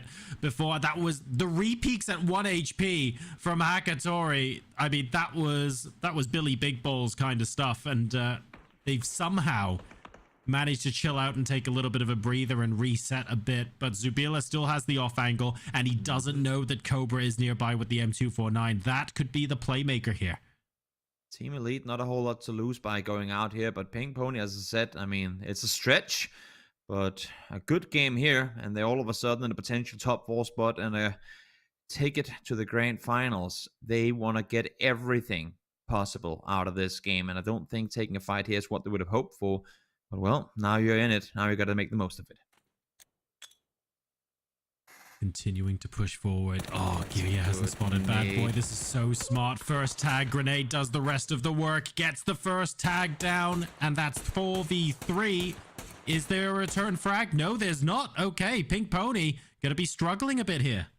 Yeah, cold now. I mean, you can see on the minimap how split they are with opponents in between. Unfortunately, Sabilla hitting shots, but you need to hit more to find the knock. Hakatori goes down as well. So Pink Pony, while they had the chance, it's starting to look ugly. It's starting to look close to impossible. Bad Boy peeks over. Fortunately for Pink Pony, he's low on ammo, so can't just spray like a crazy person, because he would eventually go down to the sound of clicks. Same thing for Crow, but fortunately for him, though, more guns in the more bullets in the chamber. But Sabilla there with the AR, able to take him down.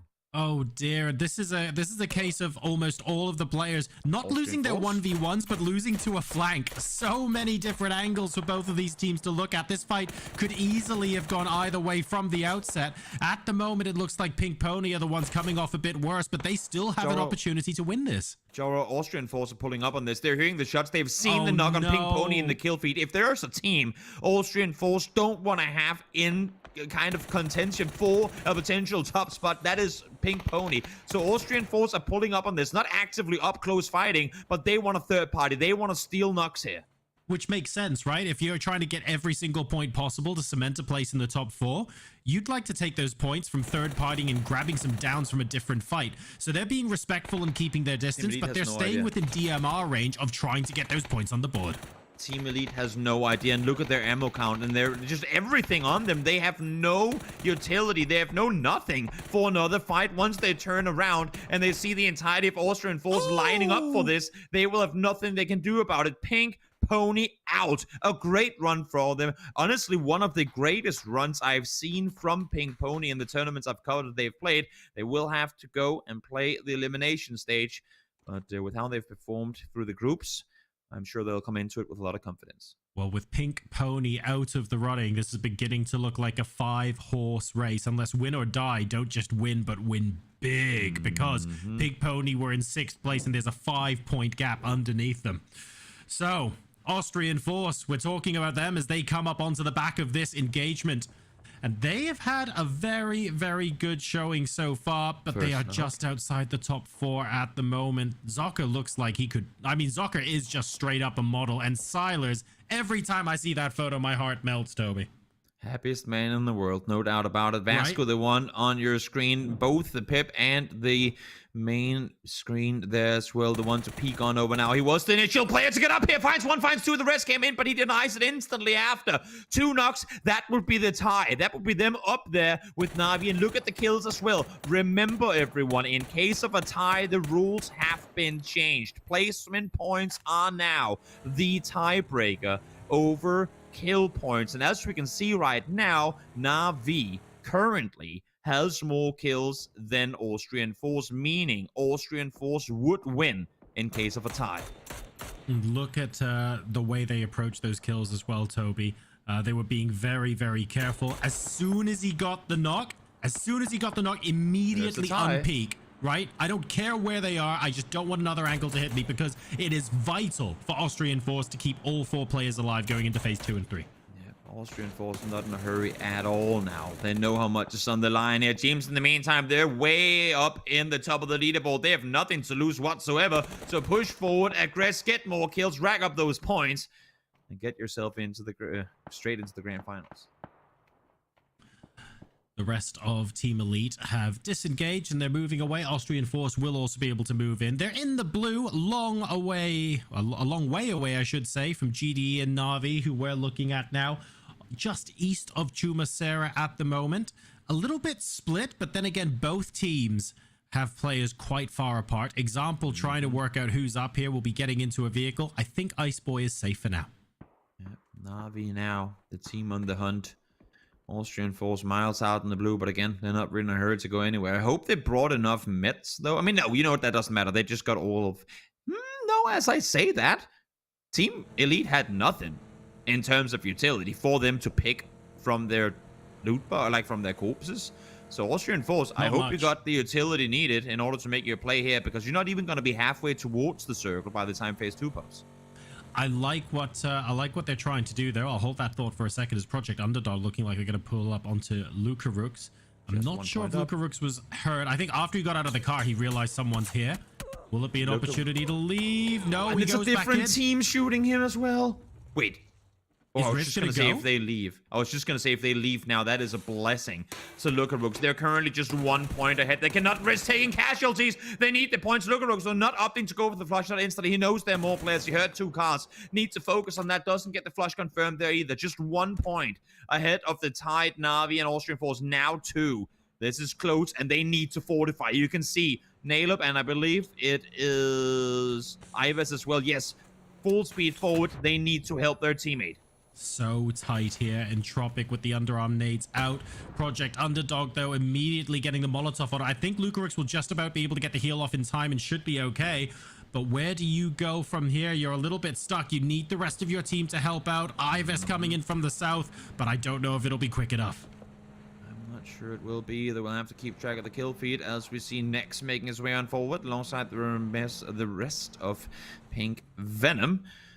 Make landfall. Good position for them on the northwest side of things here. Spread out, get the cars into different spots so you have multiple options should you be isolated from some angles. Nailub in the meantime finds one. Nailub goes down and return. This is the fight. We want to focus on Nailub. Caught in the open. Riz finds one as well. Bottom team potentially the ones to deny Entropic direct access to grand finals. And believe you me, Entropic will remember this in the elimination stages. This is about to get a lot more messy than we thought it would. Entropic now down to 2. They lose 2. I think they have to back out of this. Project Underdog, they've got the revive up. They have time to reset. They can play this slowly. I don't think Entropic can afford to stay here anymore. The only thing that prevents Entropic from either flipping their tables or full on getting heart attacks here is the fact that they're already qualified for BGC. If this was if we don't win PCS and we're out and stuff like this happens, they would be fuming. Believe me, they're probably still pretty upset about what's happened here in the final game, but it could be worse. It could be worse. And we've also seen Entropic do fantastic things as a duo as well. We shouldn't write them off at this point either. They could find a way into, for example, the top 4 with 4 or 5 kills. That wouldn't be surprising. Another team that has had their share of fantastic moments today, though, Pink Venom, especially on Erangel, they've been playing very aggressively. I remember that house that they were holding on Military Island. They did a phenomenal job there. So they've had flashes of some really, really good performance today. But overall, we'll be looking for a little bit of a boost to try and take it a step up in the next stage of the competition. Indeed, they need to perform better. Of course, a team that doesn't have the most playing experience against the topper tier, so to speak, of EMEA PUBG. So the fact that they come out and show that they can at least run with the bulls here is a good start for them. But of course, a team that I hope will stay together and develop over time, and we'll see them again in the next stage, hopefully with more to show. So things quieting down now a little bit. It's taken this long, by the way, for Austrian Force to even get into circle. So we were talking about how they had a lack of utility from before. They took a really wide rotation angle. They didn't mind being in the blue for ages. They knew they had to come back into circle in places ideally that weren't looted so that they could replenish. Well, I say replenish, so they could pick up some utility because they haven't had that much this game. I like the angle they've taken. It's going to bode them a little... Like, they're going to fare so much better now than they would have if they just went straight into circle. And they don't have to move very far. A little bit of a 1 o'clock hard shift here. This actually benefits Austrian Force. Chumacera or death at this point. The compounds are taken. You have to fight for real estate already now. This early on in the game, nothing is going to be free unless you're already there and you're sending it into the city. Another smile that can kill. Absolutely delightful stuff there. These are the fellas, of course. The mustachio gentlemen, at least as far as their icon is concerned. Look at Tiksu. I mean, can anyone actually be happier? Him and Silas can have a happy... Oh, Rustenmar, not so much. He's bringing the seriousness to the team there. And then Michael, of course, the world champion, looking smug. Doing very, very well for themselves, but not well enough to secure a top 4 place today. No, it's... They'll be pleased with their performance in isolation, though, Toby. They've had some great moments. They just haven't strung them together. That's the thing, right? Yesterday, I mean, overall, it looked good points-wise, but it was off of 2 games, really. I mean, they only had 2 games in placement points, 2 fourth-place games. Outside of that, they had 1 point. And in those 2 games, of course, I mean, they rag up, what, 20-some points, or 20-some kills, and that adds the total up. But overall, it was a very inconsistent day, and today, just nothing has happened. I mean, we're sitting around, I want to say, like 10, 12 points on the day. Just not going to be enough, especially when it's only top 4 that gets you through. Oh my lord, Bruce, nice shot. They'll be looking to pick that up, but in the meantime, of course, they will still continue to try and squeeze every possible point out of this game. Exalt have been third-partying a fair bit, and they're very close to BBL now, who've decided they're a little bit sick of these guys being noisy next door. They're going to come and knock on the door, say hello to the neighbors just a little bit. They managed to get the first knock. Smash will be able to return. Thunderlost as well, chiming in, and that's Team Exalt completely deleted in about 5 seconds. That's how you do it and don't get third-partied. And that's what you want to see from BBL as well. Quick, swift execution, getting them out, resetting, getting ready for the fight to come, because they know in this area of the map there's probably going to be more people around. Good thing for them is GDE trying to push over to potentially nade this. Think Venom saying, you know what, nah, that's not going to happen. If anyone's killing those boys up in the hills, that's going to be us. You can see the smokes are already there, trying to go up and get a nade throw in, but GDE denied on their approach. Back in Chumacera. One important question we should always ask ourselves when phase 3 or later centers in, or close to centers in on a city, how many teams want to barge into? We've got the Overpeakers there, we've got Na'Vi there, and we've got Team Elite there. So just a 3 at the moment. We'll keep an eye on whether it's more later on. Meanwhile, on the southern side of the circle, this is Project Underdog defending from Ascend. In the meantime, in Tropic are just now. I mean, they've played Ring Around the Rosie with the entire server, really. Coming in from the east now. They were hard southwest just before. They've wrapped all the way around, hoping this circle's going to go their way. Well, I mean, it could have been straight west, I suppose. I guess. So in Tropic, not the longest journey, but a tough one regardless. Yeah, this is certainly challenging the team's strategies here to see what they can do. Riz tanking 3 damage a second in the blue to try and get an off angle here. It doesn't quite pay off for him yet, but he's got a second opportunity potentially. Now back with Foot Esports. This is the fight developing on the north side of the circle where the fellas are moving in and have got a decent compound as well, with Lyron the only player in Hot Dog. I'm looking at the 99 currently points Ascent and thinking, is there a alignment of stars where they end up in 5th place? Yes, there is. Austrian Force no, I don't think so. Could potentially get the points. Na'Vi could get the points, but also Entropic would need to get, well now, an additional 11 points. They can't all get 11 points, right? That's the thing. That's the thing. It's top 3 performance from all the remaining teams around you, and they would need kills to boot as well. Yeah. It's not impossible, but highly, highly unlikely. 46 alive in the lobby. You would have to have those 3 teams kill a third of the lobby each, I guess. So Ascend maybe have done enough, but Entropic on 89, Austrian Force on 87, Na'Vi on 87. This is close as hell, and there's a reason why Na'Vi want to be aggressive here. I think they picked this as an opportunity to say we need to get a few kills and then stay as a 4 stack. Code Marco pretty much sacrificed his life trying to get that vehicle explosion. He got it, but in the end also ended up going down because of it. They're backing EVL down to 3, trying to stay put here. Austrian Force plenty of space to maneuver after a good north side shift. Ascent now losing 1. Chris falls down as well. This is win or die, starting to farm. And now Entropic, 13th place. Everyone else now know what needs to be done. Na'Vi, get yourself 3 points and you are through to the grand finals. This is big news for everyone else, and they will have seen that in the kill feed as well. Entropic eliminated. Na'Vi backed off there, by the way. One of Na'Vi's great strengths is being ultra aggressive, but knowing when to pull back and be conservative. They're so good at flipping that switch, and they decided if they weren't going to be able to get a clean victory in that fight, no problem. We'll back off and wait for our next chance. Now they know they just need that handful of points. I think for once in their life, this is Na'Vi right now using a word they've never used before. Let's slow down. Wait, what does this slow down mean? We don't. That's not part of our playbook. It's like the word chill. What's that? Slow down. Oh, like, relax. No, I don't get it. We don't do that. You can't tell the aggressors of PUBG to slow things down. But this time around, that's the play, and for good reason. That's what they opted to do. Not moving out of their houses. They're sitting put. Don't care that other teams are getting a lot of kills, let alone placement points. Could be what gets them through. And when the circles keep doing this, Na'Vi and their fans are cheering.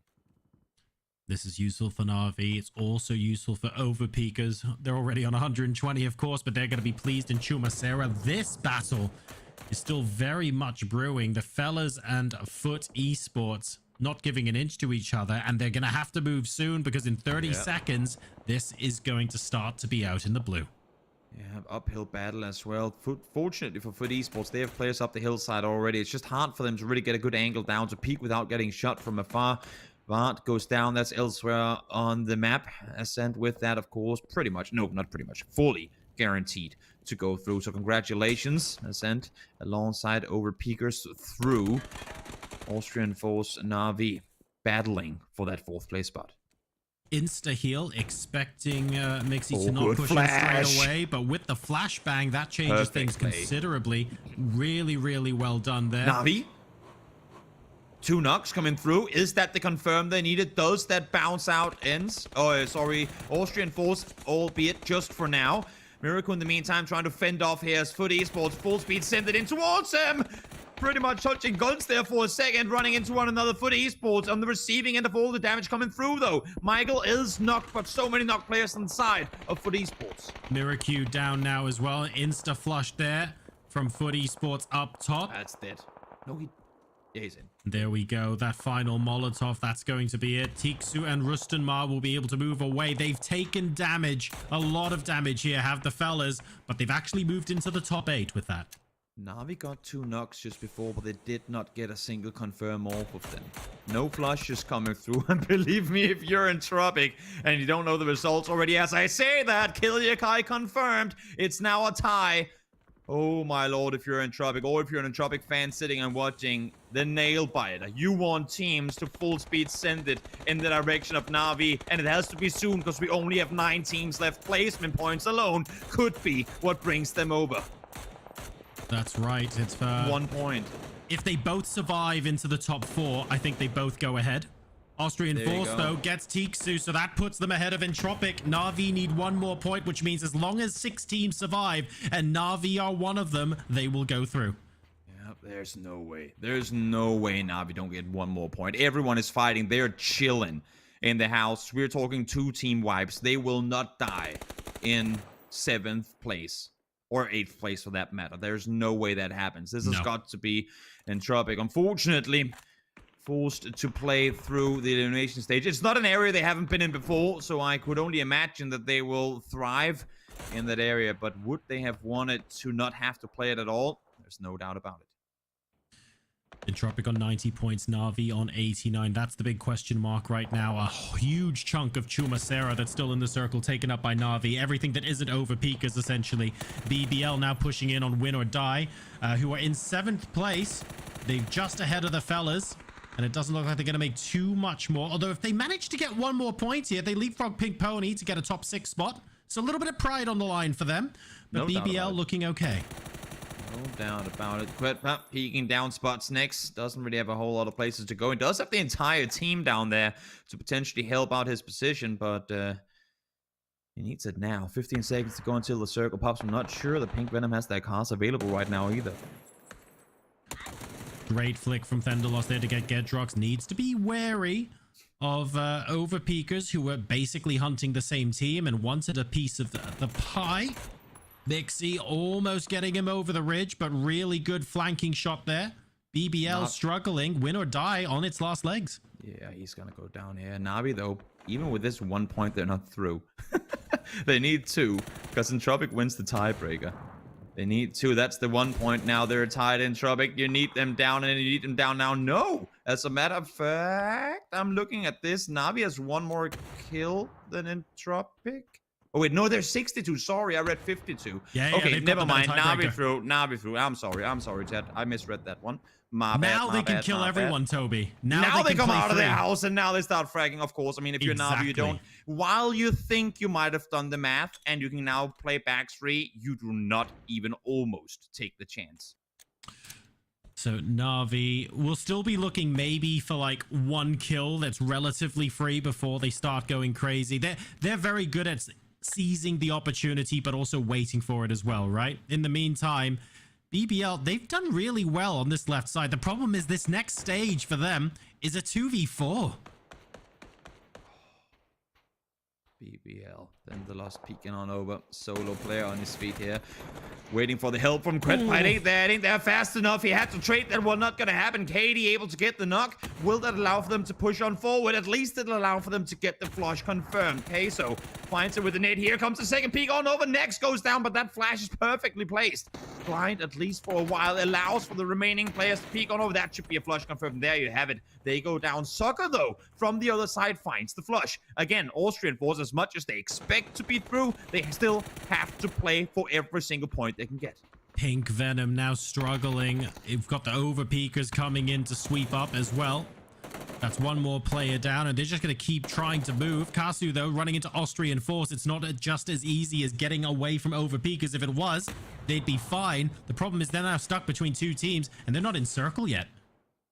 I can't believe the way that Na'Vi gets through. Na'Vi is a team that just takes matters into their own hands, and they will harvest the server if they need to in order to qualify. This time around, they qualify by literally chilling in houses. It is so un-Na'Vi-like. So many times have we seen Na'Vi with their back against the wall, having to literally brawl their way to a qualifier spot. And I believe this might actually have been their first kill of the game. No, second, sorry. Don't forget, Toby, that if the game were to end right now, yes, they qualified by chilling in houses, but they have the opportunity to eliminate these teams and get the chicken dinner here. No doubt about it. They will can have put to an exclamation mark on this. It's just if you go back and watch like a top 3 of Na'Vi qualifying in the last game, this would arguably go down as the most chill one they've ever had. That's very true. Being on the receiving end of. Can't argue While with that. there's a dull moment, albeit only for a split second, I want to go out and say that as much as this is a great day for overpeakers and teams qualified, overall, this is an amazing day for German PUBG Esports. This is huge. 2 rosters with a big chunk of German players going through. A lot of people, we saw it on the social medias, had their doubts when Germany got their spot in PNC. They didn't perform well there. That just confirmed the doubts that a lot of people had. But them, for both Austrian Force and Ascent to get through straight to the qualifiers in top 4, massive round of applause for a very solid German scene of PUBG Esports. Thank you, guys. You played phenomenally. And of course, there's still very much in this game as well. Zocker coming through now as part of Austrian Force. We'll see what they end up doing on the west side of this circle. The overpeakers very much in compounds. Na'Vi very much in compounds, although they are bunching together in the same building. All eyes on Austrian Force to see how they're going to possibly approach. We'll see how it goes on from here. Pigas running on forward. Now it's the fight for who gets the first place. I think, though, unfortunately for both Austrian Force and Na'Vi, it's 129. A bit of a stretch at this point with the amount of players left alive. Simply not going to happen. But even for Na'Vi, I mean, for Na'Vi and for Austrian Force, you don't want to be the team that just exactly qualified in fourth. You want to be the team that bested fourth and qualified in third. So I guess there's that brawl to come. I think Pigas honestly should just go out and dive to the blue right now and allow for Na'Vi and Austrian Force to take this one for the win. They can't get to the blue. They get a try going to the blue. They get shot at, mate. There's no way they can leave. I think maybe they Mixie can't run there. They exactly. won't get there in time. You're not wrong. You're not wrong. Na'Vi have to move into overpeakers. Now, they have the advantage of Clib being the only person in that central building. I don't know to what extent Na'Vi know that, but they can actually approach this building on foot. Clib hears them. He'll be reporting that back right now. And James and Mixie, can they even make it to help? Well, we'll have to see. It's a hard push down the hill with Na'Vi committing to the building, though it should be possible. You can see they're all looking in, but Melman, nope, now he's on the roof. That's access denied. At least you'd have to expect that. Unless if James or Mixie hit some absolute insane shots. Do they backfill? Do they jump down behind him, even with the circle closing in? James spots that through there. That's insane. And Mixie from inside the warehouse finds 1-2. Very big indeed. I was asking the question, how can they possibly support from here? That was the answer, although Mixie and James both going down, Austrian Force spotting them. And that's the problem with not having the hard cover like the rest of Na'Vi and Clib do inside that compound. What this does mean, though, is it's allowed Austrian Force free reign from the edge of the circle into the middle of the circle. They've done enough damage now that they've gotten a lot closer. The problem is it's not overpeakers they're fighting now, it's Na'Vi. Exactly, they've got the dot, but how will they make use of it? Silas peeks over from the top spots one. Can't quite find the damage needed. Doesn't have a vest, and that's the last lethal utility he's going to have to work with. He needs to bounce back at some point, but can't do it just yet. Jumps inside. You know what? I like this play for Silas. I think he's looking for a vest right now. Running inside, seeing if he can find something to work with. I don't think that's going to be the case, though. I mean, he needs to take what he can get because he knows that other players are going to be moving towards him. Clib's got a shotgun. Clib's got a shotgun. Oh, He's God. got a shotgun indeed, trying to stay alive. Austrian Force Na'Vi now fighting for that third place spot. Who is going to come out? Who is going to get it? Uber, unfortunately, gets the flush on Melman. Not what you want to see happening with so much on the line here. And, of course, on the line being bragging rights, so to speak. Clip on the roof finds one. Austrian Force starting to fall apart as Overpeakers now start charming in as well. It's a 1v1v1. Oh! Na'Vi gets Clib. That makes it Na'Vi versus Austrian Force. Example is down. Silas is down. They're in the same building. Alia's on the roof.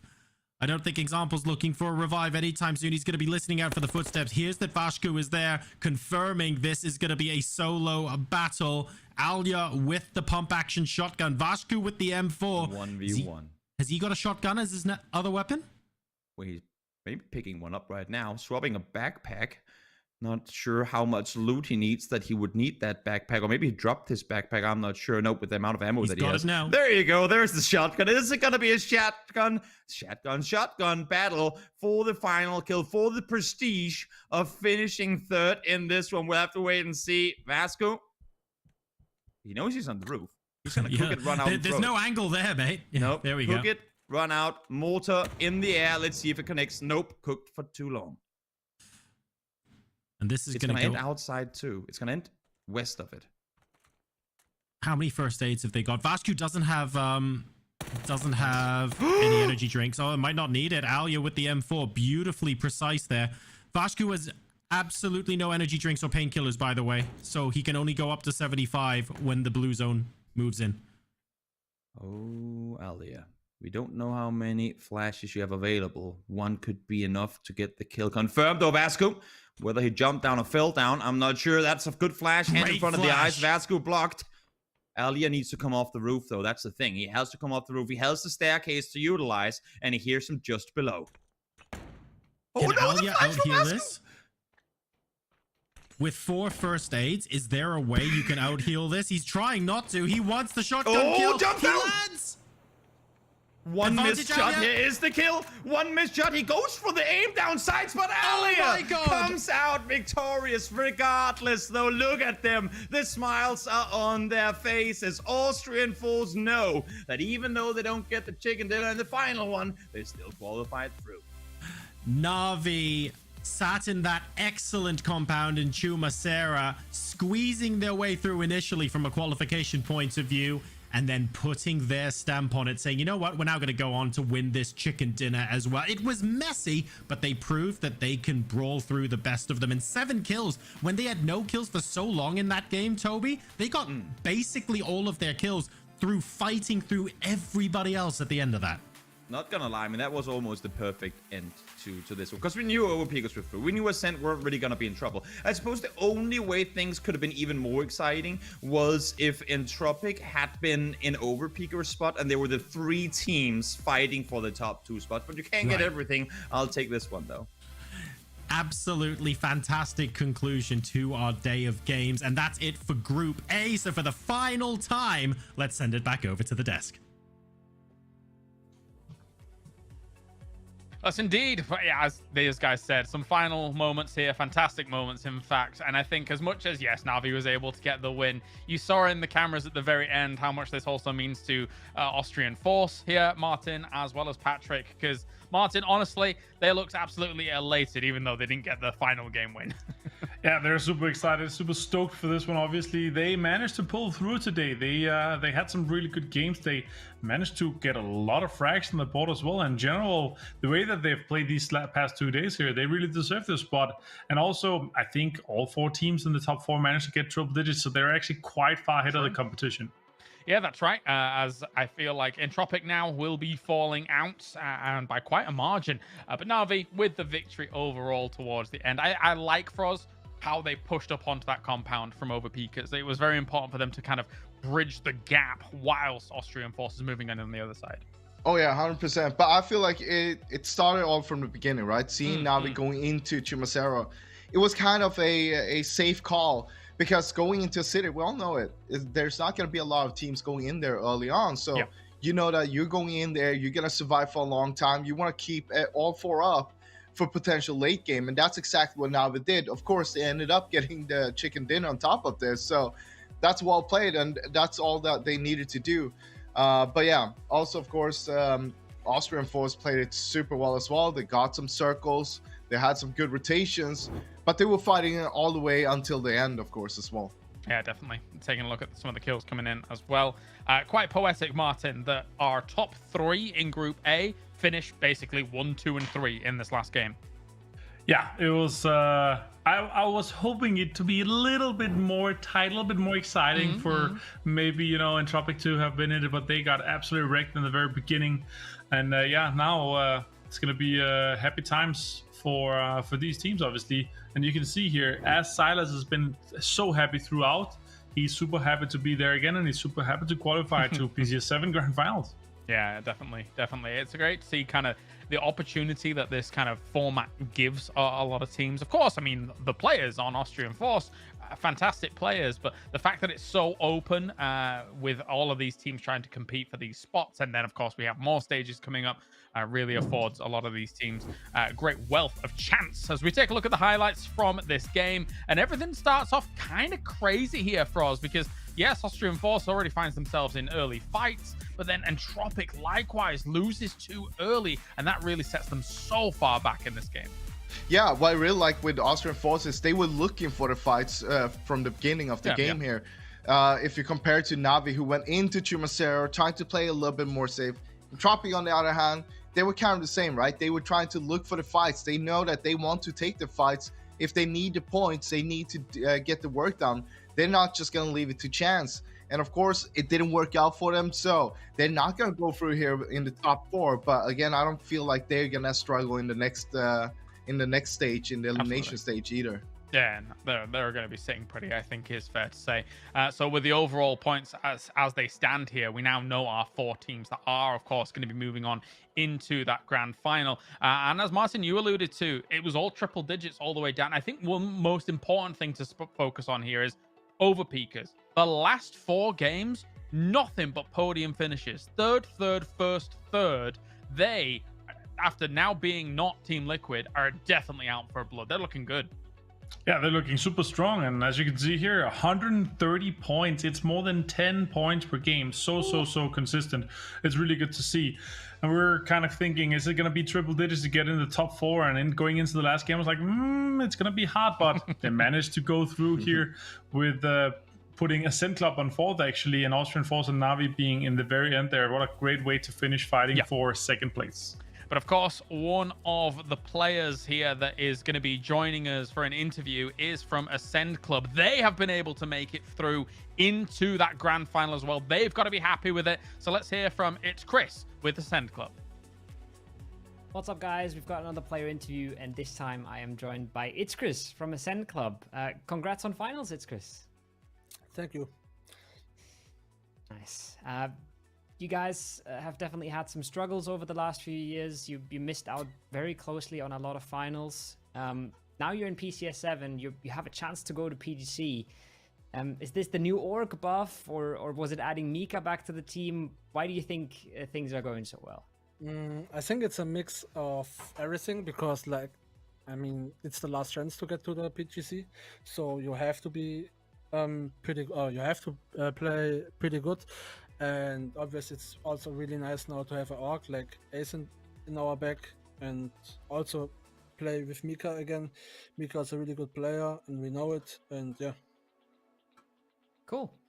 I had to notice earlier, and I think everyone that's watched your POV streams knows that you guys have some crazy comms sometimes with a lot of yelling going on. Sometimes you guys start laughing quite a lot.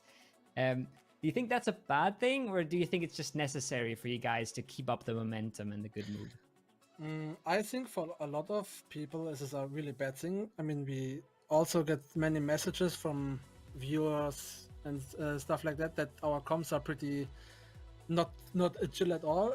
But for us personally, it's pretty good because it's hypes us, and it's I don't know. I just want to get screamed. Yeah, nice. Cool. Anything else you want to say to the viewers or the fans of Ascend Club before I let you go? Thank you to every fan who's cheering for us all the time over the years. It's always sick to see how many people stand behind us, and also a big shout out to Ascend for the watch party for us. Thanks, guys. Love you. Nice. Awesome, excellent. See, it's Chris here after a victory, basically putting them into the grand finals for PCS7 Europe. And it's good to see them, even for us, of course, thinking back to 2019, the PEL days, the PEL Des, Team AFK. We would get watching these guys day in, day out, Martin, and they were able to hit extreme highs, but sometimes they dipped. And I think they really need to keep on the fire here, keep on the pedal to be able to push through in that grand final. Yeah, I definitely think the motivation you get from being able to put a roster together that you really believe in, and also the support that they've gotten from Ascent Club is fantastic. Obviously, they really believe in them as well.